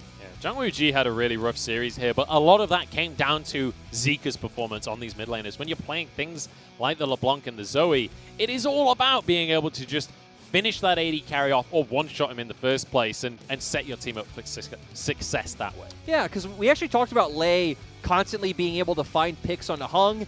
Zika, obviously way more valuable, constantly being able to find picks onto Jungwoo Ji. Pretty much all of his skill shots were always just locked onto him, finding all of these kills, and there really isn't much more we can praise him. He was the best player in this series by far.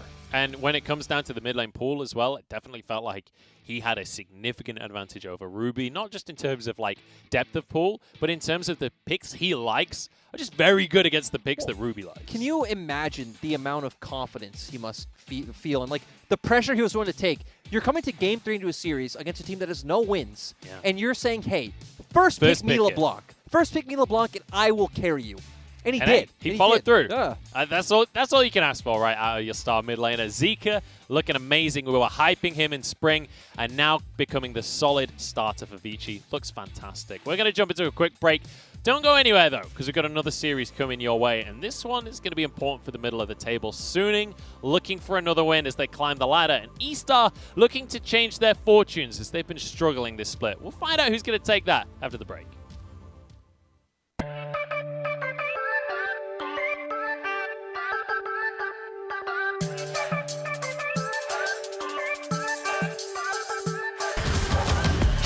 万物皆系于一箭之上。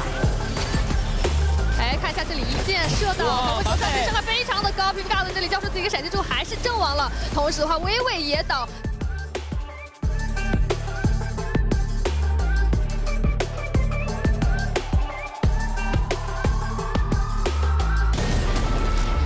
正面一拉打起来，泰坦这边的切面先开一个前卫10分线，一个 EQ 大开一个秒秒，回来泰坦想继续开但没有开到，我与你同在。反而是这个大圣花火直接炸了个满的，被套上虚弱丝毫不能阻挡旧梦的疯狂输出。拖了一下，想过来抢，没有抢到个狼骑进场，直接拍到了2个人面前。这个黄牛3万推到了后排3个人，进场推到了小花生，这时候一脚来的已经有点慢了。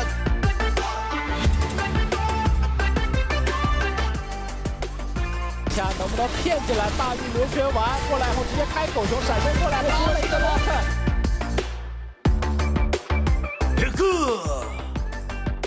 但是旧梦这个位置也同样被提出来后，狗熊进场直接带走。进攻塔了，看一下击发没有命中，但是塔等下直接开，怎么又是你啊？但是并没有保住自己的性命。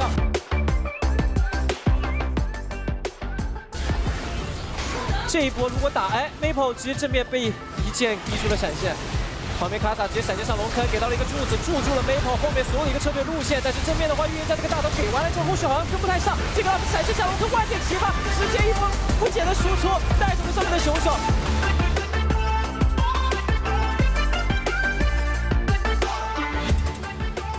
我是太阳的抉择。一个大招直接定住了杰斯，这边的话，闪现机动员，泥王直接被秒了，当然没看出来。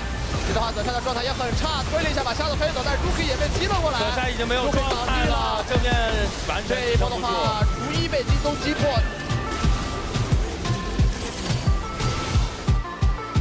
跳上来了，卡牌开大招，往后飞这个落单的毒鹰臂，熊闪现过去，直接飞毒鹰臂，配合梦魇，但梦魇进场先被秒灭，毒鹰臂投了熊的大招之后跳起来，又把卡牌反杀掉了，还有一个巨大的蛀牙，李伟强这个时候自由输出，小天的准备周旋在卡嘎拉的位置，嘎拉这边折进底板之后上来直接把小天给撸掉，再将闪现近身撸李伟强，再折进3下撸掉了对面的辅助，4杀之后剩下一个汉子哥，看龙坑这个。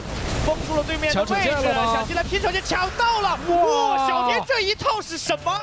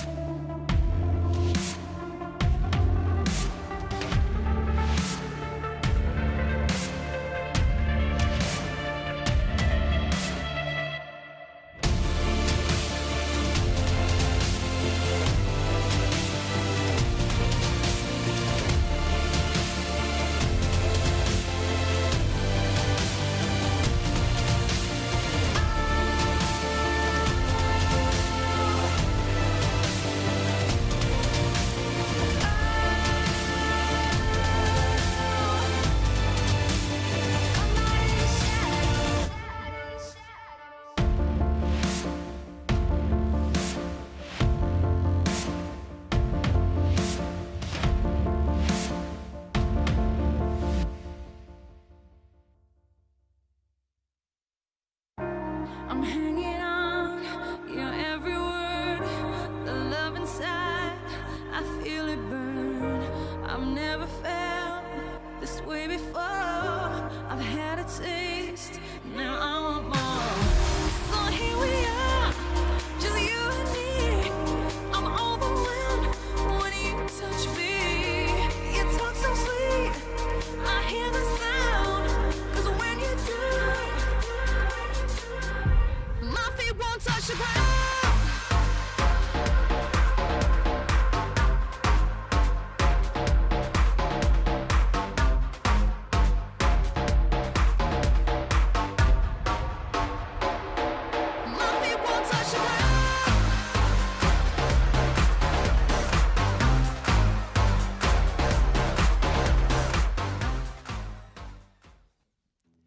it may not have been clean, but you know what? Our first series is done with, and it's Vici that get the win in the end. Rogue Warriors heartbreakingly continue to have a 0 series win split. But there you go. That's life, innit? I'm Munchables. This is Lyric to my left. And it's time for us to go into a different series now. Suning against E-Star. Yeah, Suning against E-Star. This is one that I find really exciting just because of the, the interdynamics of how these teams have worked together in the past. But overall, in terms of standings, maybe not the most exciting matchup, but it's pretty important though for both of these teams. Like when you look at the standings, there's a lot riding on this, especially for Suning trying to make playoffs, and for E-Star trying to pull this train back onto the tracks. Because when we look at E-Star back in spring versus E-Star now in summer, when we look at them after 8 series in spring, they were at first place, 7-1, plus 9 game difference. Now, it's a very different story, Lyric. Yeah, and obviously their roster was just overall slightly better in spring with them having Cryin instead of Fun Cryin, obviously a pretty massive presence, but this was also when they were new into the league. People were still figuring out their play style. Them just constantly ganking bot at level 3, kind of feeling out what champions made them strong, like Jarvan, which later on in the split we saw just started to get banned pretty much every game. And it did lead to them, despite being heavy favorites against WE, getting 3-1 in the first round of playoffs. Yeah, and ultimately, like, with the mid laners changing, Fun now in the roster, that has impacted things, but it doesn't feel like this is exclusively Fun's fault. It does feel like when we look at their gameplay, suddenly that mojo, that magic, that synergy seems to have gone out of the window. Exactly. Even just looking at how the other members play together, right? Seeing how, like, Wei, Xiaoxi, and Wink interact on the map, seeing how they go in at different times, it feels like a very different E-Star.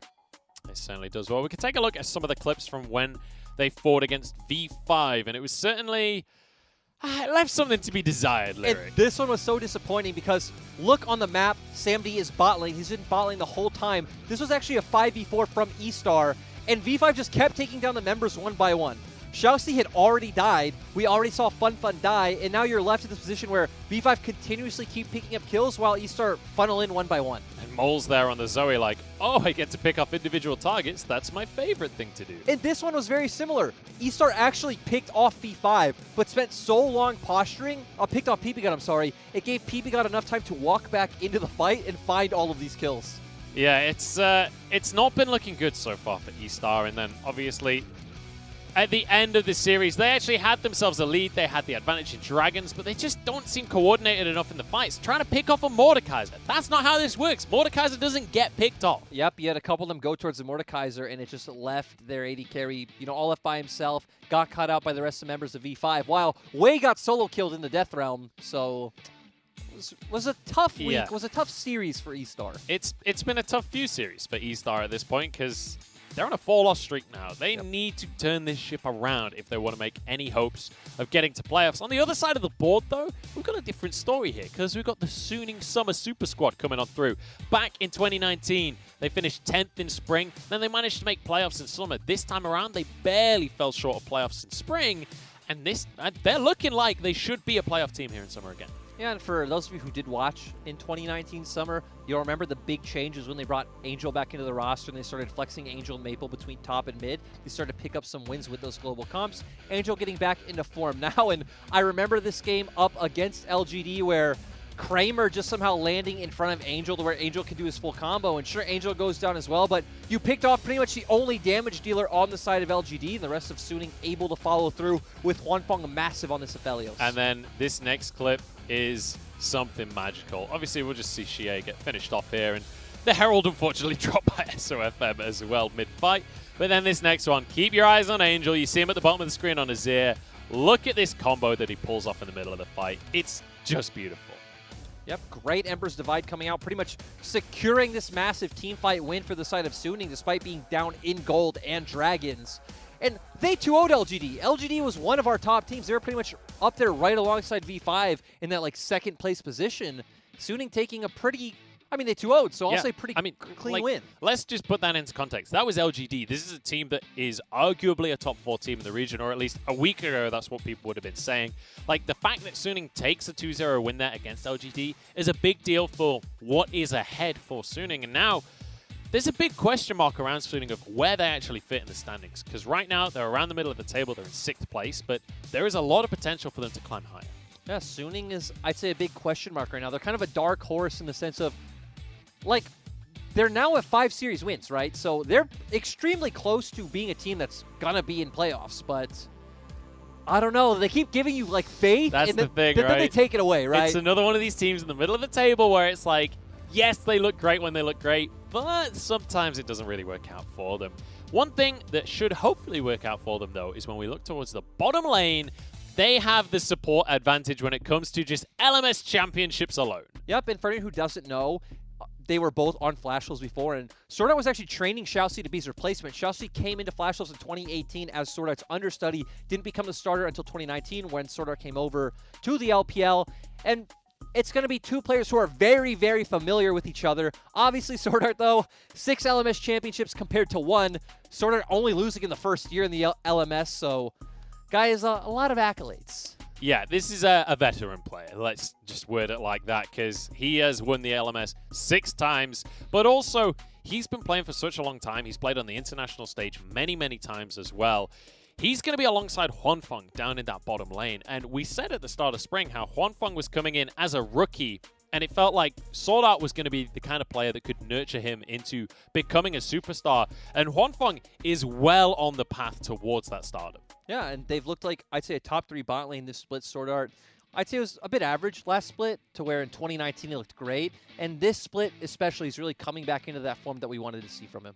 It's kind of the opposite to Xiaoxi as well, because Xiaoxi back in spring was coming in hyped as maybe one of the new best new best supports in the whole LPL, while eStar were on their win streak. And then here in summer, he has still looked good. He's been landing some good hooks, but certainly not quite the same level as we saw in spring. But you can see the players getting ready to jump on into things. We've got Suning on your screen here and feeling good. You can see Huanfeng happy as Larry about the way things have been going. Yep, that was Sword Art laughing and smiling. Huanfeng sitting there also with a joyous face, while the rest of the members of Suning just kind of enjoying. While on the side of eStar, not as jovial. And I can't say I'm that surprised. They are 2-6 right now, 8-12 in terms of games. There's a lot of room to grow for eStar. And let's bear in mind that eStar is still the newest org in the whole LPL. Like, having that miracle run at the start of spring, making it straight into playoffs, was very much like a bit of a flash in the pan, it feels like, from eStar. And I'm hoping that we can get a little bit more of that we saw in spring, a bit more of that. It felt like, we were talking in last series about this friendship factor. Like, that felt like what eStar was at the start of spring. Yeah, it definitely does. And eStar having a tough time rekindling that, trying to figure out their identity. They've kind of moved over to being this. We've kind of said that, so WE do play different from FPX, but are kind of like an FPX 2.0. eStar's like the 3rd string of that. We're heading on into the arena, and we'll see how this series is going to pan out. We've got Bin up in the top lane, SOFM in the jungle, Angel, Huanfeng, and Sword Art on the side of Suning. And they've been feeling good. They're on a 3-win streak. They beat Rogue Warriors, they beat DMO, which, beating the lower tier team's not that impressive, but then finishing that streak off by taking LGD down 2-0. This is suddenly becoming a team that you have to respect in the LPL. That's why they're a big question mark to me, right? Because they've lost to JDG, IG, and EDG, but obviously 2-0ing LGD and even beating WE is pretty impressive. And when they beat LNG were actually looking really good at the time as well, so I don't know. Suning is a bit of a question mark on quite the level they are at, but it's feeling good right now if you're a Suning fan. eStar on the other side of the scoreboard, not quite as positive on a 4-loss streak right now, but they're bringing Xiaobai back into the fold once again. Wei, Funfun, Wink, and Xiaoxi is the lineup that you can see on your screen. Wei walking on stage laughing, chewing some gum. Seems pretty confident. Which is good to see. And, their series against V5, it was Wei against Wei, which is always hilarious to watch. On the Chinese side, we see that their highlight matchup is SOFM versus Wei, which I can understand for the fact that Wei is the best performing player on eStar. SOFM is kind of always a bit of a toss-up to... It's not like he ever performs bad, but he does some questionable things, or it's the lack of action that we see from him sometimes that's actually questionable. Yeah, it's kind of similar with Bin, right? Like, when he looks good, he looks amazing, like getting massive Wukong ults across teams and whatnot, but sometimes it feels like Suning's biggest issue is the coordination on teamfights on when to go in, when to actually make things happen. Yeah, I mean, their teamfight coordination was always the big issue. They were relying on that Ashbard combo for so long. LGD's kind of the first series in a while where we've seen them not gravitate towards either of those champions, just drafting straight up 5v5 team compositions, right? The Aphelios, the Nautilus, the Ezreal, the Leona. But despite falling behind in both games, they still came out on top in the end.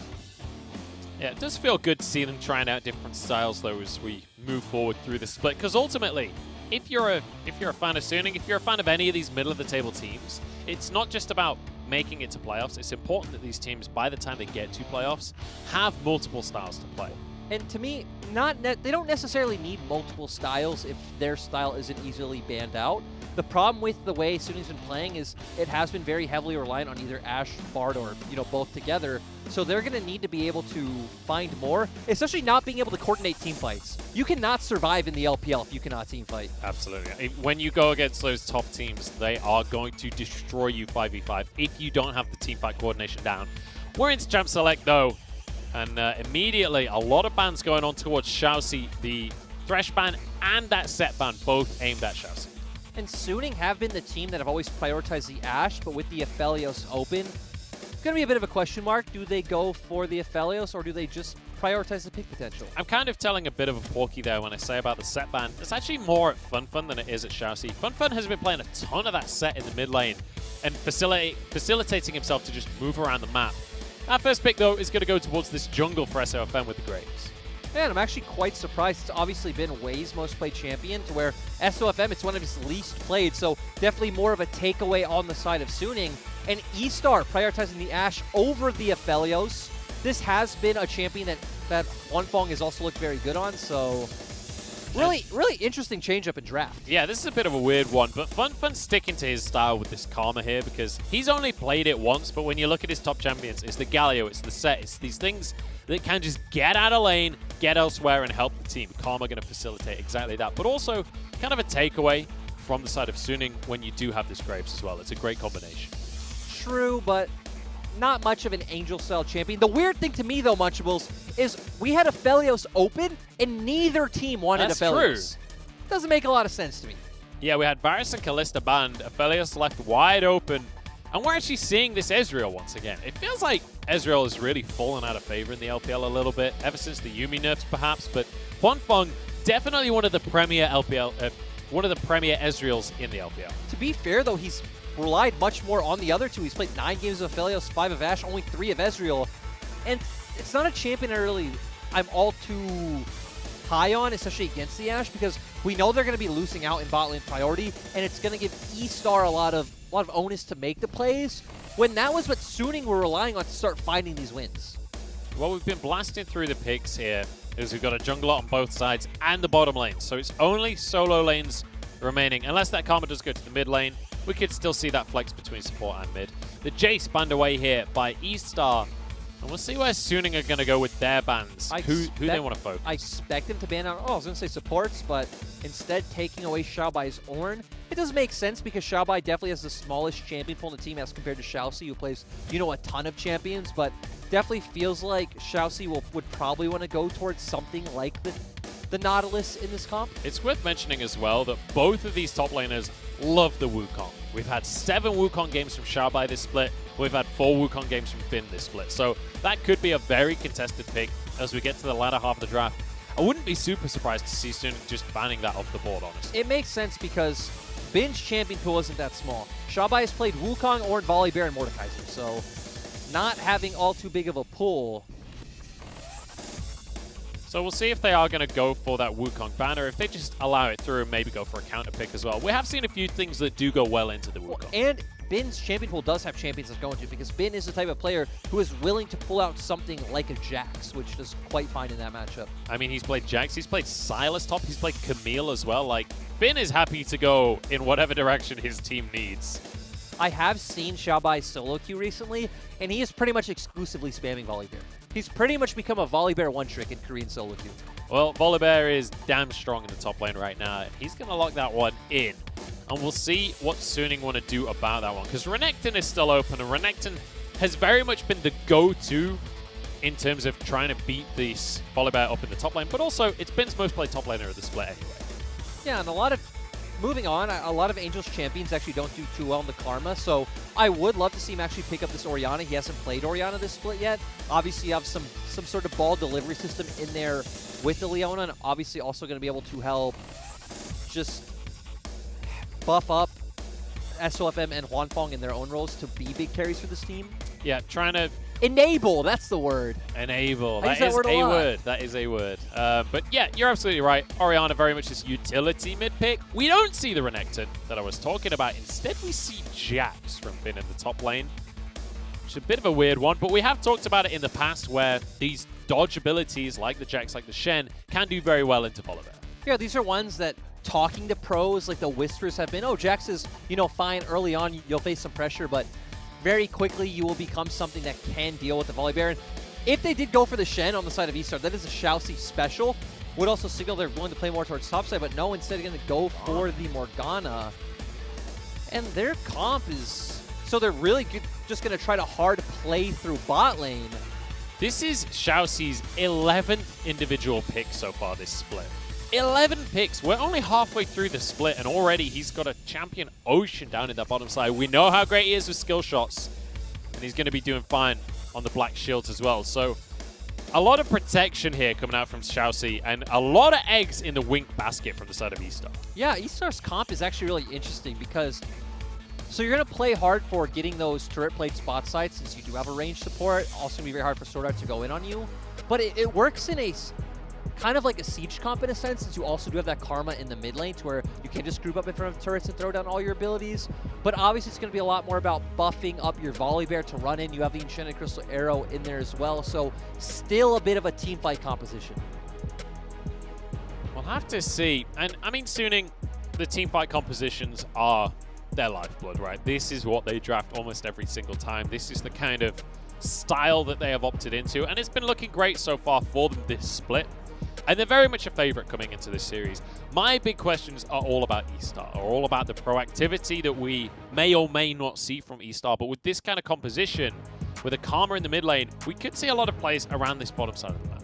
I mean, this is how we always see eStar play, right? To where Fun's on some non-interactive laning champion that can just pretty much instantly clear the wave, allow for Wei to make these aggressive plays either on the enemy buff, but typically towards the bottom side looking for these dives, and eStar trying to snowball an advantage through there. It's how they found themselves success back in spring, was diving in that bottom lane, making plays on the bottom half of the map, and eStar drafting the way that they regularly have in the past. And we'll see if it can finally start working for them this split. The synergy doesn't feel like it's been there so far in summer, but I'm hoping that we can see some glimpses of it at least here in this series. Yeah, and obviously on the side of Suning, we have a lot more of this like 1-4 composition to where Jax just wants to be in a side lane all game, bullying out Xiao by taking turrets on his own. And even Suning's core 4 is extremely strong. But actually, we have seen Suning go with Bin on the Jax, first buying a Black Cleaver, if I remember, and playing more of a team fight build. Oh, it was against DMO. I remember Mitsuki clearing the ward. Clearing the ward? Oh my god. You didn't see that play? Oh god, it was something else. Oh, I definitely watched that series, but I don't distinctly remember a ward. But there you go. I mean, my memory isn't fantastic anyway. I hope all of you can just remember that play for me saying Mitsuki clearing the ward, because that was a big tilter.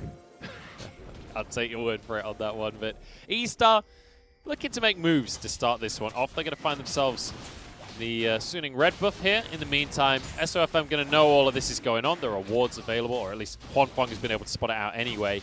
SOFM starting on his blue buff should be able to hopefully at least answer and take the red buff of Wei. Yeah, and it's going to be interesting to see them trade sides, because I've said this before, it typically signals that a team can be trying to set up for a very early bot dive, especially when they also have mid priority from the Karma. And hey, if you can dive bot at level 2, Leona, Ezreal, Leona's not going to be all that tanky. It's going to be hard for Ezreal to escape. And they are already building up a wave. So bot dive can be a potential play we're about to see. And you know what? When I think of eStar in spring, diving bot early was exactly the kind of play that we'd see out of them. Top banner just goes wide there. It's Fun going to drop a ward in his own jungle, because he knows SOFM is probably going to want to move in there. But for now, Wei going to return to his own side of the map and go for the blue buff. Yeah, interesting to see. And SOFM definitely going to go invade the top side of Wei's jungle. So for the side of Suning, you don't actually need too much to happen early on in this game, right? You don't need to be too proactive. You have the Ezreal, you have the Orianna, you have a Jax. Pretty much all of your champions are scaling champions that want to play more in the late game. I'm honestly excited as well to see this Orianna from Angel, because when we think of Suning, Angel has... Hang on, I don't have time to talk about Angel right now. Or maybe I do, because SOFM, you smooth criminal, you slides out of the play.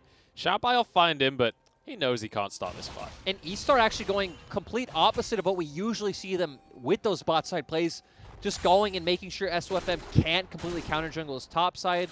We also had Xiaobai following in as well, but like you said, SOFM quite smooth with those moves to get away. Now we've got a bit of a weird one as well, because SOFM already on this topside scuttle. In fact, he's going to go for a topside gank as well. Xiaobai could be in trouble here.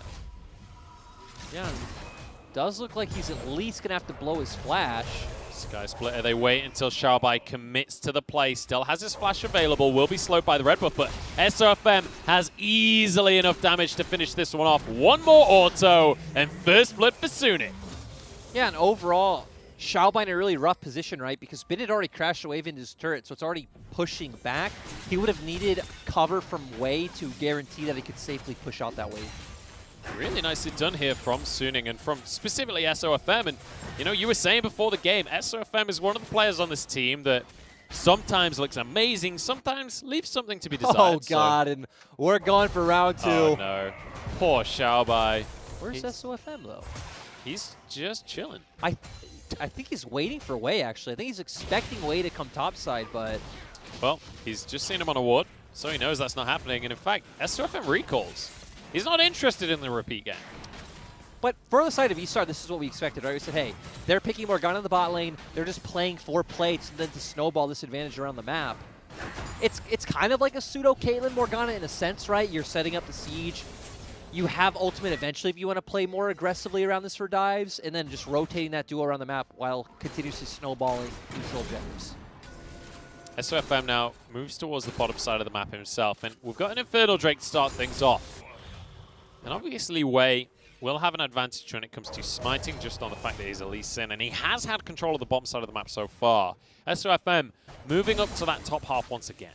But kind of going back to what we just saw, this is why I don't like seeing Ezreal, especially picked into the Ashe. Like, you opted into this matchup, sure, eStar did have counterpick for bot lane, but even more reason where I am kind of surprised by the Graves takeaway for the side of Suning. We see how much CS Huanfeng is down. It's about 20 CS right now, and eStar's bot lane also already has 2 plates. Yeah, it's not a good way to start things off, and with this huge priority that you're talking about in that bottom lane, it means that Wei is pretty safe to just walk up to this dragon, start things off if he really wants to. Drops a control ward. And instead going to move into the jungle. Realistically, both teams can just commit to their strong sides of the map, right? Because we've seen Suning are stronger on top side, so SOFM can just stay up here. eStar have much more wave clear mid and much stronger bot lane. So we could just commit to this trade side until first turrets eventually go down. And eStar probably could pick up that bot lane turret pretty soon.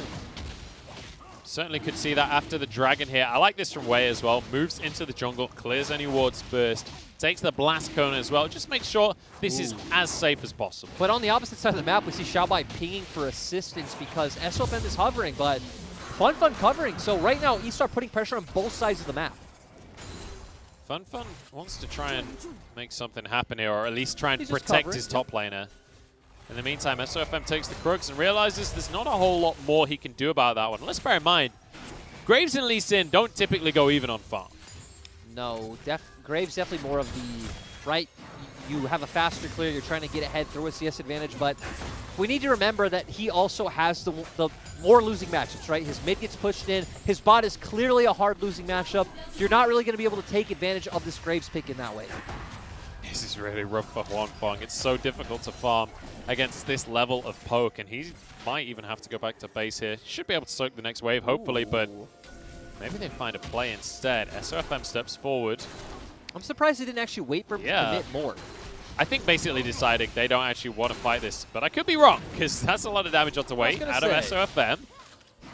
Both junglers have Smite available here. In fact, Wade doesn't right now. They're just buying time. In goes Sorta onto the play. Shockwave across the team. Look at that out of Suning. What a way to start things off. And Suning making the counterplay, pretty much baiting that out, right? We kept saying, what do they want to do? They don't want to fight. Sorta goes in. Great Shockwave coming out from Angel. And this is not the team that should be winning early skirmishes on bot side.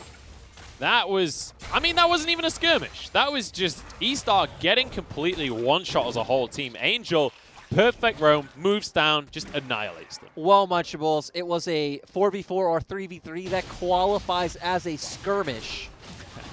I don't know if it does if the other team dies before they can fight back. That counts as eradication in my book. Oh, God. Oh, wait, got that. What a cue. Nice. So we are seeing, I was going to say jungle difference, but after the fact that he just got annihilated yeah, on the red buff invade. It's 1-0-2 against 0-1-0. And all he did was steal a small raptor, so. It was a big raptor. Oh, it was the big raptor? Okay, so. That's 42 gold. So jungle difference. Well, Way's done it. He's won him the series. There we have it, ladies and gentlemen. Close it all up. We're done here. Oh, and looks like he's actually starting Herald. He might be just killing a ward. Yep. Suning did have a. No, he's actually starting the Herald, so. Jungle difference, boys and girls. Away starts this one up. I don't know if this is the play to make. Bin is on his way up. Bin is definitely stronger than Xiaobai at this point. Angel doesn't have Shockwave right now, though. That'll be up in maybe 20 seconds or so. Bit of damage onto Wei. They're going to force everyone out, and it's Xiaobai that's in trouble here. Good ult to get a stun from Wink, but it's not quite going to... I mean, it keeps the top laner alive. Oh, and in he goes Wei. Jungle difference after all. Look at that. Yeah, just great play coming in. Amazing smite coming out from Wei. Looked like Suning should have been the ones to guarantee it, but still, they did have more members on the play, so we're able to scare Suning just a little bit. And great arrow from Wink, too. It looked like it saved Xiaobai, but maybe he still would have been able to get away. You know what? Whether he could have got away or not, I'll take it. Wink gets the credit for that one. Good job, Wink. Nice Ash Arrow. After the last series, I'm good with seeing some good Ash Arrows. Me too, so you're right. Great job to Wink still. Uh-oh, maybe not, because Wink is going to go down here. Angel gets himself a kill. Greedy recall. Good Ash Arrow, greedy recall. You know, I'm taking back the praise. Terrible Ash Arrow, deserved death. Worst AD carry in the league. No, that's obviously not true. I am, of course, joking, ladies and gentlemen. But a little bit greedy on the recall, and he's going to be punished for it. This is a non-judgmental broadcast. We don't call players bad here. We are not negative broadcasters. Are we not? This is a positive gaming experience. Is that where we're going with this? Yes, but what is not positive is the gold score, which is actually in Suning's favor, which kind of surprised me with the fact that E-Star are actually the ones who are heavily winning out in plates. They have 3 plate spot and 1 plate mid, compared to Suning's 1 plate top side. But when we look at the CS across the board, it's kind of even with a huge CS lead in the top lane. Obviously, that's evened out in the bottom lane, but then another CS lead in the mid lane as well. Yeah, so Suning definitely understandably far ahead. Uh-oh. Honfang does have the cleanse, so he'll get away with his life. Has to use the flash as well. Not ideal for him, but ultimately, against this lane, he's going to continue to be bullied out in the bottom side. This has been a mistake we've seen from Honfang many times, actually, where it's actually happened on the Ezreal, where he's left alone in lane, walks a bit too far forward, takes a greedy path, and is forced to blow both summoners right away. What happened to Funfun there?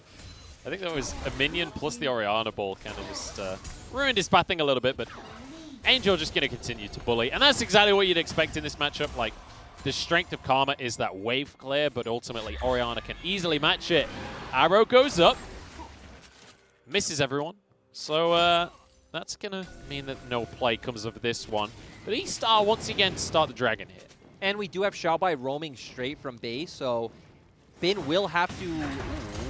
Hang on, we got a catch onto Sword Art here. Has his flash, but no chance to use it. Kill goes the way away. Extremely decisive coming out from into noticing that split second, I need to flash kick, throw out the Sonic Wave, secure the kill. And now they'll be able to turn on the dragon. Beautifully done here by E-Star, finding themselves finally a kill and an advantage here as they can move in on towards this dragon.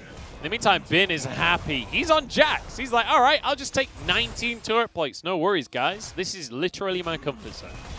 And I wouldn't be surprised if he has Triforce on base at this point. Has just been farming freely, has gotten a few more plates in topside. I'm actually surprised Suning are posturing for this. I guess Sword Art is back on the map. Both top laners have TP, so this can become a 5v5 really quick. I'm sort of hoping it will. One thing I do just want to quickly mention, if we do have a fight coming up. Hang on, Angel's in trouble here. Root comes through. There's a bind. There's everything. Goodbye, Angel.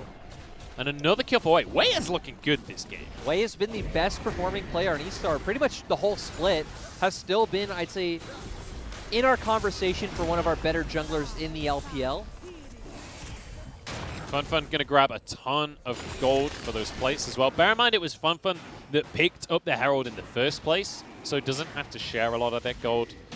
Now on towards the Dragon for the side of eStar. And realistically, with Angel not available, this is easily going to go the way of eStar. And Munch, I am putting my Fs in chat because once again, our first two Drakes are Ocean and Infernal.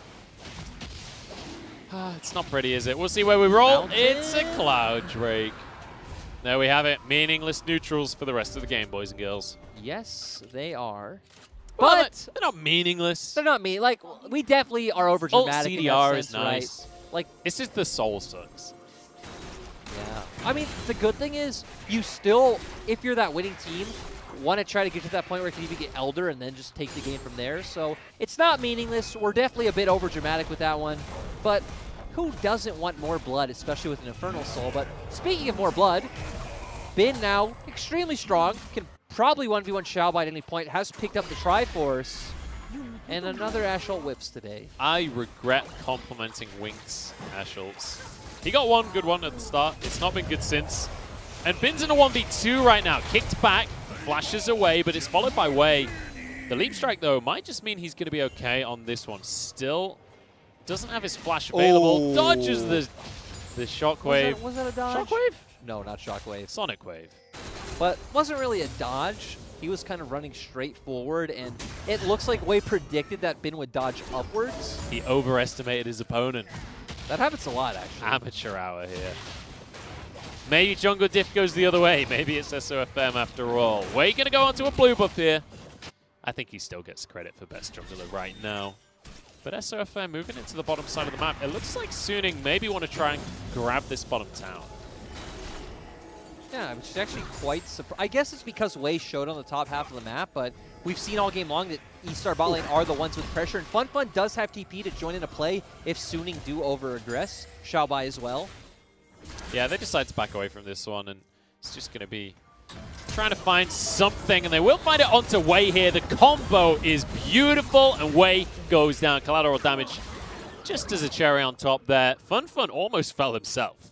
And let's remember that Suning are not the teams that need to make an aggressive play, and that was more of them abusing the fact that Wei showed on topside, right? Wei showed on topside, it gave Suning a window to create a play bot.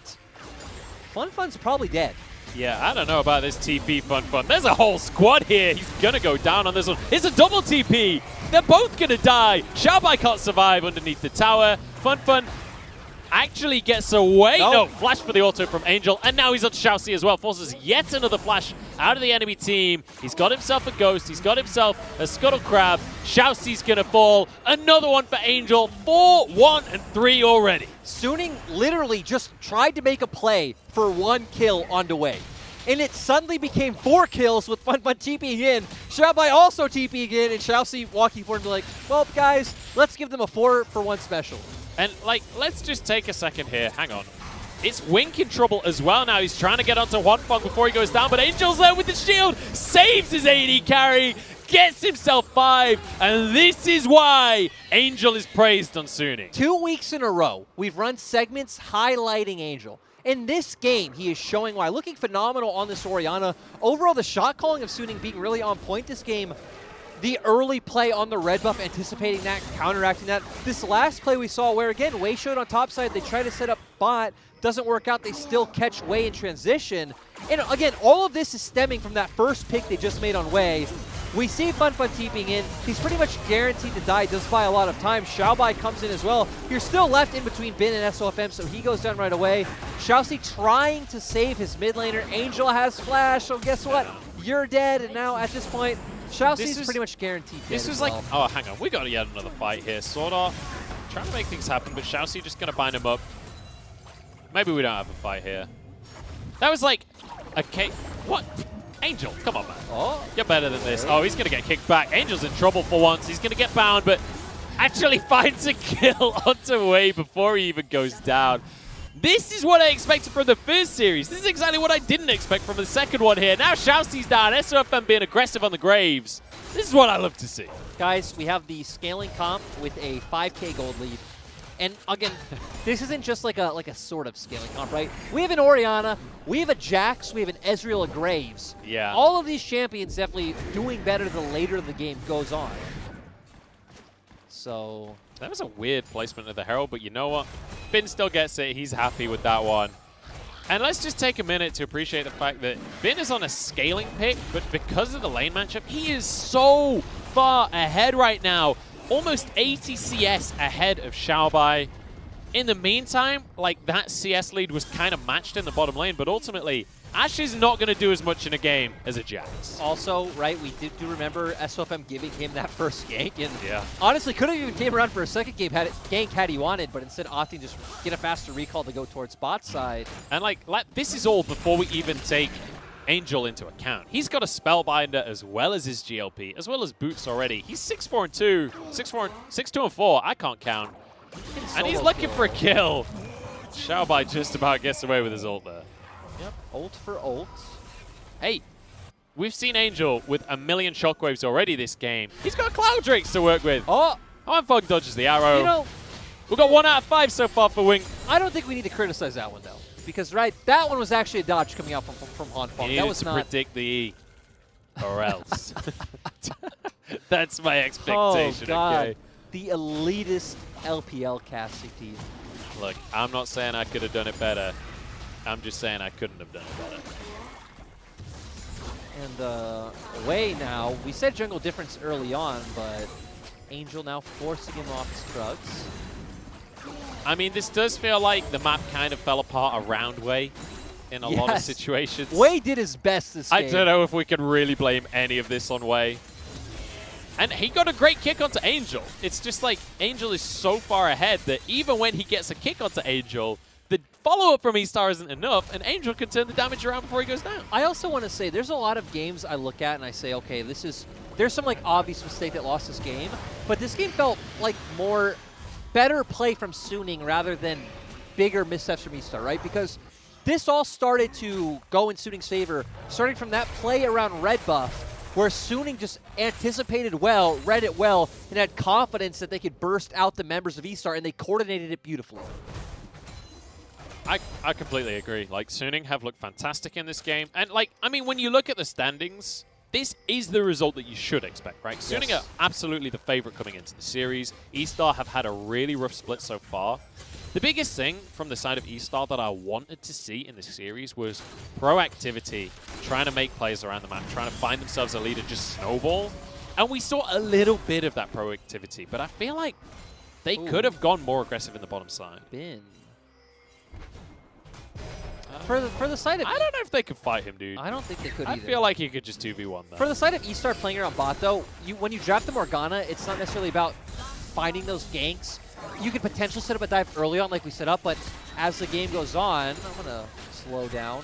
As the game goes on, it gets harder. Oh, hang on. God damn it. I keep expecting something to happen, but overall, E-Star just not in a good position to go forward. 7K gold lead for the side of Suning, so... Look at the top diff. 4,000 gold in favor of Bin. He's on Jax. Jax is not meant to be ahead at 20 minutes by 4,000 gold. Yeah, this is just big team difference coming in here. And, you know, I don't want to recount the game because it feels like something's going to happen any moment. Like, both teams are posturing really aggressively. Suning, of course, are going to be able to take this turret. Actually, Suning can probably take both turrets. Yeah, Suning are just so far ahead right now. They're 7,000 gold ahead. Like, there is no way that E-Star can realistically fight them at this point in the game, unless they can find some kind of pick. Like, let's bear in mind, there is massive pick potential on the side of E-Star. But let's also keep in mind the fact that typically a pick when you're behind, not typically, when you're behind, you're relying on the enemy to make a mistake. Pulling the trigger on, trying to find a pick onto Xiaobai, who is built full tank, so not going to be able to find the kill there. I thought that was really interesting, the fact that they looked for that pick without having to commit. They just used a bunch of long-range tools. And with how far ahead they are, I could see them like wanting to just take a guess, like, hey, do we have the damage to do this? They actually got pretty close. It was like 40% HP. Yeah. So, I mean, I guess when you word it like that, it's like, look, hey, maybe we get it, maybe we don't. If we don't, nothing happens. Nothing happens, right? If we do, great, we got to pick. Let's find something on the map. And there's no objective that's up right now, so you're going to have time for your ultimates to come up anyway. I mean, heck, we look at it, almost all of their ultimates are already back up. And you know what? When we look at the bottom lane, that was the big advantage for eStar to start things off. They're looking for another advantage as SOFM will get stunned, but Xiaoxi took a huge chunk for that one. Flash from SOFM followed by Wei. They find themselves a pick. Kick on Sword Art as well, but Bin's arriving and so is Angel. Wink's in trouble here and Bin just obliterates Xiaoxi. There's a stun onto the AD carry. In goes Bin to try and finish him off. Can't quite get him though. In comes Wanfeng from the side. Shockwave on 3 of them. Suning just about pulling this fight off. And you know what? If they weren't so far ahead, this could have been eStars, but that Jax is huge. I mean, we got super excited because Wei making great mechanical plays at first, hitting the Sonic Wave, going in with the great ultimate. We're like, okay, this is exciting. Where's it going? Suddenly, Jax TP's in. We see how much one of his W's do, and it's like, okay, well, it's Suning time, baby. It was good while it lasted. But you know what? The bottom lane, where the big advantage was for eStar, it's now even when it comes to items. Ezreal's hit his power spike, so all of the early game woes for Suning have been forgotten at this point. And we see them going in, trying to find a pick on SOFM. We said typically Suning needs to make a mistake if they're going to find a pick. Beautiful mechanics coming out from Wei to secure this. But still, once the rest of the members of Suning come in, like Bin here jumping forward, just look how much his W did to Xiaoxi. Is now going to jump forward onto Wink. Pretty much kills him in one hit. We see here to where Wink actually almost wins out in this goal against Wanfeng because Wanfeng looks like he missed 2 Qs. But, you know, when you're like 7k gold ahead, you just need to auto. You're going to come out ahead anyway. And realistically, it was not a very fair 1v1. Wink started that 1v1 on about 500 HP. So. Yes, he did. He was he should have been dead to Bin. Did flash away and then get a huge shield, so survived on, like you said, just a little bit of HP. And Ezreal is very much one of those champions where it's like, if you can hit the Qs, sometimes it feels almost OP. But if you miss those Qs, unless you're really fed, you don't really feel like much of an AD carry, honestly. And we saw that in that 1v1. But ultimately, the Baron now went the way of Suning off the back of that fight. They get to pressure in all 3 lanes if they want to, but they can just commit to 2 back. Munchables confirming that if you hit your abilities, you do damage. That's true, and that's a perfect example of it. Xiaoxi nearly goes down. Bin looking for a stun, only finds one. He's actually kicked back, but he's fine. He's got a shield, and he walks on out of there. And they secure the bot lane turret, and eStar walking forward so aggressively. Yeah, I don't know if they can, though. Wink. Never mind. It's Fun that goes down, and this is all but over already. Sword Art is so damn tanky. Onto the inhibitor once more. They got a couple of picks on the solo laners, and they get out with an inhib. Yeah, and I like the fact that they're just playing through 1 to 2 lanes, like you'd already pointed out, because no reason to commit to 3 when you're just giving eStar an opportunity to potentially 5-man your core and then find a way back into this game. TP actually being committed here from Angel, so he could get back to base, reset, buy some items. He's got a Void Staff now, in case he wasn't strong enough. Now your MR doesn't matter. And, well, Suning get to just push this one through. If they can find a second inhib here, I think that might just be everything. Wink gets one shot!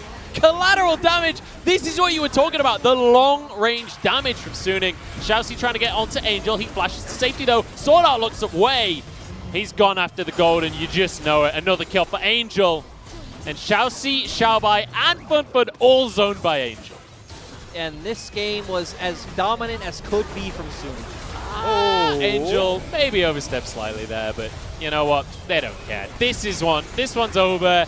19-5, and this Lion can roar. Suning destroy eStar in game 1. And that was way more decisive than I expected it to be. Sure, Suning was the favorite coming in. They obviously 2-0'd LGD, but even that series was pretty shaky in terms of them falling behind early on. This was as one-sided as possible, and I won't even say it only came from eStar mistakes. It came from Suning reading what eStar wanted to do well, and when, you know, we could guess for eStar their communication is probably a combination of Wei and Xiaoxi. For the side of Suning, it is Sword Art. We already said that Sword Art is the one who trained Xiaoxi. Sword Art is literally the one who taught him how to, you know, be a competitive support.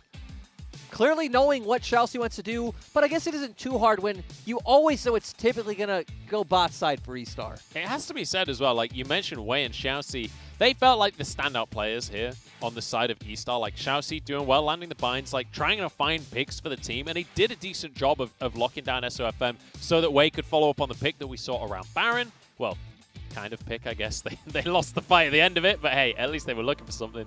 Wei as well looked fantastic all game. Like, he fell behind because the entire map fell behind, but individually, he looked great on the Lee Sin. He kept finding picks. He kept trying to look for avenues into the game, right? He set up his bot lane for success, gave them vision. This is the kind of bot lane that just wants to chip turret plates. Your only real time to make a play is very early on. They didn't abuse or find that window, so then it's just about funneling more gold. They did that, but really that one skirmish at red, and then that one topside gank, where then Suning just abused that window so beautifully, is really what exploded this game for Suning. And I'm not going to lie, I think more teams should maybe pick the Jax into Volibear, because that was exceptionally one-sided in the top side. And we saw how much damage. Once the Triforce, once the Death Dance were finished for Bin, he just rolled over the entire team. It felt like he was practically invincible during those fights, and also two-shotting people. I mean, it also was, like you pointed out in game, right? It's not like it was a trade-off to where Bin's ahead on top, but eStar's bot lane is really ahead. It was extremely early on, but by the time we got to the mid-game, it just all of Suning were ahead, so we saw Bin's W do 50% of FunFun's HP in one of those last fights. Yeah, like, Bin was absolutely... And also Angel, like, you could see the damage. Like, every single time it was off of cooldown, they looked for a play with the Shockwave. They looked to try and set things up. We saw multiple 3-man Shockwaves across the game. Like, Angel looks great on the Orianna. I mean, Angel was the clear standout player of this game, right? He's definitely going to grab the MVP for himself. He looked absolutely amazing. And overall, along with him, we said this in game, but Suning shot calling overall just really clean this game. I have to say, there was the one play around mid lane where it felt like eStar lost the game and that Suning won it, where Suning commit to playing around that mid lane tier 1. They commit to trying to take that down. eStar start TPing with FunFun, realize that it's a disastrous idea, and instead of going, okay, FunFun's dead, they commit to the sunk loss fallacy, where they're like, all right, we got to commit harder. We got to TP our top lane in. We got to roam our support up. Everyone comes to try and make this play, and they just die one by one. Angel gets all of the kills, and it's like, maybe this game's over. But still, let's remember that play was still started by Suning catching, looking for the play bot, then making Wei transition over, getting that pick. I guess you're right in the fact that eStar didn't need to hard commit. And then recommit, and then recommit. Triple down on mid. They chose to. They are still a young team, right? Despite the fact they made the playoffs in spring, still a relatively young team overall. Mistakes are going to happen, and Suning's still looking great. Yeah, Suning look amazing. eStar leaving something, I don't know. I just want to see them play around Wei. I'd love to see them give Wei the Graves so that he can kind of be the carry of the team, like play kind of the WE style where they play, or the JDG style. To be fair, right? Allow him to It carry. is his most played champion, but Suning first picked it, and I guess That's that is true. why, right? That is true. You take away the best champion of the other team, and then we saw Wink gets the Ashe, but... I mean, Echo is available. True. Give him the Echo. You do play Echo. He is trying to be Beishang 2.0. He plays Dark Harvest Echo now, but I think another thing we can maybe agree on is maybe get away from the Ashe, too. Yeah, the Ashe didn't look that great. I mean, ultimately, this felt like it was just individual skill at the end of the day. These team fights, so many of them could have gone eStar's way, but Suning playing really on form right now. And we'll see if they can keep the ball rolling. We're going to go into a quick break. Don't go anywhere, though, because we've got plenty more League coming your way. At least one more game. We'll see if eStar can come back, though, right after this.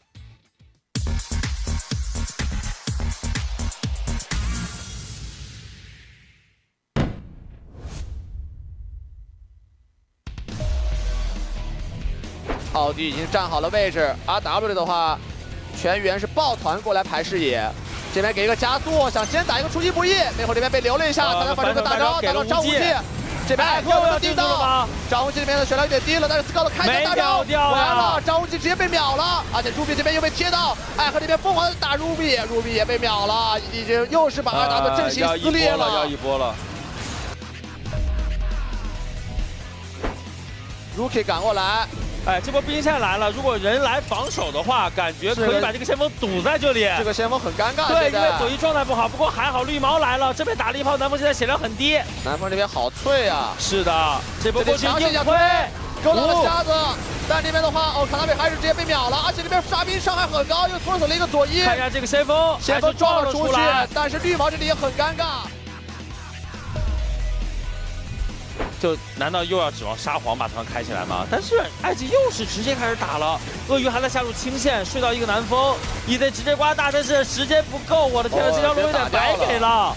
这把泥王这个控楼很果断，非常果断，正面直接给大招进入泥王，泡芙这个位置也很危险。泡芙这边应该是要被秒了。混战机替换了沙皇，沙皇没有人跟得到伤害。龙这边盯到了南风，南风死掉，泥王的话已经没有闪现，也是被换掉，而且泽帅这里也是很尴尬，直接被一换四。他们心跳加快。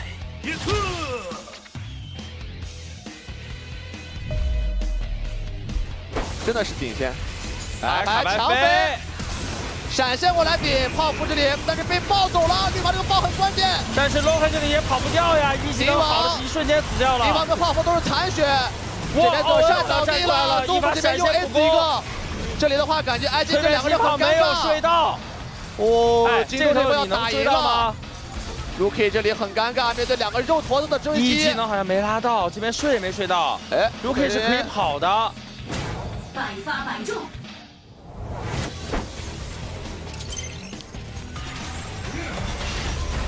哦呦，高手这边打得很凶啊，但被沙皇拖了一波，胆子太大了吧！哎呀，直接被闪现的看起来被秒了。出事，但是后部这边的伤害很高。猴子怎么说？大招给的很好。这边2W 野辅状态不是特别好，这边大招又是大中了一个卢锡安。这边后部的输出很高啊，ED这边3个残血。哦呦，这波后部的发挥太好了，又割到一个。沙皇被秒了！我的天，这个后部一直在输出，张无忌还 Q 了一下巨波，把巨波带走，但这个艾12实在太高了，又是一个秒。但这个时候泰坦要过来帮忙挡一下，这边很漂亮。我这后部真的在他们的护甲上打出更多裂痕。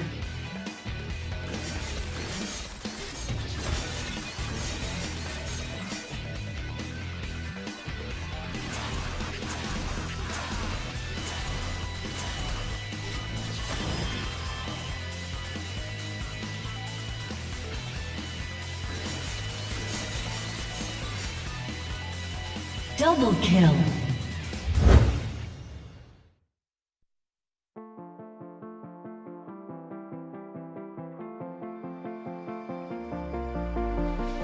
Got a feeling nothing is forever. Keep your voice low. The sun is high, but I wish I could bathe in the moonlight. Ooh, this is it now. Come out of the shadow. Make the walls fall. Memory is headed for disaster. Heart is beating slow. I hear the words, I see the ghost of laughter in the afterglow.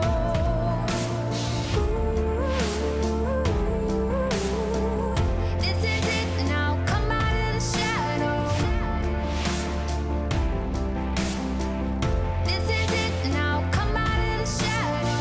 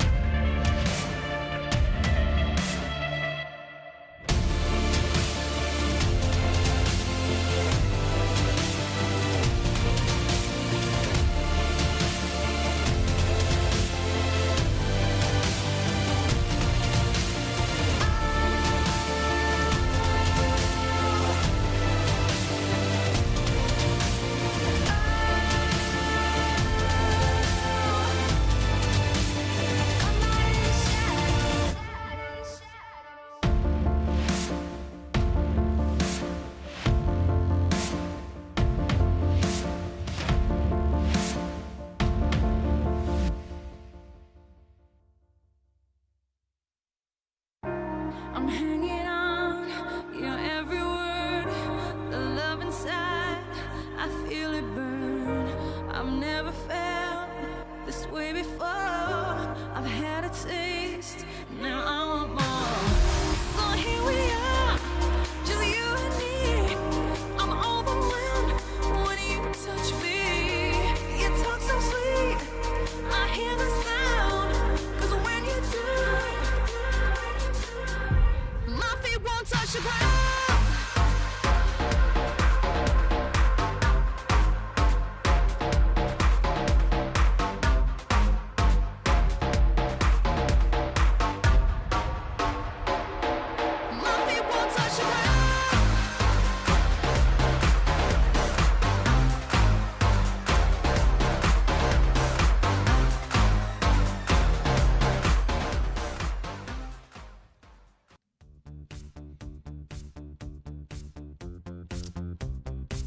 Hello everybody, you can see we're here in the beautiful city of Shanghai, and it may not look like it, but it's probably gone dark by now as we're well into our second series. One game in, to be specific, and Suning looking amazing in game number 1. I'm Munchables, this is Lyric on my left, and well, Suning, like, I came into this saying, hey, this is a potential playoff team, proving it right here, because they just dismantled E-Star. Yeah, showing really clutch performances, and I was joking with you before the cast saying, hey, they probably had to like sell a portion of their soul to get the 2-0 over LGD, so I thought it would be rough waters coming into today, Suning proving me otherwise, just saying, hey, we are a legit team, we are a top team. It turns out that the win wasn't just down to voodoo, it was down to player skill. That's what we love to see. Or here maybe they sold both. their soul. Maybe the player skill came from the voodoo. That's what I'm saying, right? They sold their soul, but it's more of like a long-term effect to where they're going to go all the way to the final 5 games of top esports, and then it's going to be left to the So long as it lasts until the end of Worlds, I'm happy, you know?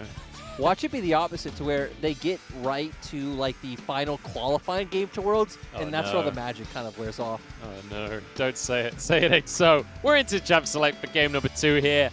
Angel was your MVP, as we didn't really have time to talk about it as we jumped straight into Champ Select here, but E-Star have recognized that Angel was the MVP and immediately have banned 2 champions away from it. They always ban out the Syndra. It's not a champion Fun likes to play. I expect Suning now to ban out the Kalista. It's a champion they ban out even against teams that don't really play it. It's just kind of their perma-ban. Huanfeng has not been someone who enjoys to play it. Yeah, literally not a single game this entire split. There is that Kalista ban. Huanfeng, plenty of other options though. You know, the Ashe still available, could go for that. The Ezreal, we saw last game, he's more than happy to pick that up. He's also played MF and Kai'Sa, so still plenty of options in the AD carry pool. On the other side, Wink, 10 games on the Ezreal. It's by far his most picked, but I guess they're going to stick with this Ashe. And I'm surprised, right? The fact that Suning showed, like, hey, we're going to take away Graves from Wei. We think that's a massive priority. And E-Star is saying, no, we don't care about the Graves. We're just going to once again go towards the Ashe. Again, we don't know if it's the fact that they think it's the best champion right now or if they are just afraid of giving it over to Suning. And that's the scary thing, right, is when you've got these teams that play so heavily around things like the Ashe. Like, we've seen Huanfeng and Sword Art play Ashe and Bard and have this long-range engage. It's a terrifying composition to play against. Other teams like WE as well, playing really heavily around this Ashe. We've got a few teams that really, really prioritize this pick, and E-Star deciding they don't want to have to deal with that. Volibear is the first pick, though, coming from Suning. Yeah, and so far, Suning actually haven't played this champion at all. I have seen that SOFM and Bin are both playing in solo queue, so this is a flex pick coming out from this team. And of course, this just does fit SOFM's playstyle, right? He was one of the ones who kept playing jungle set when no one in the LPL really was. The big question, though, about the solo queue play is, like, are they playing it in solo queue because they want to play it on the stage, or are they playing it in solo queue because they want free elo? Because it's real strong right now. I will say typically for pretty much all the LPL players, what they're playing in solo queue is what they're going to play on stage. SOFM actually has been the one to go against that, because I remember I checked maybe a week or 2 ago, he was spamming Shyvana, and I was ready. I had my Shyvana notes rearing to go. No Shyvana on stage. I was disappointed. I'm not that disappointed, especially if it's AP Shyvana. It's AP Shyvana. Get that out of my games. I hate it. E-Star, though, they're liking the GOAT right now. Xiaobai gets himself the Ornn. It's something we've seen him play time and time again. Loves these big teamfight ultimates. And once again, Wei gonna grab himself the Graves. We talked about how this is a super high priority jungler. And overall, this is just E-Star getting 2 amazing comfort champions in Ornn and Graves, and they get the takeaway from Huanfeng with the Ashe. Look at this smile on Angel's face right here. He's cycling through different mid laners. Look at that confidence that is oozing from Suning. They are feeling so good right now, unlocking in a KO. I'm going to be honest, Munch. I'm not a big fan of this for the reason that you now revealed your flex, and you could have made E-Star waste potential bans towards top or jungle going into the second phase that they now don't need to waste. I'm not going to lie, looking at the faces of the Suning players, I don't think that they are stressing out about drafting optimally coming into game number 2. And you know what? If I was on Suning, after game number 1 like that, I don't think I'd be that worried about game 2 either. I guess you're right. So what you're saying is Suning should disrespect their opponents, I never said should. I just said that it's not unlikely to see it. We've seen teams play disrespectfully in the past in the LPL. Yes. It's not that rare. That is true, and Still, Suning now are going to have an option of whether they want to counter pick mid or support. These are typically the two roles we do see left. With all the bans towards Angel's champion pool, maybe we see mid pick fourth, but the fact that Suning are actually actively banning out supports would signal to me that they want a fourth pick support, and this could be a Bard game. It is Sword Art's best champion this split. It's his most played champion this split. Obviously, Ezreal is the type of champion that you feel comfortable leaving alone in a lane, so... Ezreal Bard is a great duo, honestly, because obviously Ezreal does a decent job of following up on the poke that you get out of Bard during a lane, but also, as you rightly say, Ezreal totally safe to be alone in that lane, can just avoid any kind of engage. And we saw last game, multiple times, Bonfang able to just zip away from the Ashe ults that came out of Wink. And I'll be honest, Suning's composition so far is really weird. They're not like heavily indexed into one area, right? It's not necessarily a team fight comp yet. There's like scaling in it. Kale always can team fight, can side lane. Volibear, since we know he's jungle, wants to go for these early game invades and skirmishes and duels. So Suning's comp is really going to be determined by the 4th and 5th pick. We'll see what they go for in the end here. And I think actually going for a relatively serious pick. I was looking at their faces. They were giggling away. I wasn't sure what they had up their sleeves, but the Nautilus comes on through, and I think rightly so, because they do need some hard engage here. And this was something I was talking to Dagda with on the last hit, is that I don't like the way we've seen Volibear in a lot of our comps here in the LPL. I prefer the LEC version, where you'll see it in jungle, and you'll put it with hard engage, like a Wukong or Ornn in the top lane, and a Nautilus or Leon in support. So now, obviously, Suning are setting up for this more teamfight-oriented composition. Oh, wow. We've got a Taric locked in here for Xiaoxi alongside an Ashe. Not a combo that you usually see, but I can imagine that the slow actually out of Ashe can set up for the stun from Taric pretty well. But it is something we've seen out of Xiaoxi a lot, especially last split. We saw him leaning towards the Taric. Hey, Taric Ashe might not be that good. Taric Kassadin is terrifying. Yeah, I really like eStar's comp, but I'm more interested in wondering what Angel's going to pick into this, because in solo queue, Angel plays a lot of like aggressive AD champions. Like he plays a lot of mid lane Lucian and things like that. So I wonder if he'll want to go for a lane boy style, which would go against their comp, or just draft for a team fight. All I'm saying is Talon is a hard counter to Kassadin, but okay, they go for the LeBlanc. This is something we've seen Angel on in the past. It's something that he can definitely dominate. But that's really interesting too, because he's pretty much self-counter picking himself into the Kassadin matchup, but I guess we can talk about that more in game. Talking more holistically about the comps, obviously eStar, once again, this comp is clearly set up for scaling, so taking what Suning went with last time around, going to be very strong in 5v5s, very strong in skirmishes, and it's going to be really tough for members like Angel to come in with the assassination when they're up against Kassadin, who's going to get extremely tanky, Taric, who's going to provide safety for his whole team, and then Xiaobai in the top lane. It definitely feels like if this game goes on, I mean, honestly, I don't even know who wins in the late game. Because we've got a Kale on one side, we've got a Kassadin on the other side. Once again, I feel like we say this a lot in the LPL, but it comes down to execution. Like, we have two insane hyperscaling super carries. Let's see which one wins. The problem is, because you wouldn't see the Suning comp in any other region, right? This is kind of strange. Like, we have a Kale, we have a LeBlanc, we have a Volibear in the jungle. I mean, the Volibear in the jungle you see a lot in other regions. But it's not necessarily any of the champions in isolation being weird. It's seeing this kind of, these champions all thrown together being a bit different.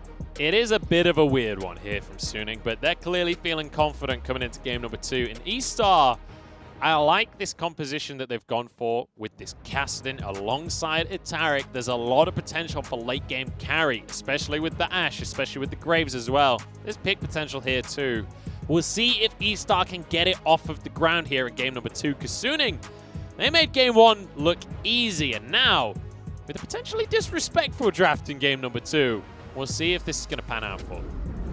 And I want to see what Rune Fun takes in the mid lane, because I do know some players who would take Conquer in this matchup as a Kassadin, but obviously if he doesn't have the confidence, we'll go with the Fleet Footwork. It is a matchup that is rough for Kassadin in the very early levels, so especially levels 1 through 3 is when LeBlanc really needs to start trading heavily and finding an advantage. There are not very many matchups for Kassadin that aren't rough. We actually Level 1 through 3. I remember we've seen this.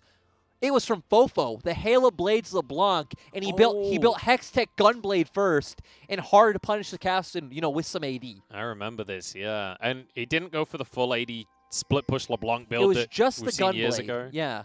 He did go into the AP after the Gunblade, but yeah. Went for the AD early just so that, you know, Kassadin, the reason he's good well, the reason he can survive against LeBlanc is he has the spell shield on his Q. Doesn't matter if all the damage is coming from autos. Yeah, exactly. So that's going to be really interesting to see. And the Colonel also favoring E-Star's composition, which is how I've obviously kind of, I haven't clearly said it, but I've been skirting around it of like, hey, E-Star's comp makes sense. And the comps I typically favor are ones that are very straightforward and make sense. Suning's is going to be more interesting to where, okay, you have a counter pick in the top lane. I guess this LeBlanc is going to be a counter pick with the way that he's built with runes and items. And you're going to play more around aggressive counter jungling on top side through 2 winning lanes. I love this super heavy leash we just saw out of Xiaobai here. He literally leashed the blue buff while Wei's finishing it off. Goes and starts the Gromp for him. Gives him a little bit of a bellows breath and a slam onto that one. So team player Xiaobai up in the top lane helping out his jungle here. Because he knows that he realistically can't touch the wave while Bin is there as well. But we can see the runes here for the side of Angel here on the LeBlanc with the Hail of Blades. Which again, as you rightly say, this is a specific tech into the Kassadin. Yeah, and really interesting. So he does force the wave under turret.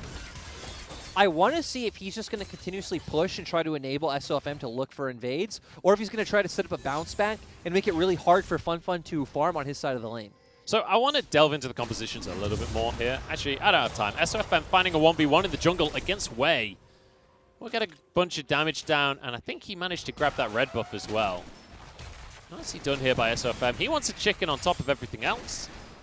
And I think he's going to be able to find it, because Wei does not want this fight right now. He'll be stunned. Sky Splitter comes through. We might have a solo kill in the jungle. Wei forced away on a black code. Yeah, overall, really good and aggressive play coming out from SOFM. Of course, Wei going for the fleet footwork rather than something like a phase rush. Hook through from Sword Art. We've got a fight 2v2 here, but Sword Art did not win that trade.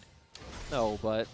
So, overall, still Suning control the wave, but Munchballs, you were saying you wanted to delve into these comps. So yeah, delve away. So my big question, like, for any viewers at home, like, you've been talking about how E-Star's comp makes a lot more sense. Talk me through the win condition here. Talk me through the strategy of how you pull off this Kassadin Taric combo, because it's not something we see all too often. True, but so when I say this composition makes sense, it's that when we get to, especially the mid-game, right? We know this is a comp that's going to want to group up as 5. You have the Enchanted Crystal Arrow as well as the Call of the Forge God to start up any fights.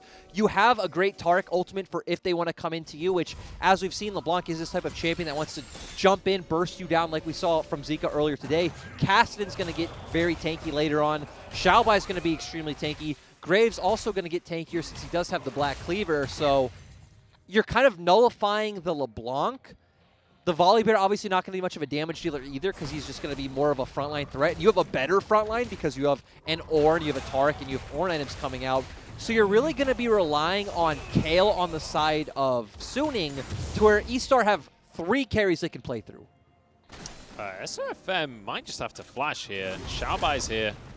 We'll wait for the Searing Charge, but gets away with his life. But really good counter jungling coming out from SOFM here. Knows that the red buff is still waiting for him, so takes what he can away from Wei while he has an opportunity. And overall, like, this was the guess that we put out, right? Hey, they have a counter in top. They technically now have a counter in mid. They're going to look for these aggressive plays through top jungle. It really seems like the only way they can play at their comp.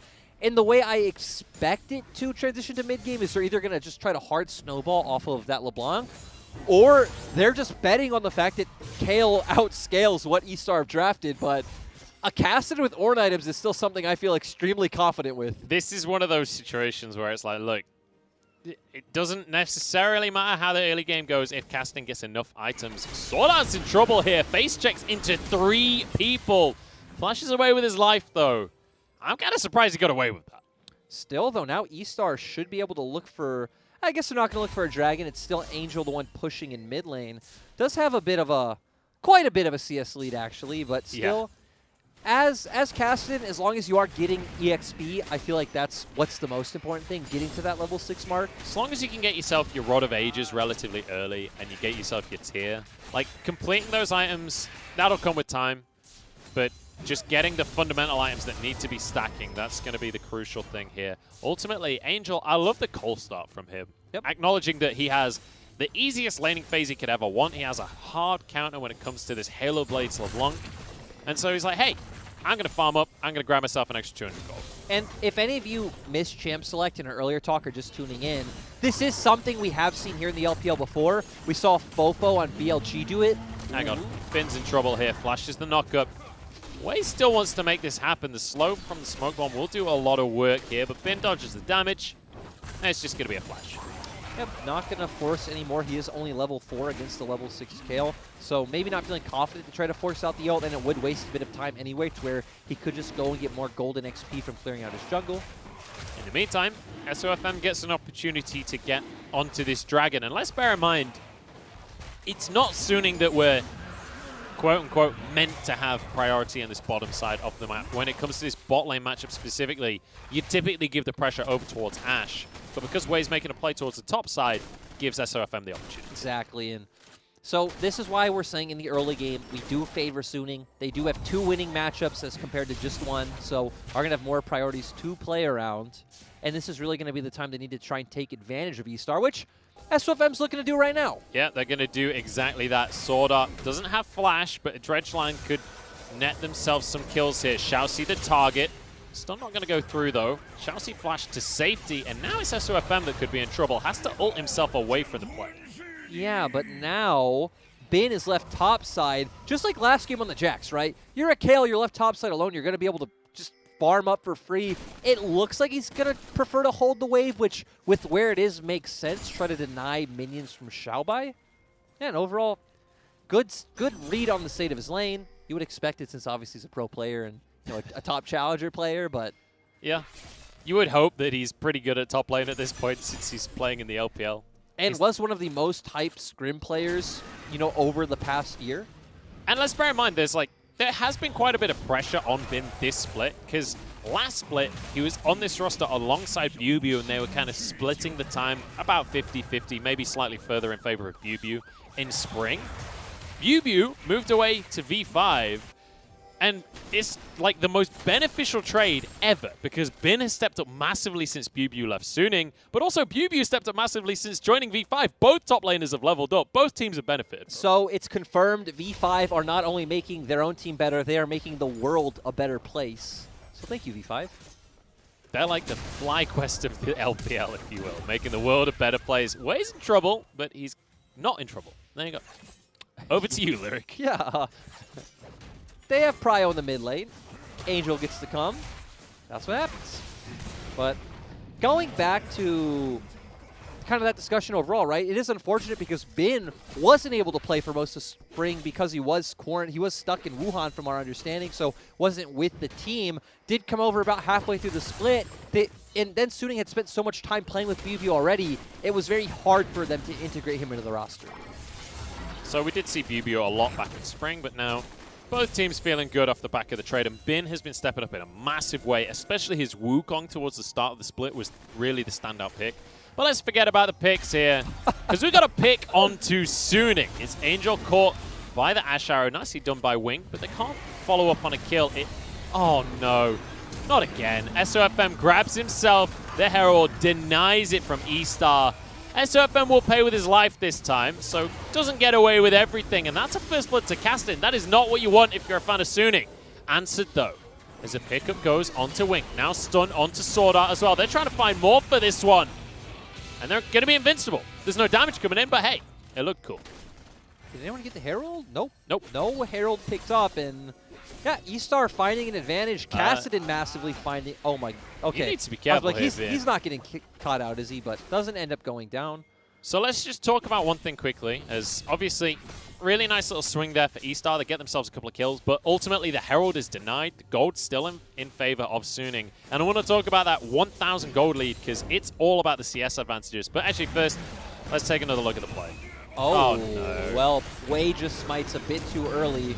But ultimately, we see the exhaust come out from Xiaoxi. We see both him and Fun flash forward.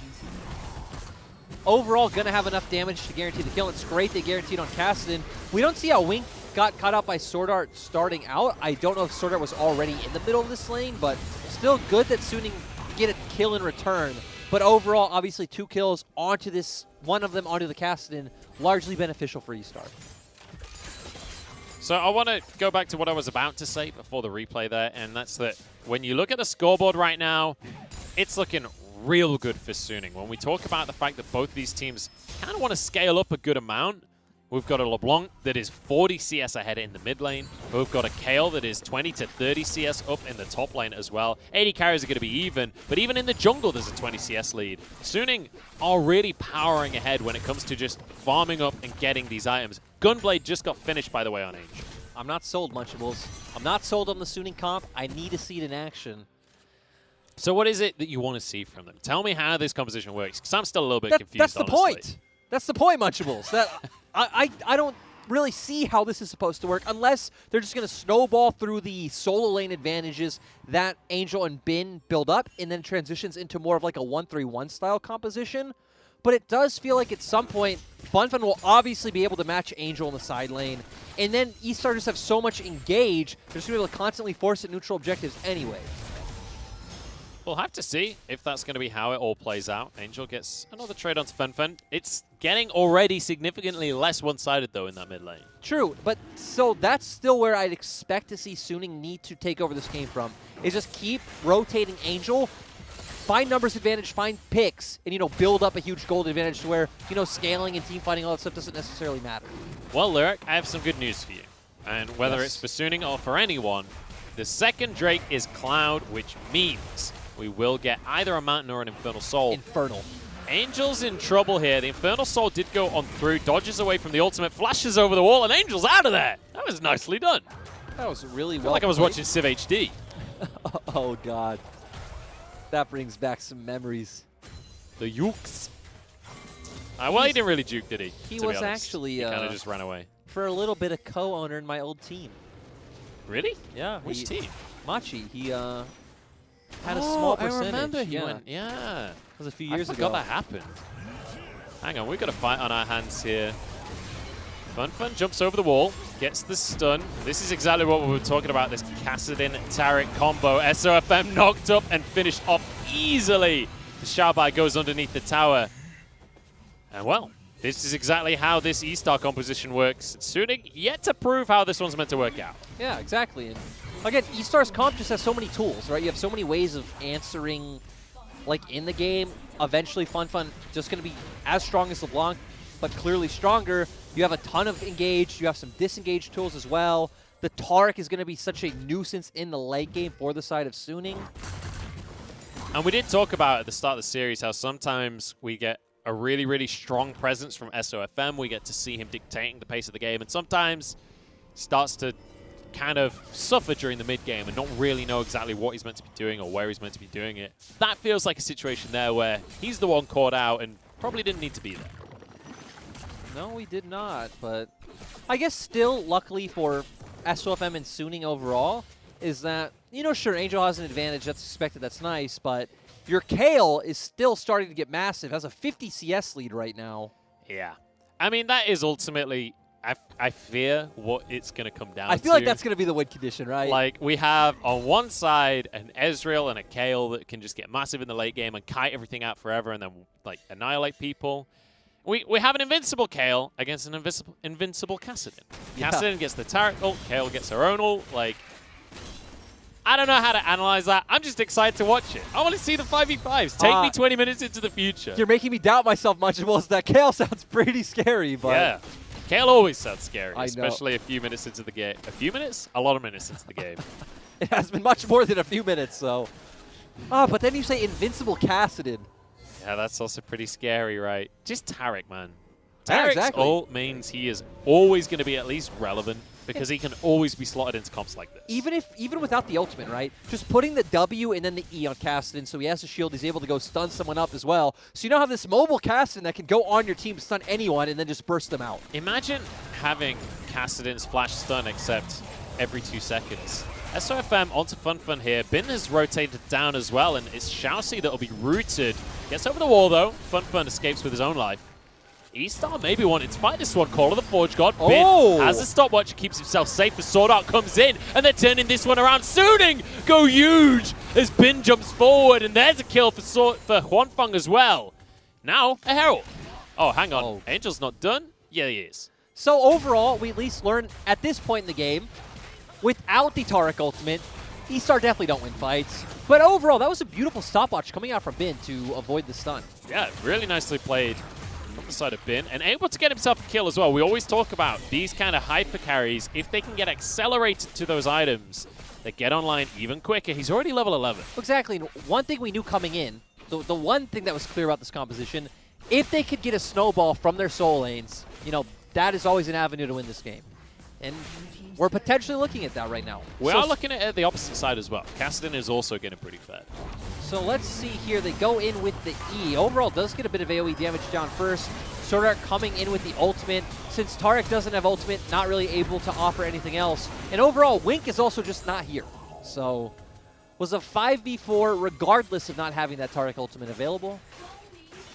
Well, it's an Infernal Drake in 35 seconds here, Lyric. And Suning are well aware. They are positioning around this one. TP is available for both top laners.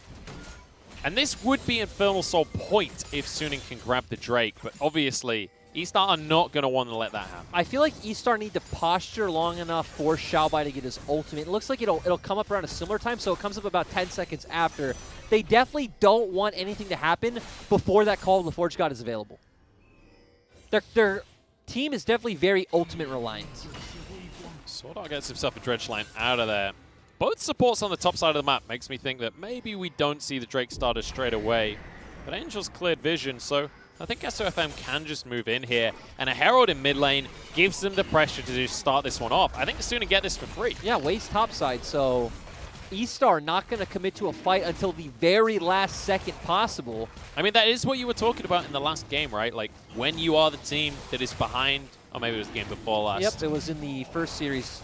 It's like when you have the composition that doesn't want to fight right now, wait until the last possible second, get as much scaling as you can before you pull the trigger on the important fight. Yep, and obviously, it depends on what tools you have in your composition, but at least the very broad philosophies, if you fall behind on an earlier mid-game comp, right, that's when you're looking for those big Hail Marys of like crazy plays that you're most likely going to lose, but if you don't lose, you're back in the game. If you're in a scaling comp like this that potentially eventually wins out, wait until, you know, they're taking something that you can't give up.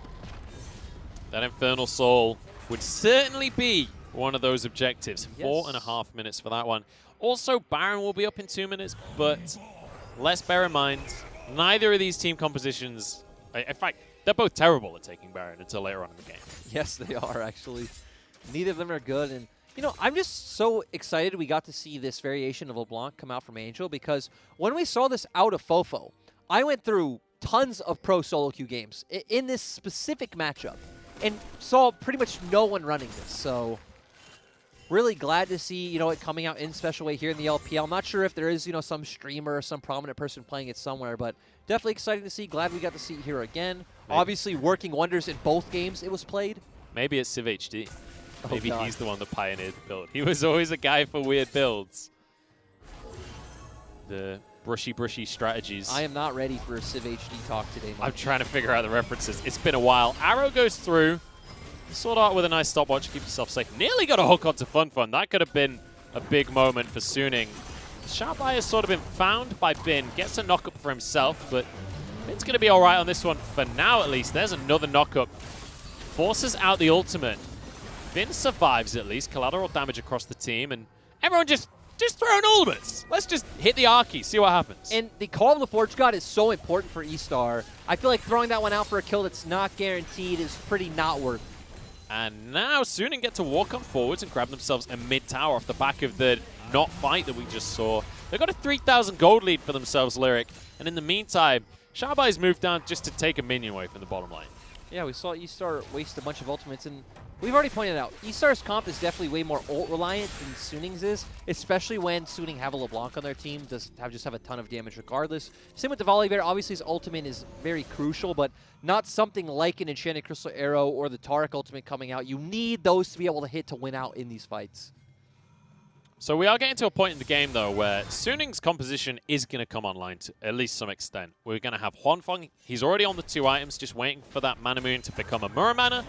We've also got Angel that, even when you're going for this Gunblade build, you still spike exceptionally hard on 2 items. You can see the Lost Chapter in the Blasting Wand. He's going to be hitting 2 items on his next recall. So we are getting to a point where Suning will start to be able to fight. I mean, both teams, right? Both teams have, like, similar power spikes in compositions, right? Ashe and Ezreal. Ashe, I'd say, I guess, does have a stronger 1-item because you're a Blade of the Ruin King user. Ezreal being more of a 2-item. Angel is on the wrong side of this play right now, but he is on LeBlanc, so we'll see what he can get away with. And apparently, the answer is everything, as he zips over the wall once again. And every single time I get caught out by Angel. Every single time he gets away.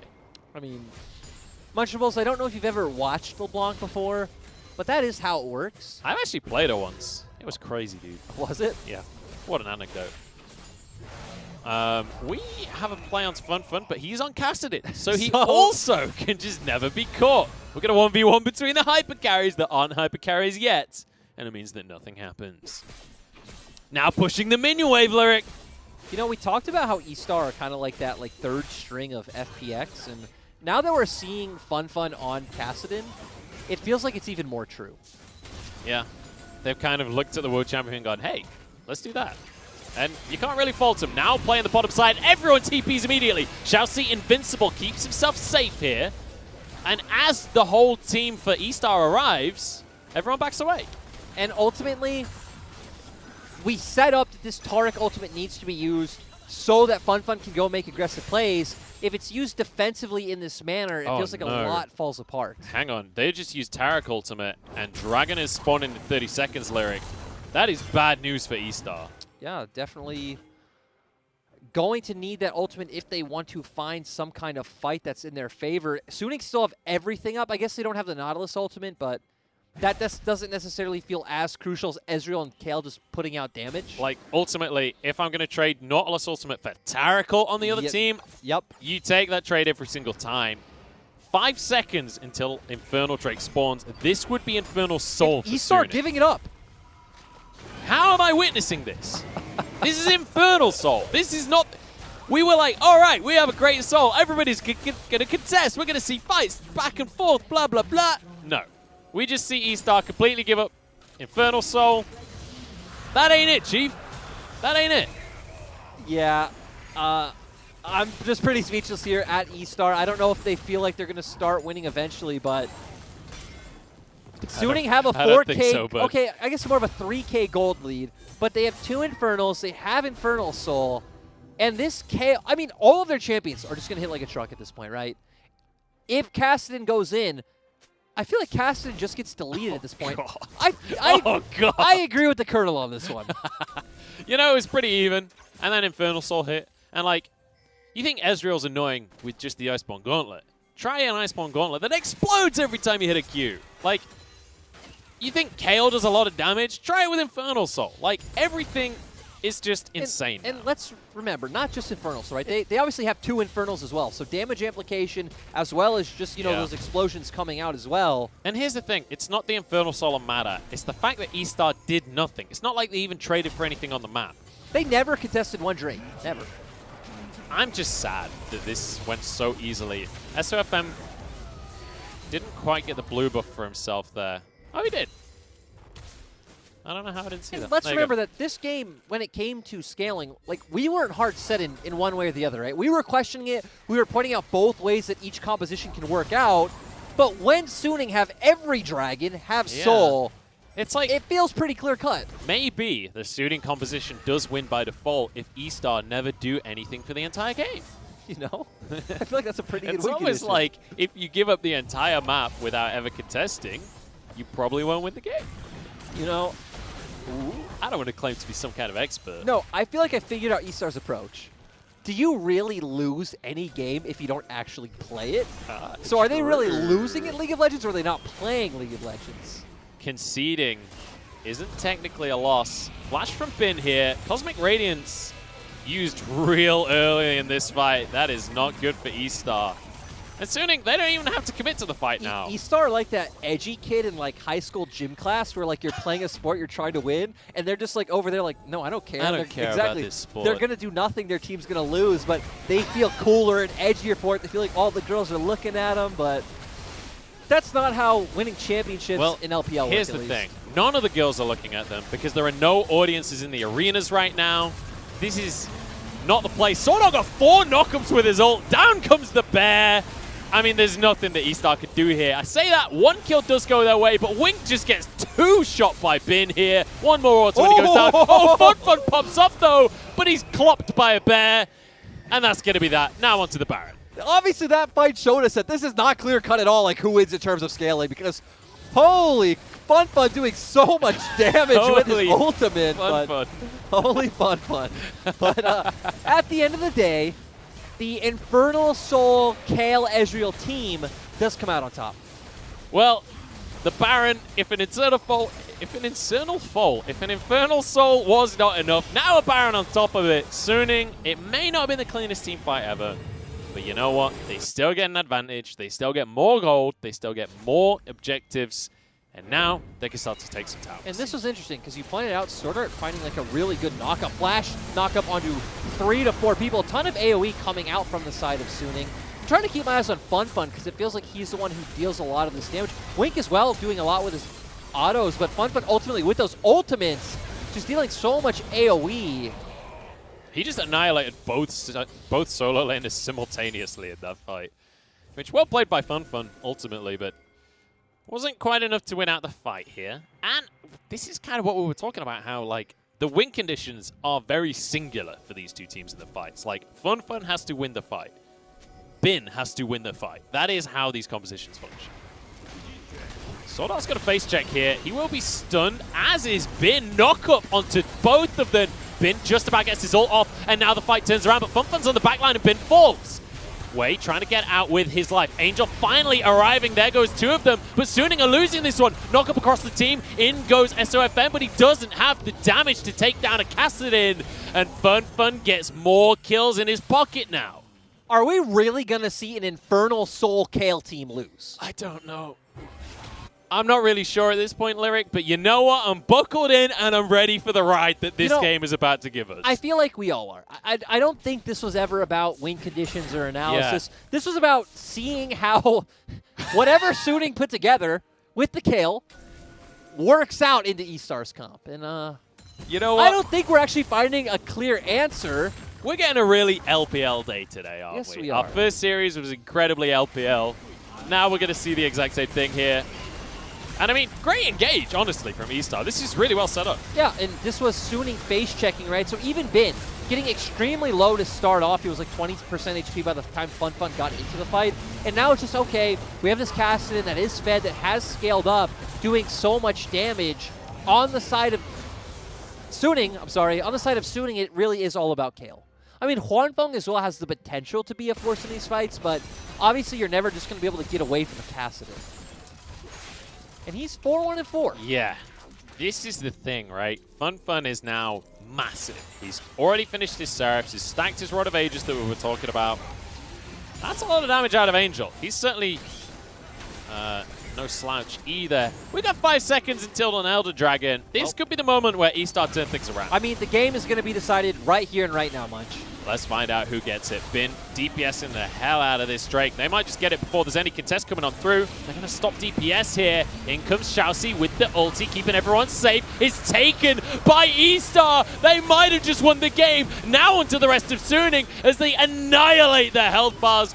Bin with an ultimate, but you can't escape the Kassadin. Down he goes. A double for Fun.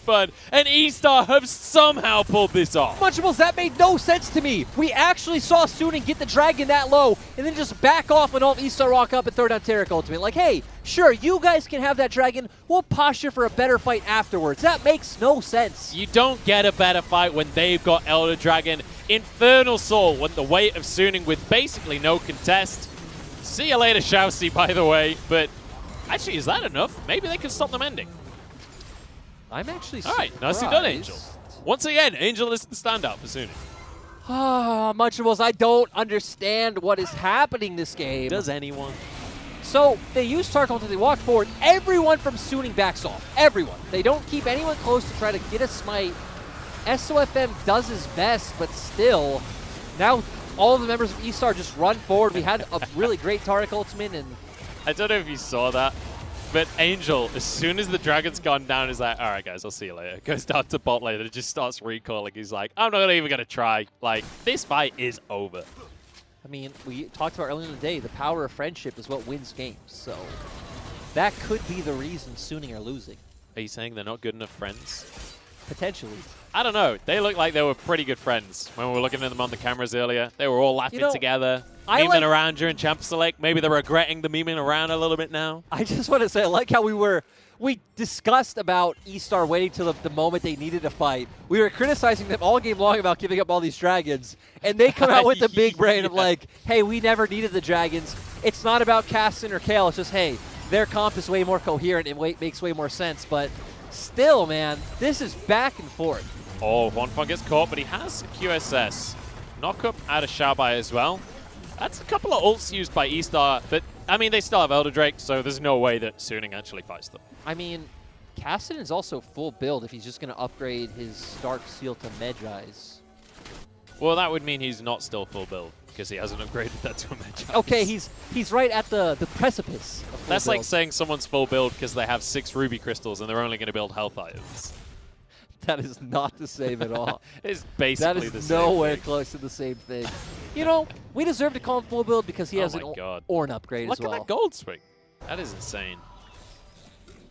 Right now, Fonfon, I mean, whether he's full build or not, he's still late game Caston, and that is realistically all that matters. Angel, you remember when you were winning those trades earlier in the game? No way, no. You don't get to do that anymore. Fonfon knows it.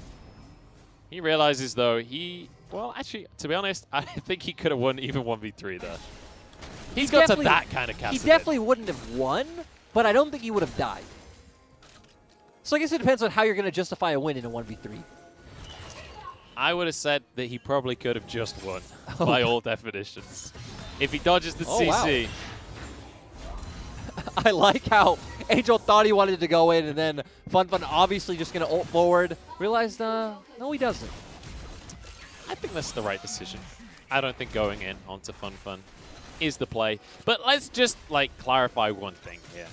As the Baron is started by E-Star. If Fonfon oversteps, it is still very winnable for Suning here. They still have insane damage. They still have a Kale. Like, we have the 2 insane hyper carries in the same game here. One on either side. This could go either way. Yep, we have seen that E-Star. Fonfon in trouble, but Taric ult still available. That's a stun onto Sword Art, and he just gets annihilated. Now onto the rest of the team. I take it back. This one is over. SOFM going to be the next one to fall as Angel is chased down by Fonfon. There is no escaping this Kassadin. There's no way you can run Suning. And now into the base go E-Star. Lyric, we're going to 3 games. We're going to the full series here. And E-Star pulling this one out of the back. Yep, and we have found out an invincible Kassadin beats an invincible Kale. That we did. We're going to 6 games here today, Lyric. And you know what? It couldn't have gone any other way. I was thinking maybe Suning could take this one, but the draft definitely going the way of E-Star. And when Kassadin gets to do Kassadin things, this is what happens. I mean, and just overall, right? Because when it came to scaling, we were a bit hazy. But when it came to how the composition, which composition was more, you know, cohesive, exactly. We knew that was plainly on the side of E-Star. It got a bit rough when we saw early on. It was hard for them to coordinate the Taric ultimates with the team fights. Like, we'd always see it either used too early or someone would already get picked off by the time it was up or something along those lines. But in these, like, late game fights, they had Taric ultimate up, they had a Kassadin, they threw that down, he jumped forward, and guess what? He would kill everyone before Kale got to kill anyone. So it very much felt like that Bin on this Kale during the team fights didn't get any opportunity to really unleash his damage. And that is ultimately the weakness of Kale, is if they aren't grouped, if you can't stand an auto, you don't get to do anything. Caston in a scattered fight, that's his dream. Their whole team had to run away, right? It's not, he didn't get to stand there and fight because his whole team constantly had to run away from the Fed Kassadin. So yeah, that was an interesting game to see. And I did tell you before the day started, we'd have 6 games. And we had 6 games. I'm just saying, right. Like, the LPL must be scripted by someone because you can just look at the schedule and be like, okay, this is going to be a 4-0 day, this is going to be a 6-game day. We never have 4-0 days. There are like barely any 4-0 days. We don't have honestly. any 4-0 days, but it always goes to 3 games, and we're seeing all 6 here today. And they have been so LPL. These series have been so back and forth, and just battle after battle. I'm loving these late game team fights that we're consistently seeing as well. I feel like we've had so many players just getting to flex their muscles today. We got something out of this one. I mean, that early game I was not sold on either side. We saw Suning trying to be the ones to make aggressive moves, right? They were winning in mid and top. But we also saw SOFM just kind of making mistakes and dying like at objectives on the side of E-Star. Then it just got to a point like, okay, maybe E-Star can snowball off the advantage in their soul lanes. But despite getting Infernal Soul, E-Star just showed, no, we'll just fight you at Elder. We have casted and we win, and I guess that's how League of Legends works. I really feel like if Suning just committed to the Elder Dragon, they probably would have just won this game. Like, I mean, look at that gold grab. That is insane. Like, that is a 4,000 or 5,000 gold swing right there at the, 28-minute mark or something. Like, ultimately, that was the moment where Elder happened. If Suning had just committed to that last 2k of damage and gone for a 50-50 smite, I think they probably could have won the game. But the fact that they backed away after getting it to 2k, like, did they expect E-Star not to damage the dragon? I mean, that's the worst part, right, is that I don't feel like we even got a chance to see what would happen if Suning's comp fought with that gold lead, because they just walked away. And then E-Star have Elder, and now it's like, okay, well, E-Star definitely going to win. They have Elder. I don't know. Yeah, I don't know. That was something. But, hey, if you're an E-Star fan, congrats. Yeah, E-Star managed to get themselves a game win here. They're 2-6 in the standings right now. They need these wins. And based on that game, they could win the series. We'll have to wait and see after the break. But, man, Suning needs to get it together. The draft was a little bit all over the place, and we got to see that exemplified in the game as well. We'll see if they can pull things together right after this.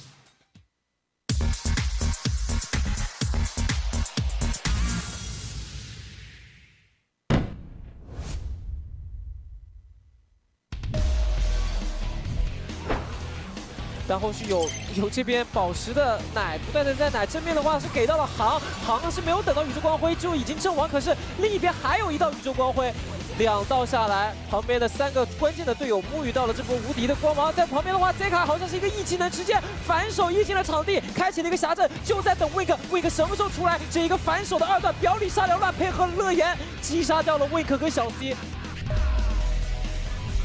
然后E-Star就是看一下怎么样这里抢下这条龙了，硬抢，但是没抢到，这边是直接接了灯笼走开了个小鬼是板甲，这边 Cube 已经进场了，直接被铁男一关到了米奇妙曼屋里面，然后在这波小白鹿高追击 Cube 的话，那明显是会走入到对方的一个阵型之中，这边的话。 直接是大招时间结束，旁边的话 Wink 闪现躲掉了 Zeka 致命的一推之后，但这边沐浴的宝石光辉的5元红色方的将领已经是要把这波团战给结束了。这边 Zeka 因为自己位置太差，到最后是被小 C 幽冥剑矛碰死。但是后续的话 ，iBoy 跟航还能继续打。这边 iBoy 直接稍微一拔毛，还在6，而旁边 Wink 跟小薇接连倒下。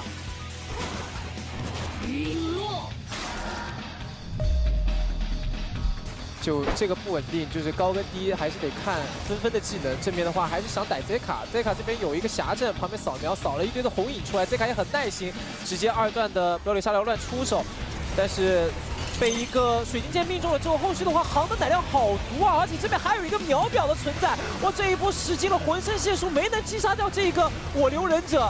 那后续的话，蓝色方在阵型之中已经击杀掉了威，小白也是强弩之末，后续 iBoy 进场收割秀了呀，甚至是宝石拿下了双杀。站位依然是对这条土龙有想法，这一波如果打Maple 直接正面被一剑逼出了闪现。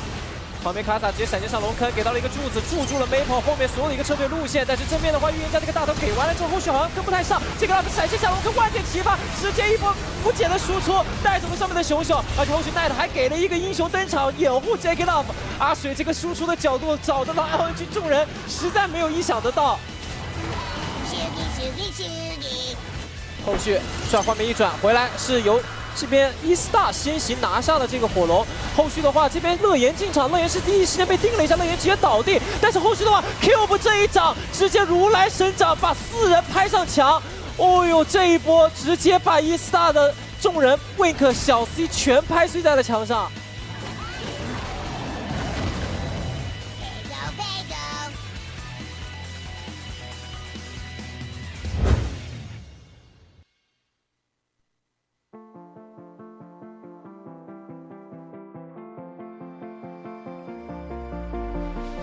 Got a feeling nothing is forever. Keep your voice low.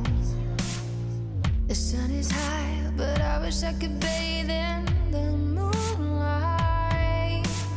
Ooh, this is it now. Come out of the shadow. Make the walls fall. Memory is headed for disaster. Heart is beating slow. I hear the words, I see the ghost of laughter in the afterglow.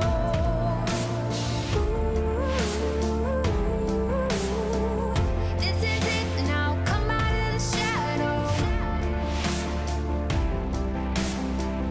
This is it now, come out of the shadow.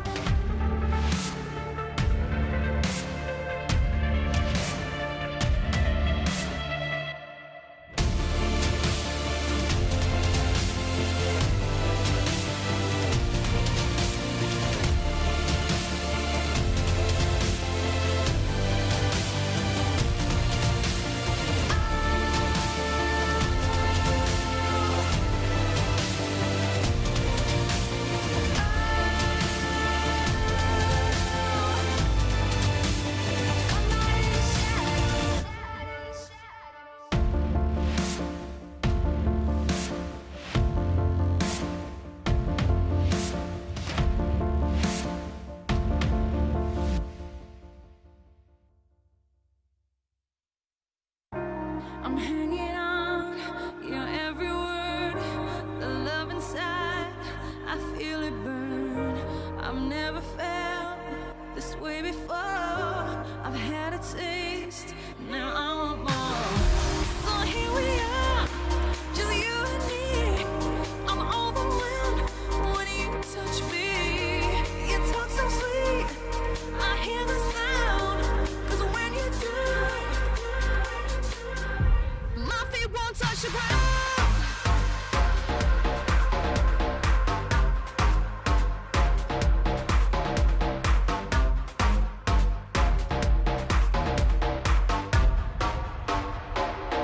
My feet won't touch the ground.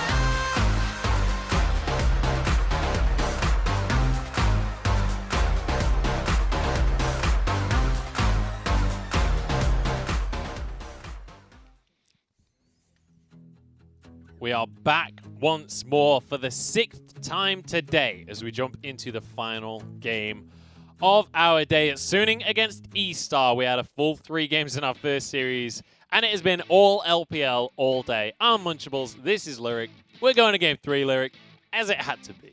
Yes, we are, and you know, who cares about being tired or having a long day when we have exciting LPL League of Legends Munchables? I'm not tired. I've had so much energy drink that I am bouncing off the That is actually walls. true. There is no he's a such stud. thing as tiredness in my dictionary right now. I am a little worried that I'm going to miss the last train home, but we'll wait and see. Fingers crossed they draft early game compositions. Pray for me, ladies and gentlemen. But let's talk about what on earth happened in game number 2. Fun is the MVP. I mean, obviously, he one-shot everyone. Yep. I don't know what else to say about that. You played Kassadin. We went late game. You also had a Taric, and which helps. Also, at some point, Suning just decided they didn't even want to compete for the victory. So all of those things mixed together added up to a fun MVP. And very fun MVP. Yeah. And here's where we actually saw Sword Art and Bin face checking into E-Star. So, you know, when you face check, it is a bit rough, but ultimately coming out ahead. Oh, wait, I got that wrong. It was Suning face checking. Oh, wait, no, I said that. Are you okay? I'm not okay. That was so long. It was. But this was the ultimate Elder Drake play where we see E-Star open with the Taric ultimate, walk in, and Suning gets scared, which I can understand, right? You could lose that team fight, but the fact that you're not even going to contest to get the smite on the dragon. They didn't lose the team fight. They didn't team fight. That was the problem. They just ran away. They would have lost the team fight most likely. I can agree with that, but if you give up the Elder, you're going to lose the team fight for sure. So yeah. And it was, I don't know what they expected. Like, if you're not going to go for the team fight, like, did they expect that E-Star was not going to contest? I don't think that was a very realistic possibility. I don't know. I don't want to keep flaming the teams. My guess is they thought, okay, well, you know, they're coming with Tark Ultimate. We can't actually fight them with this. We don't want to compete for Smite. Let's just back off and, you know, wait out Elder since we still have, you know, permanent Infernal Soul. But at the same time, SOFM did stay in the pit and did himself try to get the Smite. Just everyone else backed off. So I guess I'm wrong. I guess as Angel a team, kind of stuck around as well. Yeah. And then just was like, all right, see you later. he was guys. like I'm moral outta here." support, and then it was like, peace out, boys. And then I'm a recall in this bush. They're going to chase you. It's all good. See you later. Anyway, we're jumping into game 3 here. We're back on stage. And suddenly, Suning aren't giggling quite as much as they were in the draft of game. No, I'm wrong. Suning is still giggling. Munchables, you thought. Ah, dear. Well, maybe Suning are confident. It feels like Suning are pretty confident. Hey, Munchables. Earlier we talked about that Suning potentially sold their soul for the LGD win. And this could be payment. This could be payment, right? This could be payment. You beat a top team, you lose to a bottom team. That's how it works. You told me that the voodoo would last until the finals against Top Esports. I was guessing potentially. I expected today for this to happen, but, you know. Oh, you have been the prophet so far, the split. Although you're not winning in predictions anymore. It's because I gamble on teams like RNG. You guys have saved. Like, even this week, I'm gambling on FPX. You guys are betting on Top Esports. Yeah, that's because What Top a Esports boring are going to win. prediction. Dude, I've been betting on Top Esports since the start of spring. Since before they had Jackie Love, okay? And you were ridiculous at that point, but hey, I was right. Coming That's into all that draft, matters. we are seeing Suning going back to banning out kind of non-interactive champions. They're also now on the blue side. Fun set taken away. E-Star still going to show some respect towards Angel. Now I just wonder if they're going to ban out the Syndra once again. Aphelios is still up as well. So there's a few priorities. Also Nidalee, which has been banned a lot today, available. We'll see what E-Star are going to go for in the ban phase here. Neither of these junglers has played a single game of Nidalee this split, so it doesn't surprise me that much to see it just left alone. And with Aphelios open, SOFM still wants to prioritize his Grapes. Let's remember, Suning could have taken this last game, right? Suning were on red side.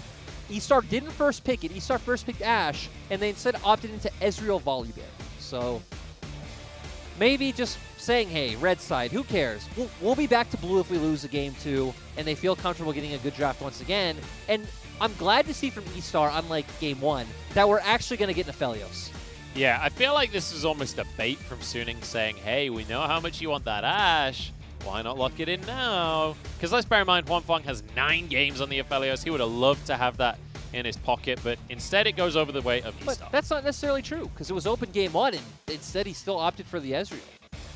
But still, I'm glad we're seeing it this time regardless, because it is still super strong. I don't understand why you wouldn't pick it up. And Wei going back towards that Lee Sin, which, you know, I know we have LCK watchers today. 60% win rate here in the LPL. Yeah. We don't do results-based analysis, but of course we do. That champion wins. And 72% for Leona. So if we're going by a results-based analysis, good game Suning. You've done it. 72%. This one's in the bag. That's obviously going for the same comp as game 1. Yeah, that's very true. Sword Art looked great on the Leona as well. I mean, let's be honest, game number 1, Suning just stomped E-Star, so why not go back to what worked, right? But E-Star obviously changed it up completely, right? Because E-Star were playing this Ashe Morgana, taking a bunch of plates in bot style of gameplay. This time, Xiaoxi on that Thresh, which is obviously by far his best champion, is going to have this consistent late game DPS in the Aphelios. And Wei once again on the Lee Sin, which despite losing game 1, he looked pretty good. And let's bear in mind, he's playing up against Sword Art. We talked about it right at the start of the day. This is the 2 LMS support. Sword Art literally trained Xiaoxi to be his own replacement back in the LMS. And we'll see with Xiaoxi having that signature champion for both of them. See what he can do in this game. But as we move towards the bans here, the Jack's been respected, taken away from Bin. That's what Bin did in game number 1, and he looked amazing on it. Well, and it's just good against both Volibear and Wukong. So 2 champions we do expect to see Xiaobai go towards, right? Going to be the Volibear, the Wukong, or the Mordekaiser. So obviously signaling they want. I'm going to guess that Volibear, because like I said, Xiaobai is spamming that in solo queue, but does leave the potential for a Wukong open as well. But we haven't really seen as much Wukong lately. No, we haven't seen any Wukong at all today, even in the bans, which is kind of crazy. Especially with these 2 top laners, like Xiaobai with 7 games of Wukong, Bin with 4 games of Wukong. It's really surprising that we don't see it. Did it get nerfed? I don't think it did. Nope. the Bear banned out. So now I still expect to see eStar go towards the top laner. Well, Okay, actually, with Ornn banned away, and Volibear banned away, and Jax banned away, and Jace banned away, like, maybe Wukong comes into the fold at that point, because we've lost a lot of top laners. I just said that like 2 minutes ago. Well, I'm saying it again. Thank you for reassuring me, though, because, you know, now I feel really confident. Yeah. You can always rely on me for the solid analysis, Lyric. I'll come to you for witty remarks and whatnot. Does Suning pick Orianna once again? Yes, is the answer. Let's... Analysis. Whoa. Oh, 65%. They've got a 70% pick. Oh, my God. The win rates are looking good. There is a Kassadin hover right now for eStar, which, after game 1, I wouldn't be surprised to see them just go for that anyway, but it's not the same matchup. They do not have the same potential with a Kassadin. They don't have a Taric. I really want to see where FunFun goes, because, okay, this is actually really surprising. Because this has not been the style of mid laner that eStar play through this split. They don't play through this like aggressive, skirmishing, assassin-based mid lane. Even Kassadin, sure it's an assassin, but it's clearly a scaling pick, right? LeBlanc is someone who wants to be more active on the map. I mean, let's just take a second and talk through the top picks for FunFun this split. You got Galio, you've got Set, Zoe, Karma, Twisted Fate, Rumble, all things that just want to shove the wave and get out of mid lane. Like, this is not the style of pick that we see out of FunFun. Yeah, but this game, once again, will just be about explosive team fights, right? Both teams want a team fight on both sides. Obviously, eStar is more mid-jungle oriented than probably into the bot lane, since you do have that Thresh. And for the side of Suning, there is obviously going to be more patience. You do have an Orianna, you have a Graves. Your only potential pressure point is in the top side with the Renekton. But it does feel like Suning, once again, similarly to game number 1, have a ton of potential to snowball this game. When you look at the power that they have in those lanes with things like the Orianna, things like the Renekton, heavy lane bullies that, if they can find an advantage, will really run away with things. Yeah, but still, they are definitely on the more scaling side. The Renekton is going to be a big pressure point that they could play through, and it'd be interesting for them to play through as well, right? Because we actually don't see... We see some games where Suning dedicate a lot of resources towards top, but I'd say mostly it is towards the mid and bot lane for Suning. So game number 1 of this series, we saw Wei on the Lee Sin, and he looked damn good. He was easily the best player on eStar in the first game of the series. And now with a very similar draft, I'm expecting Wei to step up once more. In this matchup against SOFM, the Graves versus the Lee Sin is what you guys at home have got to keep your eyes on.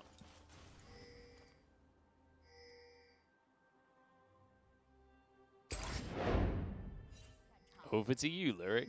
I was enjoying the sounds of getting onto Summoner's Rift, but now brings back memories of yesterday when I played. It brings back memories of, you know, Season 3 NALCS, but... Does it? No, it actually doesn't. Which game specifically? Was that when Renegades lost to the Herald and bot lane tower? That was not Season 3, but... I don't know what season that was. But Suning actually favored pretty much at all points in this game, which is pretty surprising to me. According to the Colonel, at least. Yeah. I mean, overall, I would say I like Suning's composition more. I really like the AoE damage we have coming out from the Graves and Orianna. I mean, even the Renekton, right? So pretty much in these clumped up 5v5s, I feel really good for the side of Suning. Sure, I guess you have a similar thing in the vein of where Wukong jumps in, uses a Cyclone. FunFun tries to dive in as well, then Wink throws a very good Moonlight Vigil, but Suning definitely has more burst coming out of their composition as well as, you know, a really strong front line in the Leon and the Renekton. And Wink, once again, being this player who goes for the lethal tempo of Aphelios. It's really the only one That's I a bit see. of a weird one. Exactly. I don't think we see anyone else do it here in the LPL. We saw him do it the other day as well. Did we? I missed that, I think. Then he lost on it, and then we saw the other team pick it and go Conquer, which I don't... Which is the rune that everyone goes. Exactly. I would assume Conquer is more DPS, and obviously just the healing it adds as well. I feel like it would be an all-around better rune. I guess you do go for 2 Zeal items. So the lethal tempo does get a lot of value in terms of the attack speed it offers. With the right weapons, it can be effective. The key thing, though, is your Crescendum is not affected by attack speed, which is often the best DPS weapon for Aphelios. So I don't know if tempo is really worth it when that's ultimately the weapon that you want to be using during the team fights. And tempo is a rune that you run for team fights. So I'm going to guess most pros agree with you since we don't really see it all too often. But I guess there is an argument to be made that at least it kind of shores up the weakness of, hey, I'm team fighting and I don't have the right weapons. At least I still do damage. And during early trades. Exactly. I was going to say it's at least a lot more useful, obviously, in the laning phase, since you don't have to stack it up like Conqueror. It's going to take time for you to get there. Just going to get that immediate benefit out of the attack speed. Xiaobai is not going to have a fun time in this lineup in the top lane, though, because we've seen the battle of the zoo up in the top lane, the monkey against the croc. It is very croc-favored, as you'd expect. Monkeys and crocodiles, every time they fight on the Nature Channel, it always goes the way of the croc. Is that true? I mean, I guess if it's a small monkey, I mean, but think about it, right? Even a big monkey. I guess gorilla versus alligator would be pretty cool to watch. I feel like gorilla is, yeah. But if it's like... Ooh, okay, gorilla versus alligator, keep going. So, like, here's the thing, right? I feel like if the gorilla is coming at it from the side, Wei's going in the bot lane. Huangfeng's in trouble here. Has to use the heal. Wei gets out of there. So the gorilla, if he comes in from the side, yeah, like, if he can grab and pick up the croc, he's going to obviously win. But crocodiles, apparently... super fast. The jaw, when it's closing, is like one of the strongest muscles of any animal in the world. But if you can hold the jaw closed, like the muscle to open the jaw again is really weak. Oh, wow. So I didn't know that. It depends on the first bite. And if they're in water, we all know about alligator death rolls. It would depend, because alligators are extremely fast, so if it can get that bite down, maybe it wins. But I guess if the gorilla is prepared, if it can anticipate the alligator's weak conditions, then it comes out ahead. It really, I mean, a lot of it will come down to the draft, right? Yeah, like, of course. Depends where they've spec'd their points as they grew up in the animal kingdom. Speaking of the animal kingdom, we're in the jungle right now. And SRFM wants to be the king of the jungle, but Wei wants to contest for that title right now. SRFM forced to flash. I just love how decisive Xiaoxi is with these plays. Just flashing into the brush, throwing out the hook right away. Not even a second of hesitation. He was taught by the best. That's what you expect out of him. True. I mean, ultimately, like, memes aside, Xiaoxi, literally, the reason that people are hyped on him was the Thresh and the Blitzcrank. Those are the picks that really made his name back in Spring. He was the best support in Spring. Like, he was the best player on his team by far. Sure, Krine was very good as well. I'd say Krine was that other counterpart, but... Xiaobai is in trouble here. Ruthless Predator. Bin has flash. He's going to go for the dive and the solo kill. The Croc wins the fight. Yep, and Bin coming in, getting this Renekton, looking extremely strong, and just showing us why you opt into this matchup. And we talked about if the alligator has the speed, he gets the first bite. That's exactly what we saw. Bringing down the monkey. It wasn't even in the jungle. Yep, you guys do not need to watch any, Animal Channel Turn type off things. Planet Earth. Exactly. Focus on the LPL. Me and Munchables are here to guide you on this animal journey. I mean, that's really the only animals on Summoner's Rift right now, but... Is there any famous American nature people? I can be David Attenborough. Do you have a comparable... Animal nature people. I don't know what they're called. I don't feel know. like I'm maybe not qualified for this. I don't either. I know none. I feel like the only the only animal person that was even ever famous in the United States was obviously Steve Irwin. But I was gonna say, but by the fact of how popular he is, can we claim him for ourselves? Crocodile Dundee. Is he popular in Australia? That's my question. Yes. I'm just saying because Wilfred, the TV show, came from Australia, and every Australian I've met hates that show, but I love it. I mean, that's kind of a different topic entirely. No, it's not. The topic is, do Australians like products coming out from Australia? Steve Irwin is a goddamn national treasure to Australia. I don't know if you've ever seen Australians talking about Steve Irwin. They talk about the guy like he is their own father. Like, I think you're seriously underestimating how important to Australia Steve Irwin was. I've never talked to hysterics about Steve Irwin, so... I guarantee he'll back me up on this. All right. Let's reset here. Let's talk about the real jungle. And I'm not talking about the real jungle. I'm talking about the real League of Legends jungle. SOFM stealing away a red buff. In the meantime, Wei is maybe looking for a dive. Well, exactly. So both teams just playing around their strong sides right now. And I'm actually really surprised how many turret plates. I guess Wei has been down here the whole time. Oh, Fun actually getting a pretty good trade. Which, again, this is not a champion we'd associate with him. Muchos, we're just moving all over the map. We really are. There's a lot going on. Despite the lack of kills, it feels like kind of a weird one here.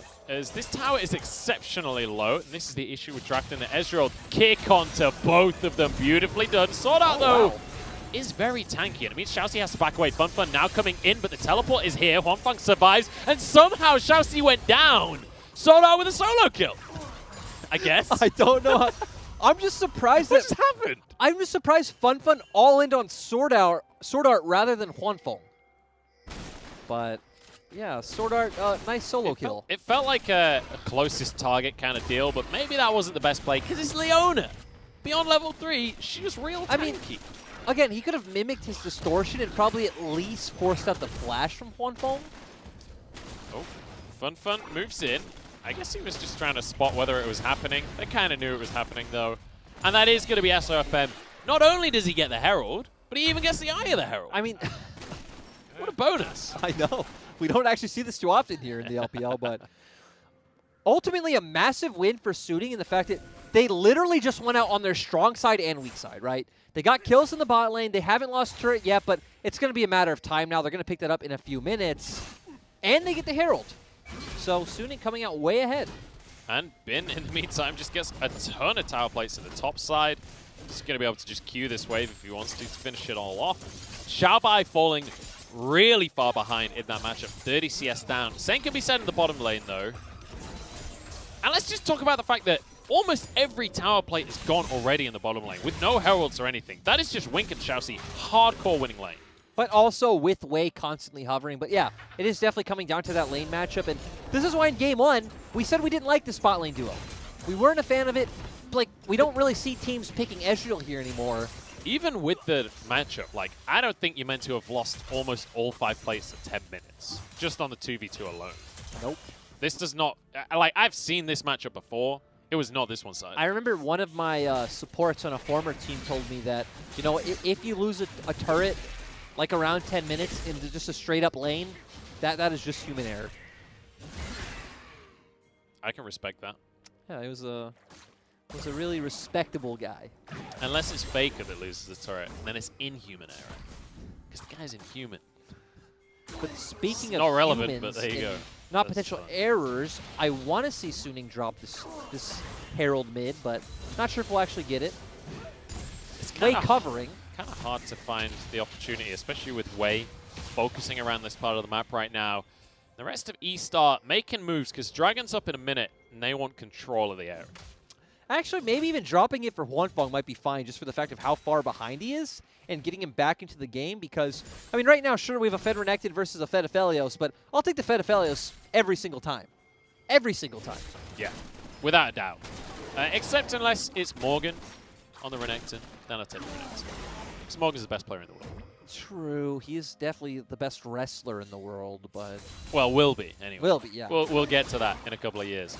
But one thing I will say is, when it comes to trying to drop a Herald in the bottom lane, okay, they are just going to go for the mid lane in the end.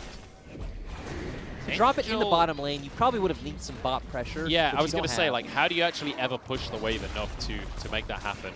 They're just going to give it over to Angel, gets himself a bit of gold, which you're perfectly happy with. Orianna is going to scale exceptionally well. And Bin actually is rotated over. He obviously had priority in the top side, so Suning should be able to take this Dragon uncontested. Xiaobai still doesn't have TP up, but it looks like it should be up in the next, like, 20 seconds. Oh, they're just going to give it up. Suning have been well and truly in charge of the Dragons this series. Like, game number 1, they just had the lead the whole time. Game number 2, E-Star was just not interested in any way. Yep. Game number 3, E-Star got the first Dragon, but Suning now just wander on in, no contest whatsoever from E-Star. I'm kind of surprised they didn't contest. They've controlled bot lane the entire game, but they moved their top laners, they moved their bot laners up to the top side of the map instead. Yep, and it makes sense, right? E-Star are the ones who kind of control the lane assignment. Since they were able to take that bot lane turret, they're going to send their bot lane up top, and Suning have to do so in response as well, so they don't end up losing out on too much. Also trying to, you know, extend the game to a point to where they outscale. If you do just end up trading sides in this situation, you're both just accelerating the state of the game, which Suning definitely don't want to do, right? Suning want that time to get that Orianna up to be big and strong. Same with the Graves and the Ezreal. And hopefully find a combo like they did in Game 1 where, you know, you land a great Shockwave into a great ultimate from SOFM and suddenly, like, 3 members of E-Stars are just gone. We'll see if Suning will ever find that opportunity, because right now it definitely feels E-Star favored. Not necessarily in terms of a specific lead in terms of the overall gold. As you can see, we're pretty much even right now, but it's where that gold is going. The fact that they have so much gold on an Aphelios right now, the fact that Huanfeng has been struggling so much, it kind of surprises me, honestly, that Suning prioritized this lane matchup, especially when the Ashe was available. Like, they have played a ton of Ashe in the past, and it's worked wonderfully. I mean, again, they've prioritized Ezreal now over Aphelios in one game and Ashe in another, so... Yeah, definitely interesting to see. The good thing for Suning is the fact that Renekton will be able to constantly clear out the wave and at least rotate first. So that's a way they can at least try to, not necessarily push an advantage, but at least make sure they don't lose out on the top side of the map. Well, the Herald is going to come up shortly, and Suning are well aware of that fact. In fact, Herald's not even up shortly. It is now. Now it's going to be up shortly. We've got a hook, though, going onto Sword Art. He's got himself a stopwatch, so he keeps himself safe, and he is damn tanky, but in comes Xiaobai with a knockup. Sword Art somehow survived all of that, and now Bin's coming in from the backside, collateral damage onto everyone. Huanfeng is alone, but he's okay. He's Ezreal. Xiaoxi goes down, shockwave onto everyone. What a fight out of Suning, and now underneath the tower they go. Fun barely gets away with his life. And one AoE combo is all it took, Munch. That's what we were talking about. Can they get in there? Renekton Dominus, Slice and Dice in, Orianna Ultimate with the collateral damage coming out from SOFM. They do. Suddenly members of E-Star just disappear off your screens. That is beautiful from the side of Suning. And this is the kind of team fighting that you want to see an Orianna in, because when they group up like that and you get a Shockwave, it just feels so good. At first, it started to look so good for E-Star for the fact that, look at Huanfeng, he's almost out of mana. Xiaobai gets in there with the Cyclone.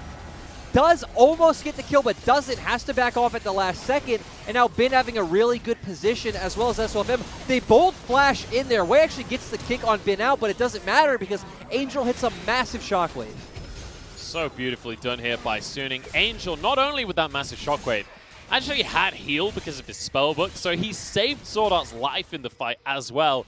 Then turns around and gets a huge shockwave, pretty much single-handedly winning that fight for his team. And Huanfeng, great positioning as well, trying to bait them in, but managing to survive on the fight, Eing out as well. I feel like baiting them in is kind of like a generous use of language here. I mean, Huanfeng, look juicy.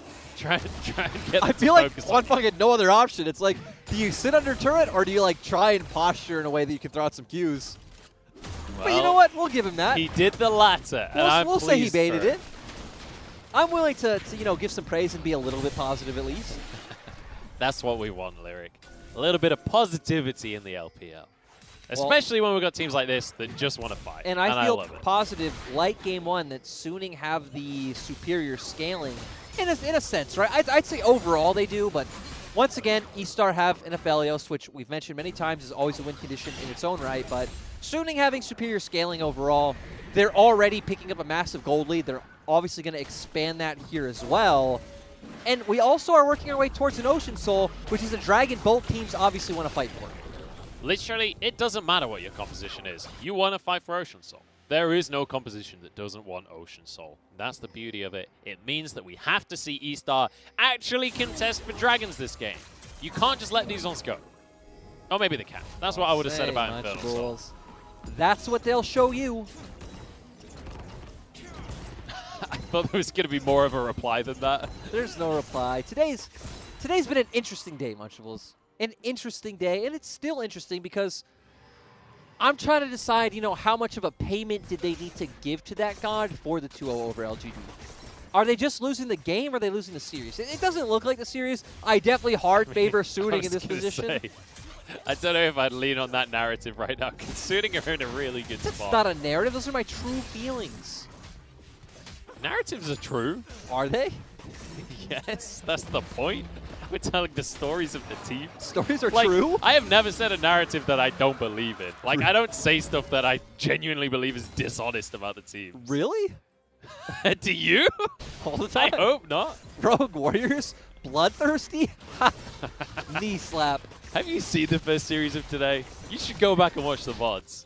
If you missed the first series of the day, by the way, guys. Wait. It was nuts. We need to slow down because for some reason, we need to speed up. E-Star just got a free turret as we rambled on about nothing. Yeah, that's true. E-Star did just get themselves a tier 2 in the top lane. In the meantime, Bin and Sword Art desperately try to hammer away at this tower. Hey, on the upside, Bin Belt have played of the Rune King. Rejoice, Yes, he did. So he is going to be extremely strong in that isolated 1v1. Going to give him some and he's going to scale well into the game. Exactly. Going to give him. I remember what you told me about bits this. Of scaling into his kit as well, but still, this is why you can't just start rambling about nonsense because we missed how Suning utterly messed up.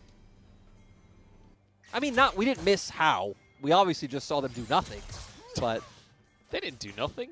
They got themselves a tier 1 and traded it for a tier 2. There we go. Which technically isn't nothing. Is it good? No, but hey, it wasn't nothing. That's true. And you know what? With some of the trades I've seen today, I'm happy to take that. I agree, right? That is definitely not the worst trade we've seen today. Definitely not the worst macro trade we've seen overall in the LPL. That's like the normal Wednesday here. What a great accolade. Yeah. This wasn't the worst macro trade I've ever seen in the LPL. Good job, Suning. It's like a typical Wednesday play here. The lyric endorsement of "You aren't the worst thing I've ever seen." Fun's on LeBlanc, and we've seen LeBlanc consistently get away in this series. Sword Art gets to hover on the distortion, though. The rest of E-Star are here. We're going to have a team fight on our hands. Fun jumps past Sword Art. Oh, wow. He's going to flash. He's not done just yet. Shockwave. They can't get the CC to connect, and now it's Sword Art that's going to go down. Great answer here from E-Star. But is it a great answer from E-Star, or is it like, Suning, why did you just commit? Now, like, I'm fine with Leona going in. Just let me be positive. Why commit the Shockwave? It was a great answer from E-Star. If the Shockwave went the other way, maybe Suning can It was an answer, and it got them a kill. I agree. We take that. The monkey is better than the croc after all, even though he had even though he nothing did to nothing. do with it.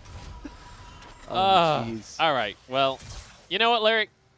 If you're not going to be positive, tell me the worst thing about this game so far. I feel like negative. I'm a positive guy, Lyric. You know, Munchables, I don't spin false narratives. Okay. I only speak the truth. Tell me the truth. When there isn't anything negative happening, I can't say negatives because right now, we're farming. So it was a positive thing from E-Star. They getting did find blue a really buffs. good answer. Exactly. We're farming Gromps. We're pushing waves. We're true. probably going to lay down some vision. A dragon's coming up in 1 minute and 45 seconds. This is League of Legends. That's pretty exciting. Yes, it is. You could see them fighting. E-Star looking for a pick on the bot side, but Bin's not falling for it, which means they have full pressure top. But guess what? No one from E-Star is on the top side of the map either, so SOFM and Angel aren't going to find a pick. But they could find themselves a tier 2 if Angel keeps on pushing. Wei has been spotted on this bottom side by Bin. Dominus available, so there's no universe in which E-Star can dive him. And Drake's not up for another minute, so it doesn't matter that Suning's on the top side of the map. I don't understand your tone for that. I'm like setting up for a team fight that's not going to happen. Well, nothing. Oh. Something. Oh. Hang on. Fun. Wei's gone in. Oh! It was so close to beautiful. That could have been amazing. I mean, it could have been, but honestly, it wasn't going to be. He had E, he had Flash, he has Heal. Still, I like that he went for the play. It was exciting. I've seen bigger misplays. I've seen Ezreals get caught out. I've been the Ezreal that gets caught out in that situation. But you know what? I'll give him it. Honfeng is slightly better than I am. Look, Munchables, we're getting to a point where Dragon's up in 30 seconds. We're getting some resets out of both teams. E-Star are going to be up on the map first, so they're going to be able to set up some vision. And now we're finally going to get some sort of team fight. Looking at the items, I'd probably still favor the side of Suning.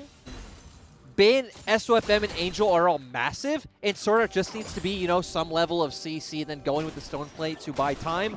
For the side of E-Star, we need to see, I'd say, a massive Cyclone into Moonlight Vigil from Wink, and Fun pressuring on the flank. We'll see if Fun can find anything on this LeBlanc. And, let's just talk power spikes for a second here, because we've got 2 items coming through for a lot of these carries. Fun already trying to set up for this pick here.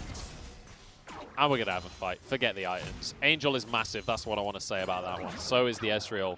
But Funfun, if he's in the right spot, if someone walks into him, if Huanfeng steps out of place, he's going to be able to find himself a kill. Huanfeng has to be really careful. But the Drake is going to be going the way of SOFM here. Suning get this one with no contest. Huanfeng knew he was there. Why are you going into him? You don't win that 1v1. True shot barrage across the team, or across the one player. And Funfun now reunites with his squad. They trade Soul Point for a tier 1. Numerous things don't make sense, Munchables. First of all, E-Star just clearly don't like dragons. They just aren't a fan of dragons. We've learned that this series. They don't want to fight, and at the same time, like you said, no idea why Huanfeng E'd into He was like, Funfun. somebody's in here. It's like, who is it going to be? Who else on their team? Like, maybe he thought it was Xiaobai in there? I mean, still don't think you win that 1v1. Oh, no, they know it's not Xiaobai because Xiaobai's pushing the top lane. They see him on the map. But, why? I don't know. Okay. He must have thought no one was there, and he was queuing to stack the Muramana that's already stacked. It's the only explanation. I mean, maybe I am a better Ezreal than one. Oh, God. Hey, Don't say that. You better watch out. My Ezreal's pretty good. You got that comment. Hang on. Xiaoxi's in trouble. Solar Flare comes down, and he has a stopwatch. Keeps him alive from the collateral damage, but one more shot finishes it off. SOFM grabs the kill. Trying to trade some damage back, and here's Aphelios. So in the meantime, what? Huanfeng once again gets caught. He would have had his summoners had he not face-checked Fen a couple of minutes ago. And at the same time, Suning used 3 ultimates to kill Xiaoxi. 3! So a lot of things are down on the side of Suning, and now they just need to back off. E-Star actually can't find anything, though. Yeah, there's not really much that they can do. They have Aphelios. Baron is here. It got nerfed slightly, but realistically, I don't think it makes that much difference. I'm actually surprised they don't just want to go for it, right? Like, you have a chance to force a fight that can go in your favor. I guess Swink doesn't have Moonlight Vigil, but still you have Cyclone up. Funfun has everything as well. Wei has everything. He does have a 3k gold lead, which I'd say is probably worth more than a Moonlight Vigil. Yes, I agree. So, feels like E-Star not making the Rogue Warriors play is a bit of a mistake. I'm going to call that it now. Baiting Baron like a normal team is the Rogue Warriors. Here we go. We've got an engaged Shockwave onto only one player. Xiaoxi walks away with his life somehow here. And in the meantime, the rest of his team might not survive. Xiaobai does answer for one, though, and in comes Funfun as well. E-Star are desperately trying to win this one out, but the Solar Flare onto Xiaobai. Oh, but he flashes! Somehow gets away with it. The Warrior Trickster himself, and it's a 1-for-1. Yeah, that was actually really impressive. Great flank overall from Xiaobai. I'm surprised E-Star didn't just win outright, but at the same time, those mechanics on point at the very end. This is a weird game, honestly, because we're seeing some really high-level stuff and some really terrible stuff at the same time. So E-Star go in, and E-Star here first, because bear in mind, Bin is on the bottom half of the map. They go in great flank. Huanfeng going in. Xiaobai able to clean off Angel. Funfun trying to commit, but doesn't want to stay because Bin is massive right now. Great ultimate coming out from Sorta as well as Huanfeng, and that flash is literally at the perfect time. That was reactions and a half from Xiaobai. And now, in a minute and 40, we've got another Ocean Drake. And this one, E-Star cannot ignore. Although I said that about the Infernal Soul, and they still won game 2, but I feel like E-Star have to fight for this. Yes, they do, and I like that Suning are already kind of prepping their side waves for this play. We see Angel pushing out now, and their bot lane already has a slow push going on. They're going to be able to start to rotate over. You'd expect that they'll probably have to answer another wave top before they commit to this dragon. Then get some resets off, come on the map, lay vision down. And I still favor Suning for the side of team fights. Hang on, we've got a team fight right now. SOFM. That was not a team fight. That was not a team fight, Munchables. I thought maybe there would be an answer, but now it's Sword Art that's been caught out as well. He is on the Leona. He's the tankiest member, and will get out with his life. The Solar Flare is frankly terrible. Now he's hooked by his own student. Xiaoxi takes on the Master. And overall, it just started with SOFM getting caught in transition. I'm not sure if he was making his way down towards Dragon or trying to check River for vision. Is this really how E-Star wins the series? Yes, yes it is. That is really... Hey, we still have Shockwave on Angel as well as Bin who can jump in with Dominus and set up for it, but they actually don't want it. This is kind of disastrous for Suning. The recalls come through from E-Star. Maybe Suning can just rush this dragon and find themselves an Ocean Soul. That would be certainly a way to find an advantage. I feel like that's extremely... Heck, the members of E-Star are actually going to get here before even SOFM does. It'll be close, that's for sure. Bin has the Dominus available. Ults are available right now for Suning, but they don't have all 5 members here just yet. I feel like this team fight is going to make or break this game. Bin is going to start the fight, but needs to be very careful. He sees alone. True Shot Barrage across the squad here. Suning are not going to let this go without a fight. In they go, but actually, yes they are. Goes the way of E-Star. Suning back off. It's fun. Why are you face-checking the LeBlanc? You had a ward on him. Oh, God. We've seen it time and time again from Hwanfeng this game.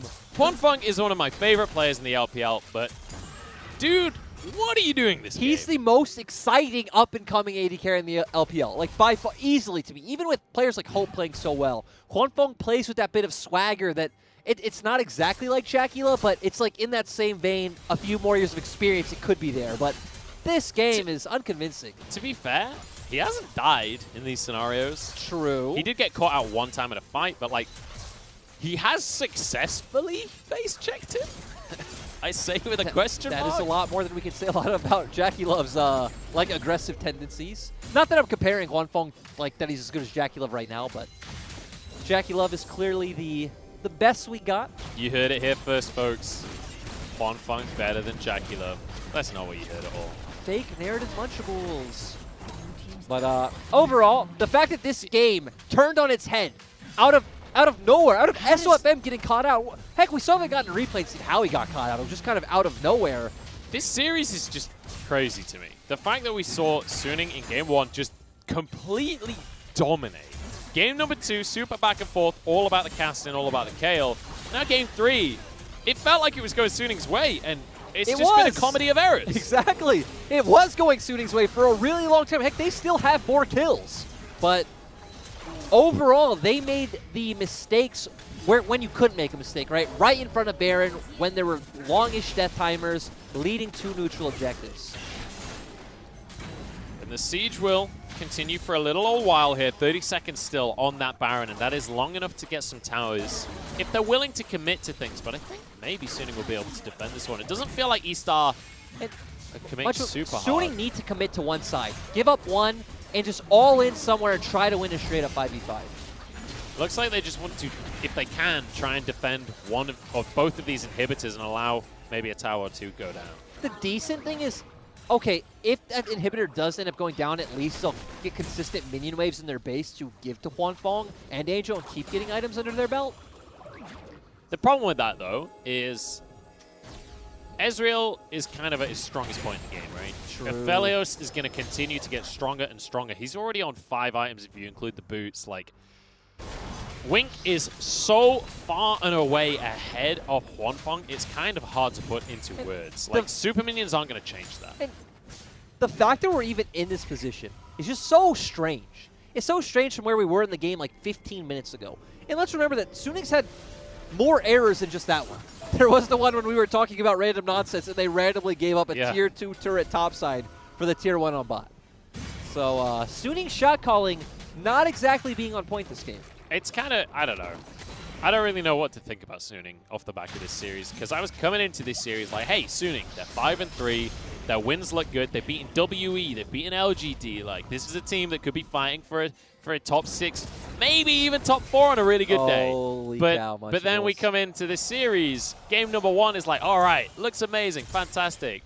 Game number 2, all right, things start to fall apart. Game number 3, I don't know what's happening anymore. Like I said, this is why Suning is a question mark to me, because Suning are the stereotypical, like, can beat anyone, can lose to anyone team in the LPL. And E-Star feeling good. If you're an E-Star fan at home, despite the roster changes, despite the poor start to this split, like, fair play to you, because a lot of people jumped on the E-Star hype wagon at the start of spring, jumped off immediately as soon as they started losing.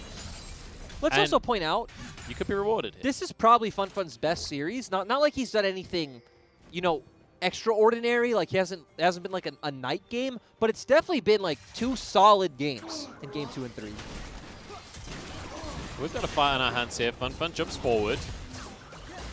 And you're absolutely right. Fun has easily been the standout on the side of E-Star. Wink looking good on this Aphelios, but, you know. I feel like Wei's had a pretty good series overall. His game 1 was awesome. Yep. His game 2 wasn't exactly his fault. Hey, Suning, you don't have a turret in the mid lane. You do not get to contest this. Last year inhibitor gone, but the dragon that's up in 10 seconds would be soul for Suning.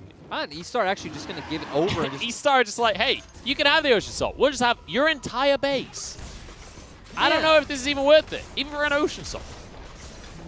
Yeah, this is going to be a questionable one. And so once again, I mean, we're at the point in this game, right, that everything's just going to come down to one massive team fight. That's where all the cards are going to be kind of dealt, and we're going to see who comes out on top. Or, with 2 inhibs down, this could come down to E-Star just looking at Suning and not doing a team fight, while the super minions destroy the entire base. You're right. They could just go, they could take this Baron, go bot lane, siege with Baron buff, and force Suning into an uncomfortable position where they choose between the base and their bot. Just cackle maniacally. That is an option for them. Cackling maniacally is always a strong play. Munchables, today your analysis has been on point. Thank you. Though it always is, the viewers just aren't lucky enough to hear it as I am.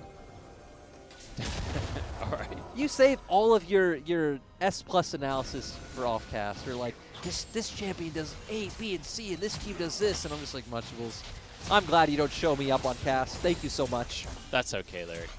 I'm not entirely sure what you're talking about, but you know what? A compliment's a compliment, and I'll take it, damn it.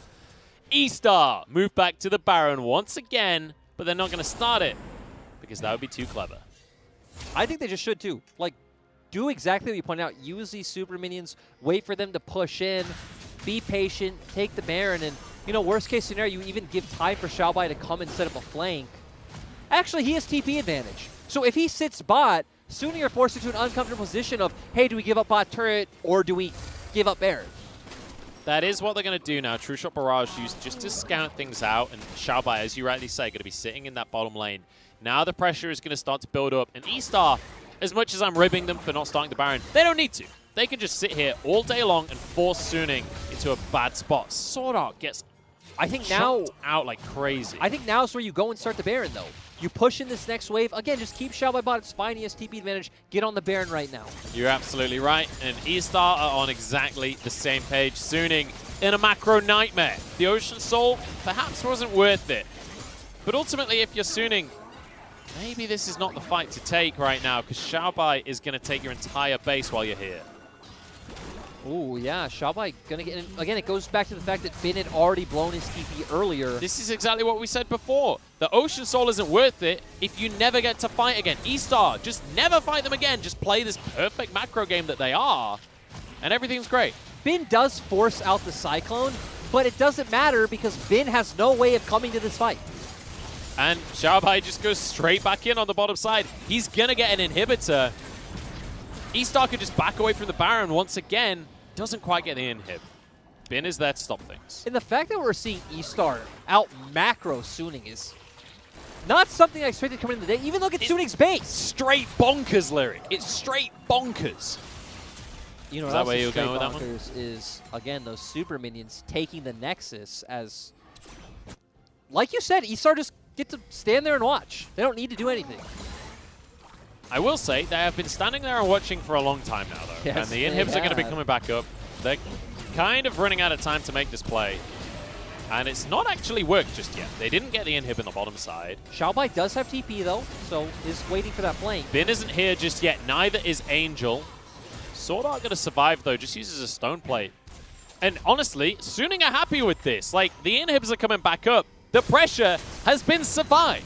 Yeah, I don't understand why E-Star is so afraid of pulling the trigger, but ultimately Xiaobai didn't have Cyclone, so maybe not wanting to overcommit to that flank, but at the same time, Bin wasn't there. I also feel like E-Star could have been more aggressive with starting the Baron like even earlier and just trying to commit more to Suning come in. Of course, they do have the poke coming out from Huanfeng, so it's not that simple, but... You know, did you see the clip on Reddit of Freak talking about CLG just like not doing anything? That's kind of how I feel a little bit about E-Star. This Although, is not the same. It's not the same because at least they are going for it now. But they get spotted, so they back away. Is this not the same? Because it feels kind of the same. It feels like E-Star need to actually pull the trigger on something. And they kind of pressured a bit and then just backed away. We're also on a full build of Felios, actually. We haven't pointed out. He does have his 6th item. So yeah. He's big. Yeah. He's real big. And he's 1-1-1 in these 6 items. That just shows how little has happened this game. Since the last time we checked on the items, by the way, Huanfeng has gained 2 tier 2 items. He's essentially gained components. I mean, he's like literally gained components. Those are literally components. Tier 2s, they count as items, I think. Just not very good items. Okay. Xiaobai's been found. Bit of damage out of Bin here, but, you know. Ultimately, Xiaobai not willing to take that one. He knows the croc beats the monkey. Right. This is going to come down That's to the rules of nature. Are we going to see Suning get this big AoE play like we saw topside, right, where you hit the Graves ult with the Orianna Shockwave as well as Renekton going in with the Dominus? Or are we going to get to see another Aphelios moment where a bunch of champions run forward at him, he has the perfect guns, gets the perfect Moonlight Vigil, and, you know, it's all in a day's work. So it's Wink for the side of E-Star and a big, massive team combo on the side of Suning. I want to see both. It's kind of Why funny. not both? You know what's actually kind of funny? At the same time. Like, me saying that sentence, the fact that Aphelios is the equivalent of a massive AoE wombo combo from numerous champions. I feel like quite a lot of times I've been a bit of an apologetic? A bit of a... Aphelios apologist? That's what I'm trying to say. And I've compared his ult to things like the Orianna Shockwave, for example. But even with Orianna in this game, I still feel like Aphelios has the advantage here. Elder Drake is on the map. Ooh, now we have fun. to see the fight. This is what's going to decide the game, probably. Funfun already got Sword Art low. Sword Art is low. Still has his Stone Plate, though, so certainly has the opportunity to go God. in and make things happen. It's game 2, Munchables. It's game 2. It's game 2 all over again. Funfun trying to get onto SOFM, but with a shield there. Huanfeng jumps into the brush once more. This time it's on Xiaobai, and the commit to the top lane. SOFM in the pit as well. But Xiaobai taken by the solar flare. Didn't wear his sunglasses, and he pays the price. Xiaoxi barely surviving, but Suning are onto the dragon. They're just trying to get this Elder buff for themselves now, but they know that Wei is still nearby. They've got to pull it out of the pit. In goes Bin to try and get onto the jungler, but E-Star took the dragon. That could turn around this fight. Wink still surviving. Keep your eyes on the Aphelios as Funfun running distraction in the backline, but SOFM, he wants himself a 1v1. Funfun desperately trying to get away, but there isn't a way out. Shotgun to the face. Still, this game is so insane. E-Star doing what Suning did last game in front of the dragon, just staring at Suning, waiting for something to happen. They do still get Elder on... Oh, I guess they have Elder on everyone, but yeah, they still have Elder, but can Suning just end? I don't know. I guess we're going to find out. And hey, if you're going to have Elder on just one player, Aphelios is the guy. This is still possible in my eyes. Suning battling down the mid lane, and this is their chance to win it all. But Xiaoxi back alive, Xiaobai back alive. With Funfun on the Death Realm, they've decided that's not enough to push the advantage. And it keeps going, ladies and gentlemen. Maybe Suning will be able to secure this Baron, you would expect. I would hope so. 15 seconds, but... I would really, really hope so, because I'm pretty sure they can burst this before anyone arrives. Wei on the scene. Moonlight Vigil not quite available just yet. Wei could look for a steal, but I think this is going to go the way of Suning. We could still have a fight, though. This would be 4v5, but Funfun has TP. Here we go. Sword Art's in a little bit of trouble here as Angel tries to get away on this Orianna. It is just Sword Art going down. Wei now trying to find a route into the fight, but they back away in the end. Suning survived, but 40 seconds on the support. Still, Suning do have super minions pushing down mid, so he's going to have to clear that before they can start potentially taking some inhibitors. You would still expect them to have time to potentially, heck, they can maybe get all 3, but... It's important to mention that with Aphelios having the Elder buff, that is essentially just Elder buff for E-Star. Yeah, it's Elder on Wei and Wink, so... But Wink can hit basically everyone in the fight with the Hurricane, so they can still just proc that during this fight. It's 4v5 right now. E-Star win if they fight right this second. Angel blocks a lot of that damage. Sword Art up in 2 seconds' time. E-Star desperate to get on the inhibitor, but they're not going to be able to do it. Suning, 4v5 somehow defend. Munchables, I just feel like we're not going to get any massive team fight anytime soon. Every time it looks like we are, you know what? Both teams are just too hesitant. There was no other way this day could end, was there, Lyric? No. This is a full 6-game day. This Suning is as are pushing LPL the base, as it though. comes. Suning are pushing the base. We're getting something. They're going to try and force the issue. There's a minion wave in the top side. I don't know what that True Shot Barrage was, but hey. An ult is an ult is an ult is an ult, I guess. And now Suning move up to the top side. They've still got Baron to work with. Elder has fallen off the members of E-Star. Yep, Wei and Wink do not have that anymore, so now it's up to Suning to please go in. Please, Suning. I'm just waiting for it. Give us a team fight. I'm so excited for this potential team fight that could happen at any moment. Once again, if Xiaobai can get in, hit a really good cycle and on, say the 3 members that are right in front of him, layer that with the Moonlight Vigil. We've now seen kind of a role reversal, though, where it's going to be Suning that get themselves 2 inhibitors. So that map pressure is on their side. Xiaoxi flashes for a hook that doesn't hit. And now Suning are going to recall. Let's go. All right. Well, hey, at least this was clean play. Like, this was correct from Suning. Right? They did a good macro play. We've been pretty harsh to both these teams this series, but that was good. You're right. Now they just go bot, and they do exactly what E-Star did to them before, and we see what happens. Like, I, too, really wanted a team fight there, Lyric. I am also disappointed we didn't get a big 5v5, but you know what? I'm also a proponent for good macro. That's what we just saw. Munchables, I'm not disappointed at the lack of a fight. I'm extremely happy at Suning clearing out jungle camps and moving bot to use their super minions on the opposite side of the map. Clearing out the wolves while full build. Exactly. I'm ecstatic about that. It's good. It's real good. But hey, how often do you get to see a game where pretty much everyone in the game gets to 6 items? Not that often. How often do you get to see a full build Orianna, Ezreal Graves against a full build Felios? Which one will come out on top? Hey, you will find out soon. We could see the tempo get real value now. Exactly. We are highlighting lethal tempo once again. Obviously, also as Gathering Storm, so... Like, if Wink can have his Infernum and, like, a Calibrum or something, he can go insane. Nothing quite going to land there. Is collateral damage used by SOFM? He does have the Infernum up. Also looks like he has the Crescendum. There we go. You're correct. Good job. The white one. Let's just take a moment here to explain what on earth is going on right now, because Suning obviously backing away a little bit, but it's because they have the inhibitors in the top and the mid lane. They've got to wait for the pressure of the minions here. A good thing for Suning, too, is that top wave will probably hit the Nexus about the same time as Elder spawning.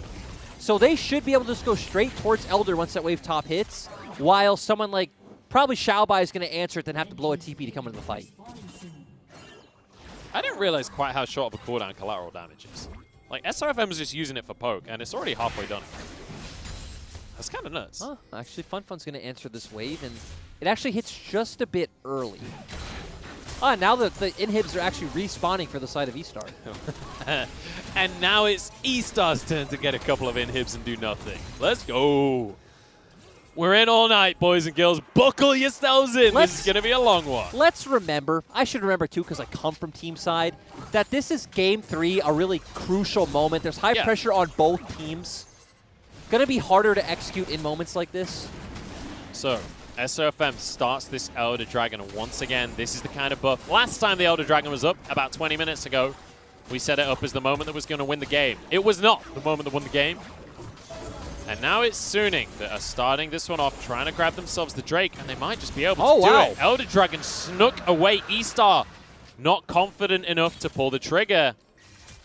And that could be disaster for them.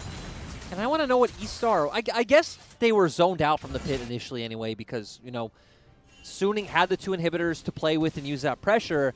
Going to give it up and try to buy time, but at least now we know this is the time where Suning are going to push down mid and look for a team fight to end this game. Yes, they are, Munchables. No. What they're going to do is they're going to go to Baron that's up in 15 seconds. And they're going to spend a bunch of time there. They're going to start it, then back away. Then they're going to start it again. And then Elder buff is going to drop off. And then they're going to commit to Baron. Then E-Star will contest. We'll have a big 5v5. And who knows who wins? We'll flip a coin. And that'll be the winner of the series. I'm just saying, if this happens, it is confirmed that you choose these results. Confirmed.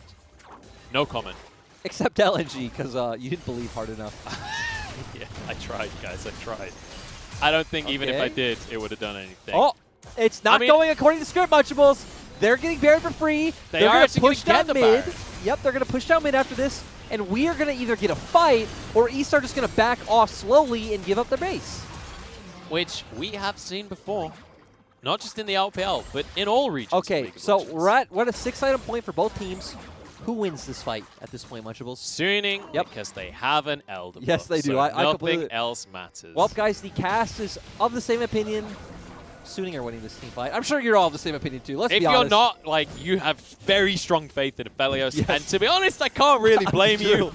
Like, it's still very possible. Well, let's just wait and see, shall we? As now the push begins into the mid lane. Easy inhib. They don't have any minions in the bot lane, but honestly, I don't think they need inhibs. They just need to end the game. Yeah, they're going to push for that end. We're going to get a team fight. Or are we? Shoutzy's going to look for a hook. Way's got a kick on a Renekton, but Let's that's go. not the best target. Here we go. Dominus going to be used by Bin, but good by Shoutzy. He's gone.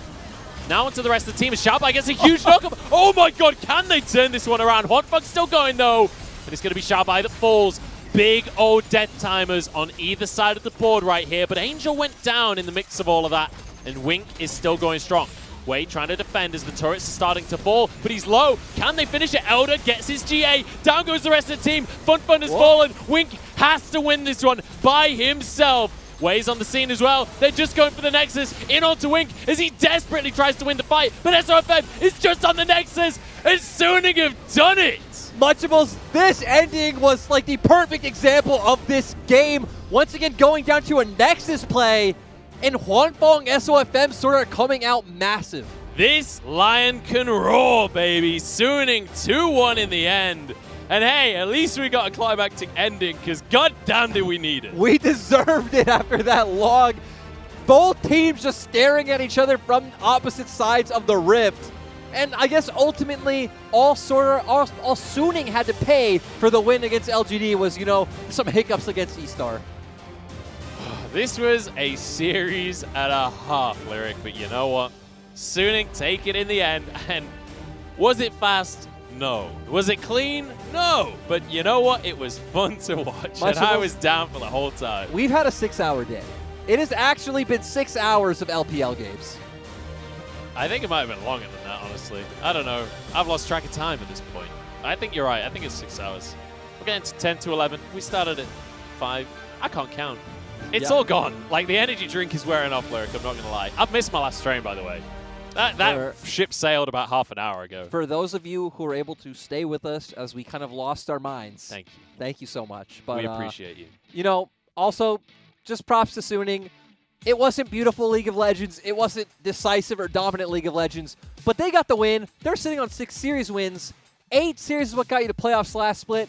And at the end of the day, that's all you care about is the side.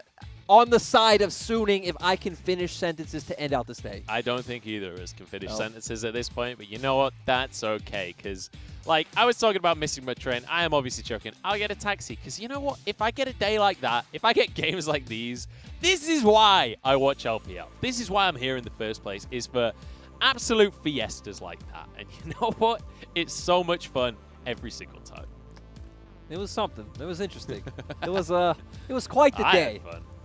Did you not have fun? Did you not enjoy this menagerie of gameplay we got to witness? I had fun, but it was like constant, endless fun where you just start to you laugh maniacally. You're going crazy. You're like, please stop. The fun just doesn't stop. It's like being tickled to death. Yeah, pretty much. Like, it's kind of funny for about 20 seconds, and then it gets real scary. You're like on an endless roller coaster ride with like a bunch of really creepy clouds and tickling, and it's just as scary as it is. You forgot to put on your seatbelt, and now it's like you don't want to let go of the handles to put it on.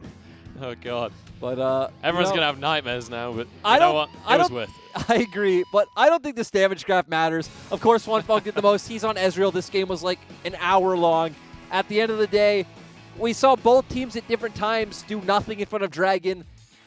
At the end of the day, though, it was E-Star who did more nothing than Suning. Suning got a bunch of objectives, and they were able to push for the win. It did almost look like Wings Aphelios could pull through. I was scared in that last fight. Oh my god. You know, and I actually have not bought on to like the 200 years hype. I've just been like, well, you know, he's strong, sure. He's a bit too strong, whatever. But had he won that fight against, you know, an Orianna Graves, that would have been the moment. Ezreal, I would have been on board. I would have been complaining too, but, you know, he didn't win. So no 200 years complaints today. We had... The big thing, right, here's my stand on the 200 years thing, right? If you put Jinx in that situation, she wins the fight arguably harder than Aphelios does. Same kind of deal with Sivir, like insane late game damage. Like there are other crit 80 carries that when you give them 6 items and they're just able to free fire in a team fight, especially Jinx, in fact, like Jinx annihilates teams. Look, she just two-shots entire teams. I just want to say for all you out there who think crit 80 carries sounds like a moron for saying that Sivir is as strong as Aphelios, go and harass him. I appreciate it. Please, just send me all the hate you want to. I don't care. I'm ready. Aphelios is definitely too strong, but there's a lot of things that are too strong in League of Legends, and that's why the draft exists. If you don't want to play against Aphelios, just ban him. Stop complaining. That's all I have to say. And remember, in Game 1, we didn't even get an Aphelios. He wasn't banned at all. Neither side picked him. We had Ashe against Ezreal, and, you know, I think in retrospect, it was a mistake because, again, Wink was almost the reason they were able to win this game. Yeah, I mean, Wink did great, and... Like, you can go ask LS. There are ways to play around Aphelios. Aphelios does not need to be as high priority as he is. He does not need to be nerfed into the ground. I do think he's a little strong. I think we should probably turn this from a segment. But I think that we need to move the team away. Exactly. Anyway, let's get away from that one. Suning win at the end of the day. It's gone, Lyric. I don't know what to talk about. This is such a long series. This is so all over the place. I want to compliment Suning. Who do you think gets MVP? That's the question. Really? Angel? Wait, no. For the whole series, maybe Angel? Yes, for the whole series, Angels for sure, but... I honestly don't know. I don't know either. I don't know who you give Nobody? it to. Nobody? Yeah, no. The viewers. The viewers are the MVP. But, yeah, I don't know. Maybe Bin? I was going to say Bin as well. Yeah, my guess is Bin. There we go. I'm going to throw that one out there. I guess it could... I mean, Angel had some pretty great ults SOFM had a good game for the most part. It just stamped in my mind when he randomly got caught out and gave eStar a chance in the first place. You know who's the real MVP? I've just been told by production. It's Huanfeng, because he was the 80 carry and it was a long game. And that's how it works here in League of Legends. Yep. Minus 5,000 gold at the end of things, but you know what? It doesn't matter. He was Ezreal, and he hit Q a whole bunch. You know, he might have aggressively eaten into a lot of brushes with LeBlancs. But on purpose. That's even more right. Exactly. Because it was on purpose, that's why he deserves it. You know what? That's why. He kept testing his limits, and I loved it. I can respect limit testing in the middle of an LPL official match. He got away with it. Yes, he didn't die from it, so, like, what can I even say? He's like, I see Jackie Love do this all the time. Huh, that guy's only a world champion and goes in himself. And, you know, it's actually interesting because, you know, he was the sub, not the sub, but he was on the second team of Jackie Love, right? Jackie Love was on IG, he was on IG Young, so kind of, maybe trying to show up his former... I don't know where I'm going with this. Huanfeng's not comparable to Jackie Love, but he did get the MVP. He does have a lot of good performances. They both play Ezreal. They both play Ezreal. They both play Draven. They both have played Draven. Well. Let's look at the results for today. Because it was a long one. I don't know if you guys just tuned in. You missed it. What can I say? We had 6 games here today. Vici managed to take out Rogue Warriors. The winless Warriors continue with an 8-loss streak now. And then we finished things out with a 2-1 win for Suning over eStar. And it was a mess, Lyric. Again, it was a mess. The games today averaged about an hour altogether with the fact that this broadcast started 6 hours ago.